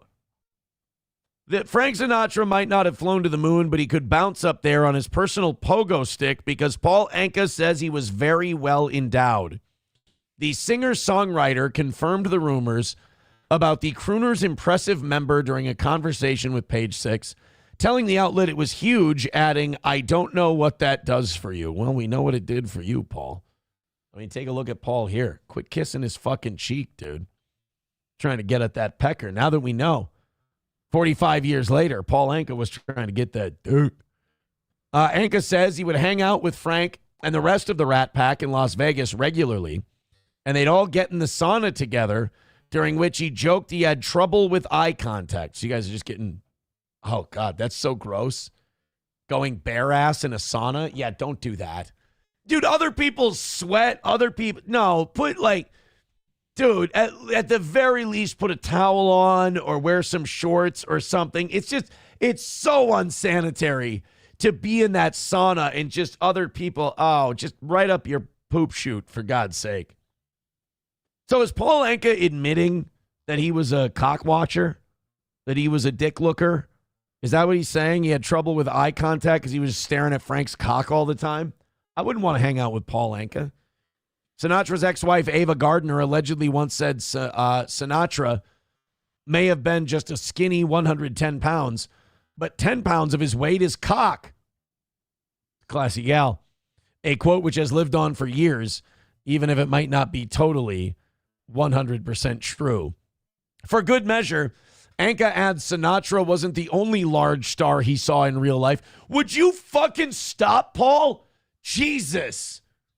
All of a sudden, Paul Anka's like, yeah, Frank's got a huge cock. Oh, that's great. We'll put that in our story. Hey, wait, so does it. Hey, I saw a lot of dicks while I was in. Paul, keep a little something, under the hat, pal. For good measure, Anka says that Mr. Television himself, Milton Berle, was even bigger than Sinatra. That's actually a well-worn rumor that Milton Berle had a hog on him. Mr. Wholesomeness, Mr. TV. Apparently, he whipped his cock out at Chevy Chase at Saturday Night Live. Milton Berle, by the way, was banned from SNL because he did like a really racist monologue when he hosted. He did a lot of like outmoded things, and he kept mugging for the camera when he... I can't even find clips of Milton Berle on SNL. I think they've pretty much whitewashed them from existence. But yeah, the legend has it that he pulled his cock out at Chevy Chase in front of his girlfriend. I mean, look, it was, we act like the time we live in now is like so, it's just immoral and wrong and everything else. These people were fucking pigs too back in the 60s and 70s and 80s and all this shit. I mean, you had Paul Anka running around staring at guys' dicks. None of these guys knew that 40 years later, Paul was going to go ratting to everybody who asked about it, which means Paul's been thinking about it for 40 years. Milton Berle's on Saturday Night Live pulling his cock out in front of people. I mean, people say, oh, it's such a different time now. It's so much more immoral now. But like Milton Berle whipped his cock out behind the scenes at SNL in front of women, and people are like, that's Uncle Milty. Oh, what are you going to do? Great cock on the guy. Dude, you even wear pants that are too tight in your cock imprint shows backstage at Saturday Night Live now. You're going to be canceled. So in some ways, we haven't gotten so far off the beaten path as we think. But Paul Anka, I don't know about Paul Anka knowing all this shit about people's dick. I wish that somebody would have told Frank and told Milton they could have covered up around him, because I don't think they would have been so, generous with their lack of clothing. All right, continuing on, because we are talking about cocks, and that's wildly uncomfortable. Memberships, like, subscribe, follow, whatever you can do. Oh, we're about to drop under 600 for today. Thank you guys so much for getting us up near 700. That was great. Appreciate it. Let's get a move on here, and let's wrap up solid on the toe. Do you guys have that real ID yet? The whole thing was you got to get this real ID or you can't fly. You got to bring a couple different forms of identification, social security card, all this other shit, some bill or whatever, passport, and you get this real ID. And that if you don't have the real ID, you can't fly. And for the last few years, they've been telling us, you got to get this real ID, you got to renew, you got to get it. Well, now we're finding out that you're going to be allowed to fly without real ID. They're just going to fine you. And the fine, $45. $45 to fly without the real ID. And, forgive me for being a conspiracy theorist, but I don't understand the necessity for real ID to begin with. I mean, the TSA wasn't doing the security job that they're supposed to do without real ID. It's not like they're going to get better with it, unless it's to retard-proof the process, which I don't get. But also, the original IDs were working fine. There was no reason. The only reason I can think of that they want to get these real IDs for air travel is because these real IDs are somehow more trackable, more traceable. It's some kind of Big Brother thing with the real ID. I know they're pitching it as like, oh, it's going to make you safer, and it's going to... My ID wasn't keeping me safe. My ID was my ID. It's just something I showed when I needed to. So this idea that real ID, oh, guys, you got to get real ID. And anytime that you ask them why, there's like, well, just because it's what we're doing now. That makes me suspect.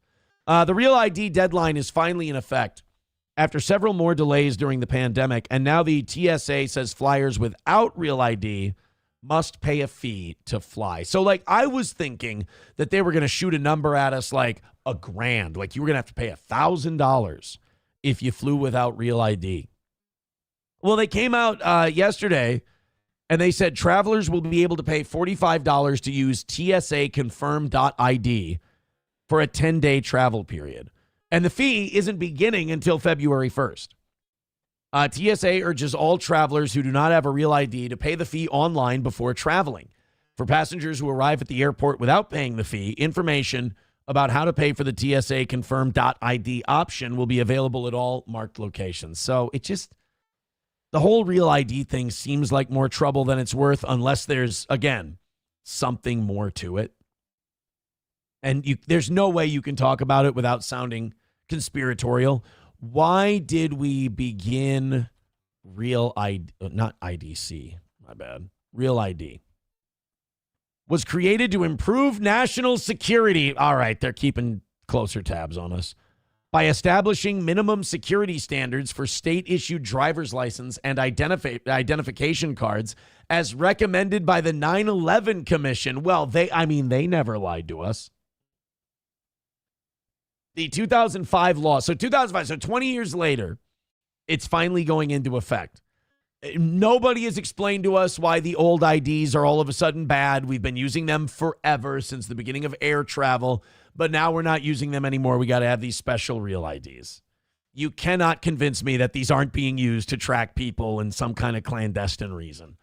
The act was a response to the 9/11 attacks and a recommendation from the 9/11 Commission to create a more secure and uniform system for identification. You know, it's amazing that every solution we had to 9/11 allows the government to do more things to track you, more things to keep you in line, more things to keep you uniform. It's amazing that none of the responses we had to 9/11 resulted in more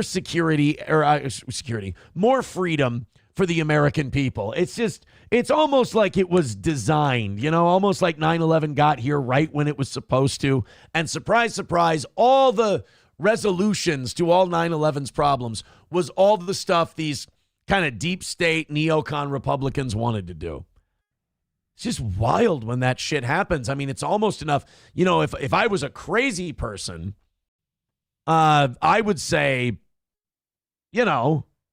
maybe they're doing this for some kind of clandestine reason, but that would make me insane. Honeybee's photo says, where are we on that? Oh, and then they use the G word. Well, we're not talking about the G word at the moment. We don't talk about the G word anymore till 10:25. But if you're wondering about if I could make a face to encourage any generosity, I would make this face. 2 in a row. Yikes.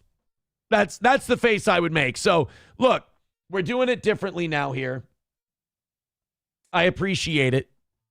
I like what, let's just keep going.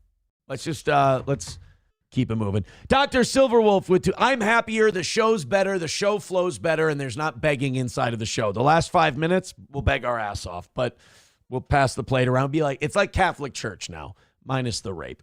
Dr. Silverwolf with $2 says, Aaron, stop drooling. Silverwolf, I feel like you meant to send that during the penis talk, not the real ID. You Need Me More says, according to the message, has it said Monday all day? Jesus Christ. I'm sorry, you guys. Where were you on that one, dipshit? By the way, so many people, when they're new to the show, they'll say, they'll go, Aaron, who are you looking at? That's an old radio thing where, I'm not comfortable with the camera or whatever. I don't make love to the camera. I just look off to the side because there's windows and it's outside, and I look over that way. One piece of advice I would give some certain podcast viewers, you got to de-tense yourself and not you're going to miss just the general entertainment of the show if you keep staring at every little thing and getting super autistic about it. I don't want to shame people because some people are just that fucking autistic, and that's okay. But sometimes when someone's staring off this way and not at the camera, I'm an old radio guy, and sometimes when I talk staring out the window while you're blabbing, it's helpful. Everyone thinks there are people who think everything has to have a secret meaning, why is he looking that way? Why is he looking that way? It's I got to say, you guys think way more about my movements than I do, to be honest. Or it's like Chevy Fan says, he's looking at a blown up poster of the Golden Corral menu. I'm not. I'm not looking. I'm not going to be able to convince any of you that that's not happening, but I'm not looking. And God damn it, guys, throw money in if you're going to make really funny jokes, and I can go into the chat and we can talk about them because we need it. Do you remember the little turtle when you were kids, Franklin? Remember those adorable Franklin books, like Franklin Finds Friends, and, Franklin, responsibly navigates his parents' divorce years above where he should be maturity-wise. Really good, helpful books for kids. Well, Pete Hegseth has decided to take the concept of this childhood character you remember and turn him into a full-fledged Rambo turtle and ruin your childhood. This is what Pete Hegseth did over the weekend. Apparently the Department of Defense and the FBI and ICE and Homeland Security and all these different groups, they all have to be meme experts now. We can't fix the country.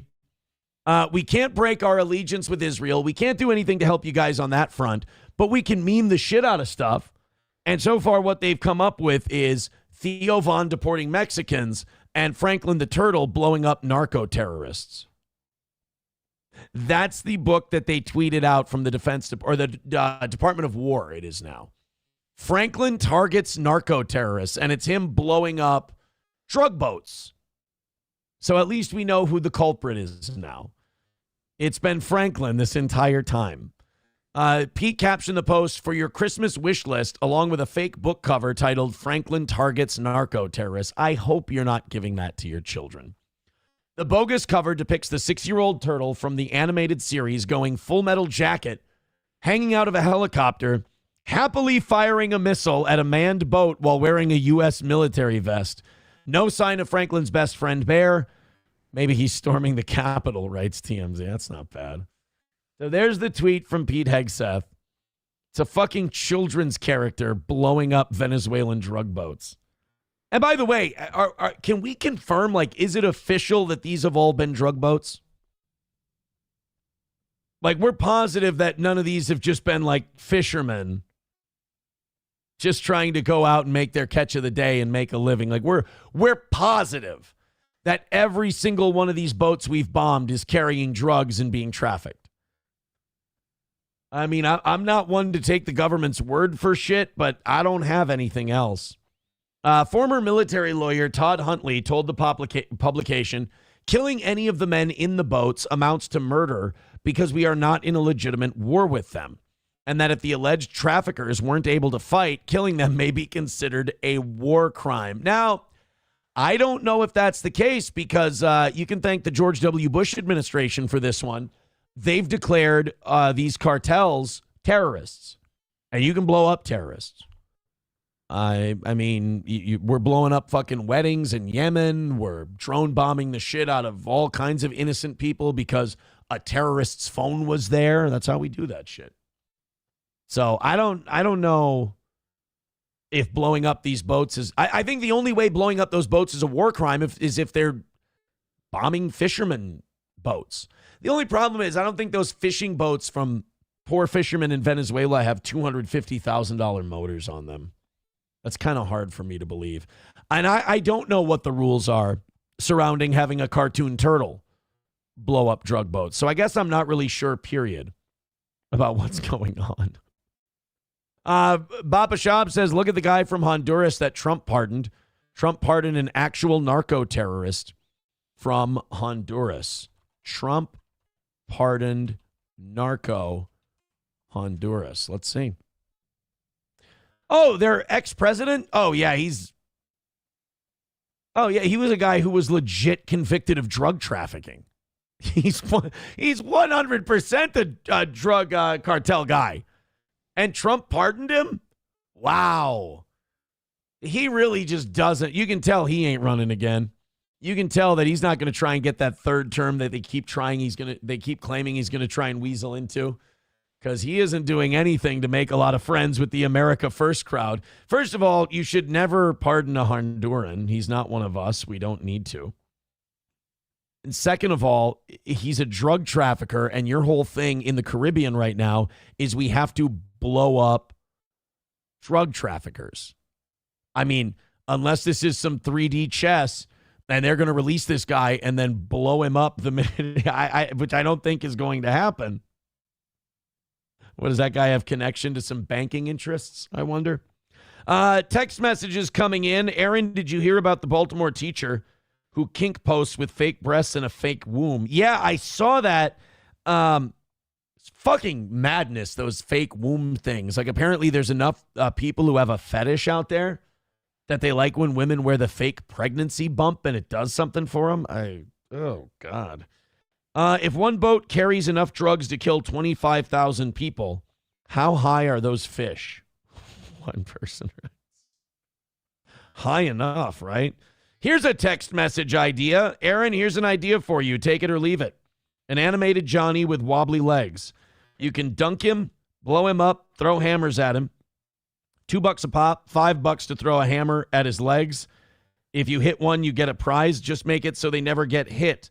Or 1 in 100. I can facilitate this for a nominal fee. Well, my man, if we're not in the mornings, this will be 2 days in a row. We're not knocking out that certain thing that we're not allowed to talk about for another 4 minutes. I ain't paying anybody shit. Thank you very much. So, hey, if you feel like gifting some memberships and throwing a couple our way. Yeah. Did I suck today? I sucked, didn't I? The numbers aren't going down. Wasn't a good show. I wrote down a couple of clips. I felt like Whitney Cummings, Bill Burr, Asmund Gold shit. I felt like that was all clippable. Some of our Crowder stuff for shorts, the Epstein stuff for shorts. I thought, I'm not giving up. I'm not giving up. Just we got 3 minutes left. I'll fucking tap dance for you. The nation has united against this woke lady and her plan to gentle parent her transphobic uncle. Oh shit, we only have 4 minutes for this chick. Oh God, I really want to go through this, but I feel like 4 minutes isn't enough. Look, I'm gonna believe in you guys that you're gonna really get after it here, because I really want to do this, and I'm more focused on the show than the G word, and I have to be all about that. Just please help out any way you can. I'd appreciate it. We deserve it. We've done great shows for you, especially if you haven't thrown in a while. Be generous. Here we go. Let's do this, and I won't worry about it until after we're done covering this, and then we'll play the fucking music and do the whole thing. No, thank you, Uncle Mark. Try again with kind words, or we're going to take a break from this conversation. Oh, I would fucking throw her out the window the first minute she pulled this shit. So she's doing one of those like TikToks where you go, this is how you handle all your family members at Thanksgiving. Because if you're 20, you fucking know everything, and all your uncles and parents and everyone else, they're all just racist douchebags, and you need to reprogram them. Oh, I hate her from Jump Street. This will be fun. Gentle parenting your transphobic uncle. That's what it's called. We use the names that people tell us, remember? Nope. They are telling you who they are. You just need to use your listening ears, friend. Oh, God. You know what? I cannot blame anyone for throwing her the fuck out of their Thanksgiving meal. You know, all these progressive types like this think that people hate them because of their beliefs, or we like trans people. No, it's your condescending, dickish tone. There's nothing worse than a condescending person who has their head up their ass and doesn't know shit. It's frustrating to deal with. Did they give you trouble about your new hairline or your veneers or your LASIK? No. So you can mind your own body. Got it? You actually don't need to get it. Because it's not your job to be the gender police, silly goosey. Oh my God. I hate her a lot. Like, I want to see that. I want her to be in a coffee shop when that 90-year-old is driving by. Jesus, I hate. I mean, she is all the way hateable. Oh, that's an inside thought. Oh, Chris Russell with 199 says, give up already. This show sucks. Hey, guys, let's see if we can prove him wrong last minute. What do you say? Otherwise, Chris gets a win today. Catch a bubble, please. No. They are who they are, and we are not going to pretend otherwise because you are uncomfortable. There's so many things that I'm going to get kicked off of every platform I'm on for saying right now. I'm just trying to I fucking hate her and everything she represents. And again, it has nothing to do with trans people. You fucking talk to people that way, you deserve to be alone with cats. So why don't we do 2 minutes in the calm down corner? At this table, we are respectful. So if you cannot be respectful, it is time to take a break. That would be great if her dad interrupted by going, honey, excuse me. Actually, we're going to have you leave the table. You're being a cunt.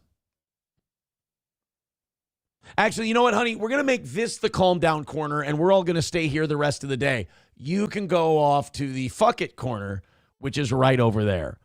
Oh, God, do I hate her with the heat of 1,000 suns. And it's so easy, too. Like, I'm feeling such an ease in hating her that it's alarming that I'm able to feel hate this quickly.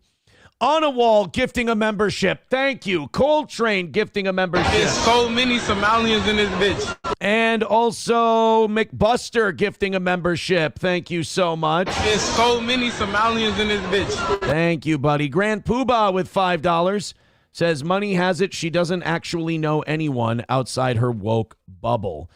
Well, I unfortunately, I think people probably do have to deal with her. I think they probably do have to see her on Thanksgiving, and she seems like she's the absolute worst.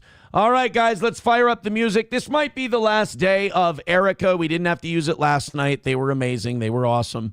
If it doesn't work tonight, we have today, and we have 2 L's in a row. Yeah, I think it'll be time to retire it. So let's fire it up. Let's run it through twice. Let's fire up the light and see if we can knock out the number, guys. The number is 150. So let's fucking go. Let's get this thing moving. 150 away from today's goal and 84 memberships away from 600. Let's go.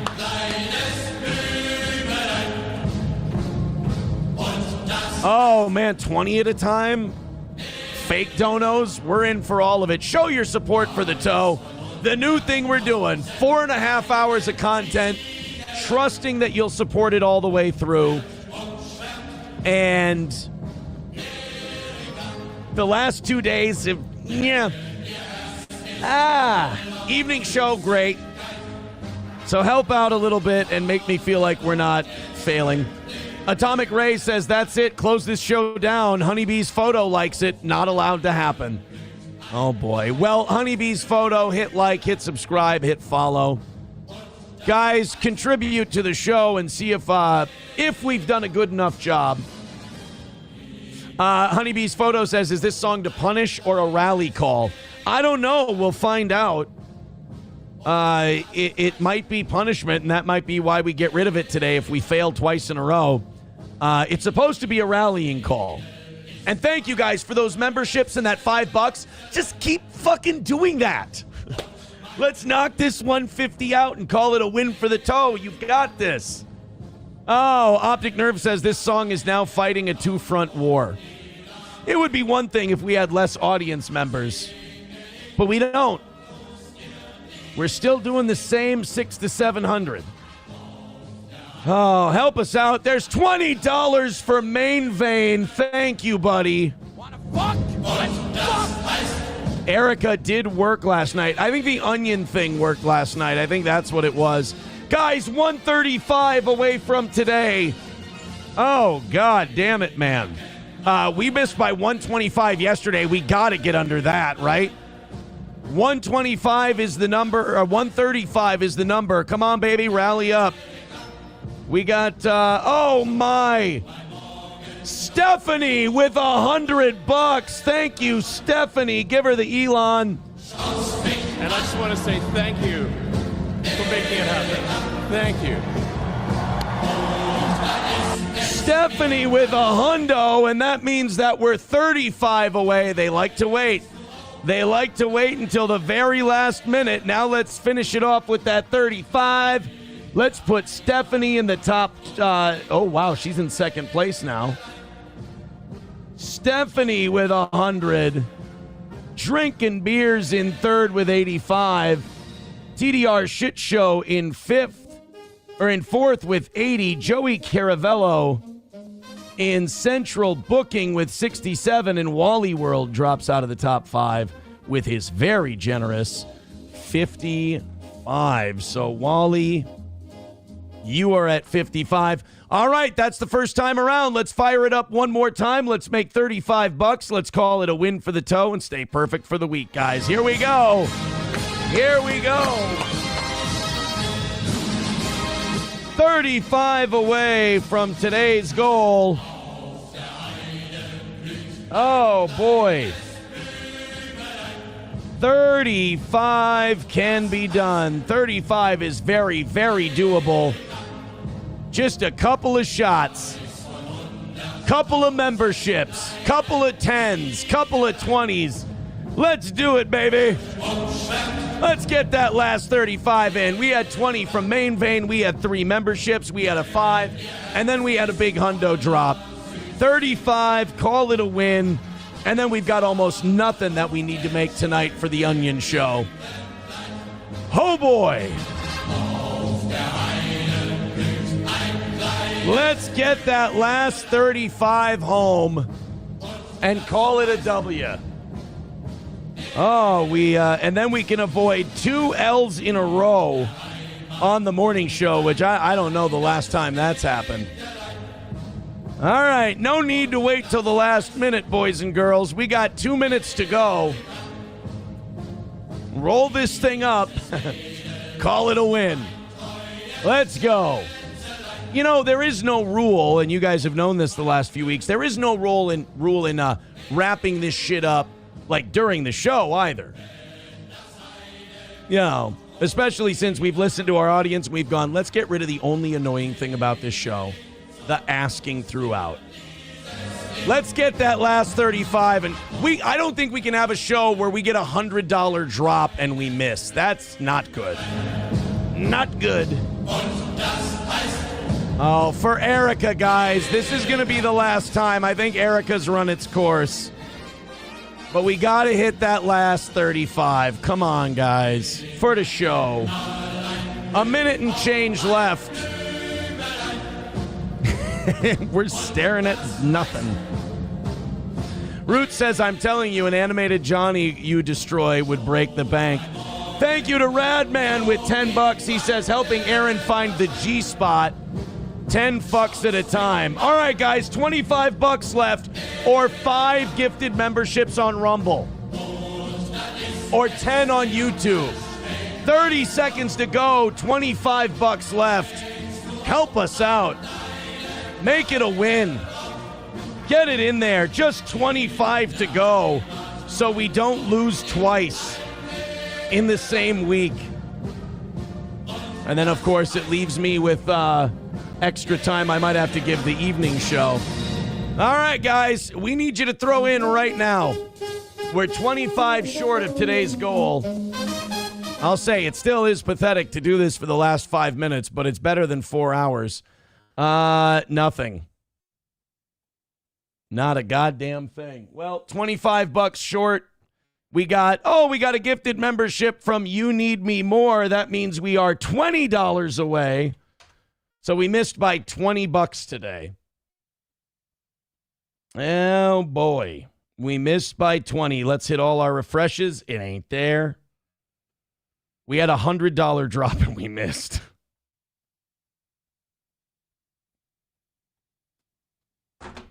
Oof. So what do you guys want to do for the next rally song then? What do we go to? Because missing 2 days in a row and hoping that the evening show comes up with it, that is not a long-term survival plan, especially if we can't ask for money during the show anymore, because that's begging and that's gross. And yes, I am stalling to see if anyone will throw in 10 or 20 so we can knock out the goal. Abel Graham says $20 for that couch. Throw it in. You got it. We're also 83 memberships away from 600. Thank you, guys. What do you use for the new rally song? We're going to have to figure that out, because Erica has definitely run its course. That's definitely over. And I've stalled long enough. We're not going to make that $20. We're going to miss twice. Main Vein with another $20 says, never underestimate the power of Erica. We're 5 away. Wanna fuck? Let's fuck! Well, we're 4 away because we take 16 of that. Somebody drop in a membership or a 5, and then we can wrap this up. I mean, it's going to be an ugly win, but it'll be a win regardless. Throw in a 5 or throw in a membership. Whoever wants to do it real quick. We'll call it a win. We won't escape with our dignity today, but we will escape with a W. And that's, way more important. Now, the songs you guys are suggesting for the rally can't be like copywritten, super popular songs, because those will get clipped. Those will get taken down. We're not missing by 4 today. Just go ahead and throw in that last 4. And then I've got one more. Oh, I don't have one more story. This is the 90-year-old speeding through the light thing. Sherry Gilbert says, will this show be on afternoon? Looking for a show to raid to. No, we'll be done as soon as that last $5 comes in, and I'll scoot out of here with no dignity and no pride like a fucking Jewish worm. But we will be back at 6 o'clock tonight. 6 o'clock Central Time for the show. Ooh! You know what? If you guys get that 5 in here in just a second, I will listen to this Melania Trump Christmas thing with you, because this is fantastic. Apparently, Melania fucking hates Christmas, and someone got a recording of her being like, who gives a fuck about it? Like, she hates all the decorating and the First Lady shit, which we all kind of knew. Main Vein with a gifted membership. All right, we won. We won. Fuck you. We win. Toe's better than you. You failed. We didn't. We're perfect. There's so many Somalians in this bitch. And it's another win for the Toe. Thank you. I've got some bad news. There we go. All right, guys. 82 memberships away from 600 and a win. We only had to wait 5 extra minutes to get it. Numero uno says, fuck, I ain't a toe boy member no more. We'll get you one. Oh, also, numero uno, we did talk about the Whitney Cummings thing today, and we mentioned you in that as well. Let's, Baba Shab says, limped across the finish line. No shit. Hey, it's better than yesterday and losing by 125. Hey, you guys made $170 in 10 minutes. That's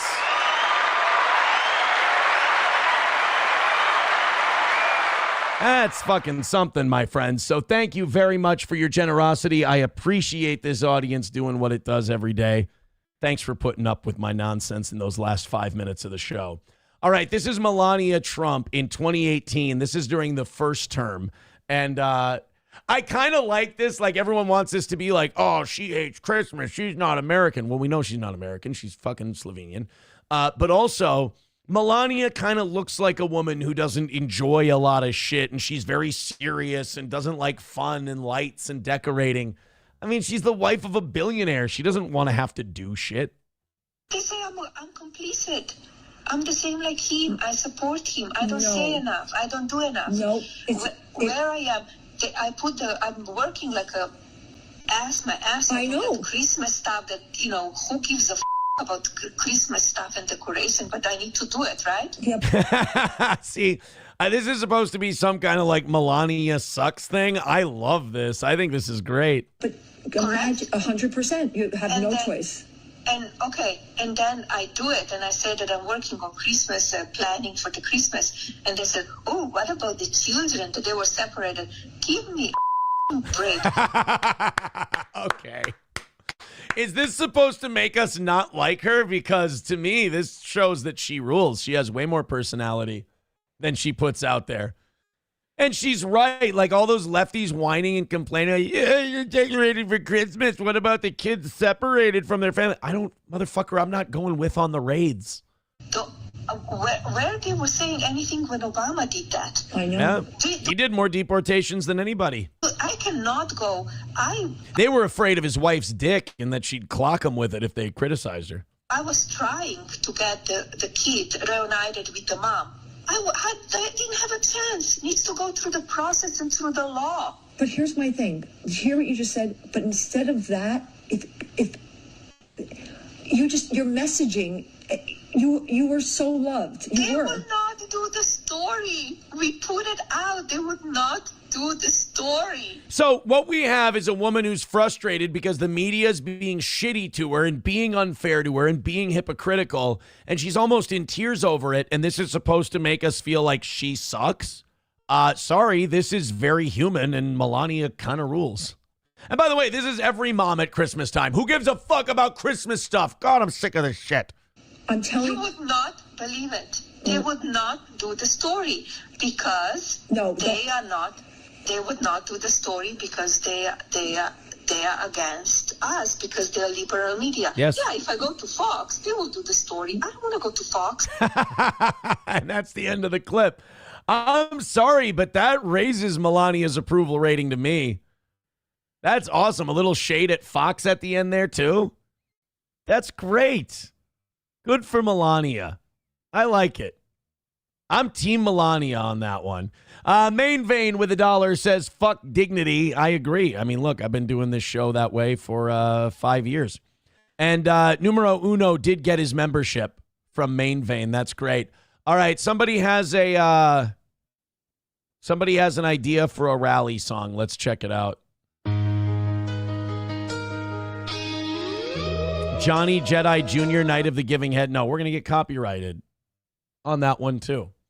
Ooh, I have an idea. How about Over There? The marching song. That might not be too bad. Do an American one. Either way, thank you guys very much for being here today. I appreciate it. Hit like and subscribe on your way out, no matter what platform you're on. Another win for the Toe. The perfect week is intact, and tonight we eat onions together. So be sure to tune in 6 p.m. to 8:30 for the Steel Toe Evening Show, the B Show that we affectionately call it. And we will see you then. Thank you guys for all of your contributions.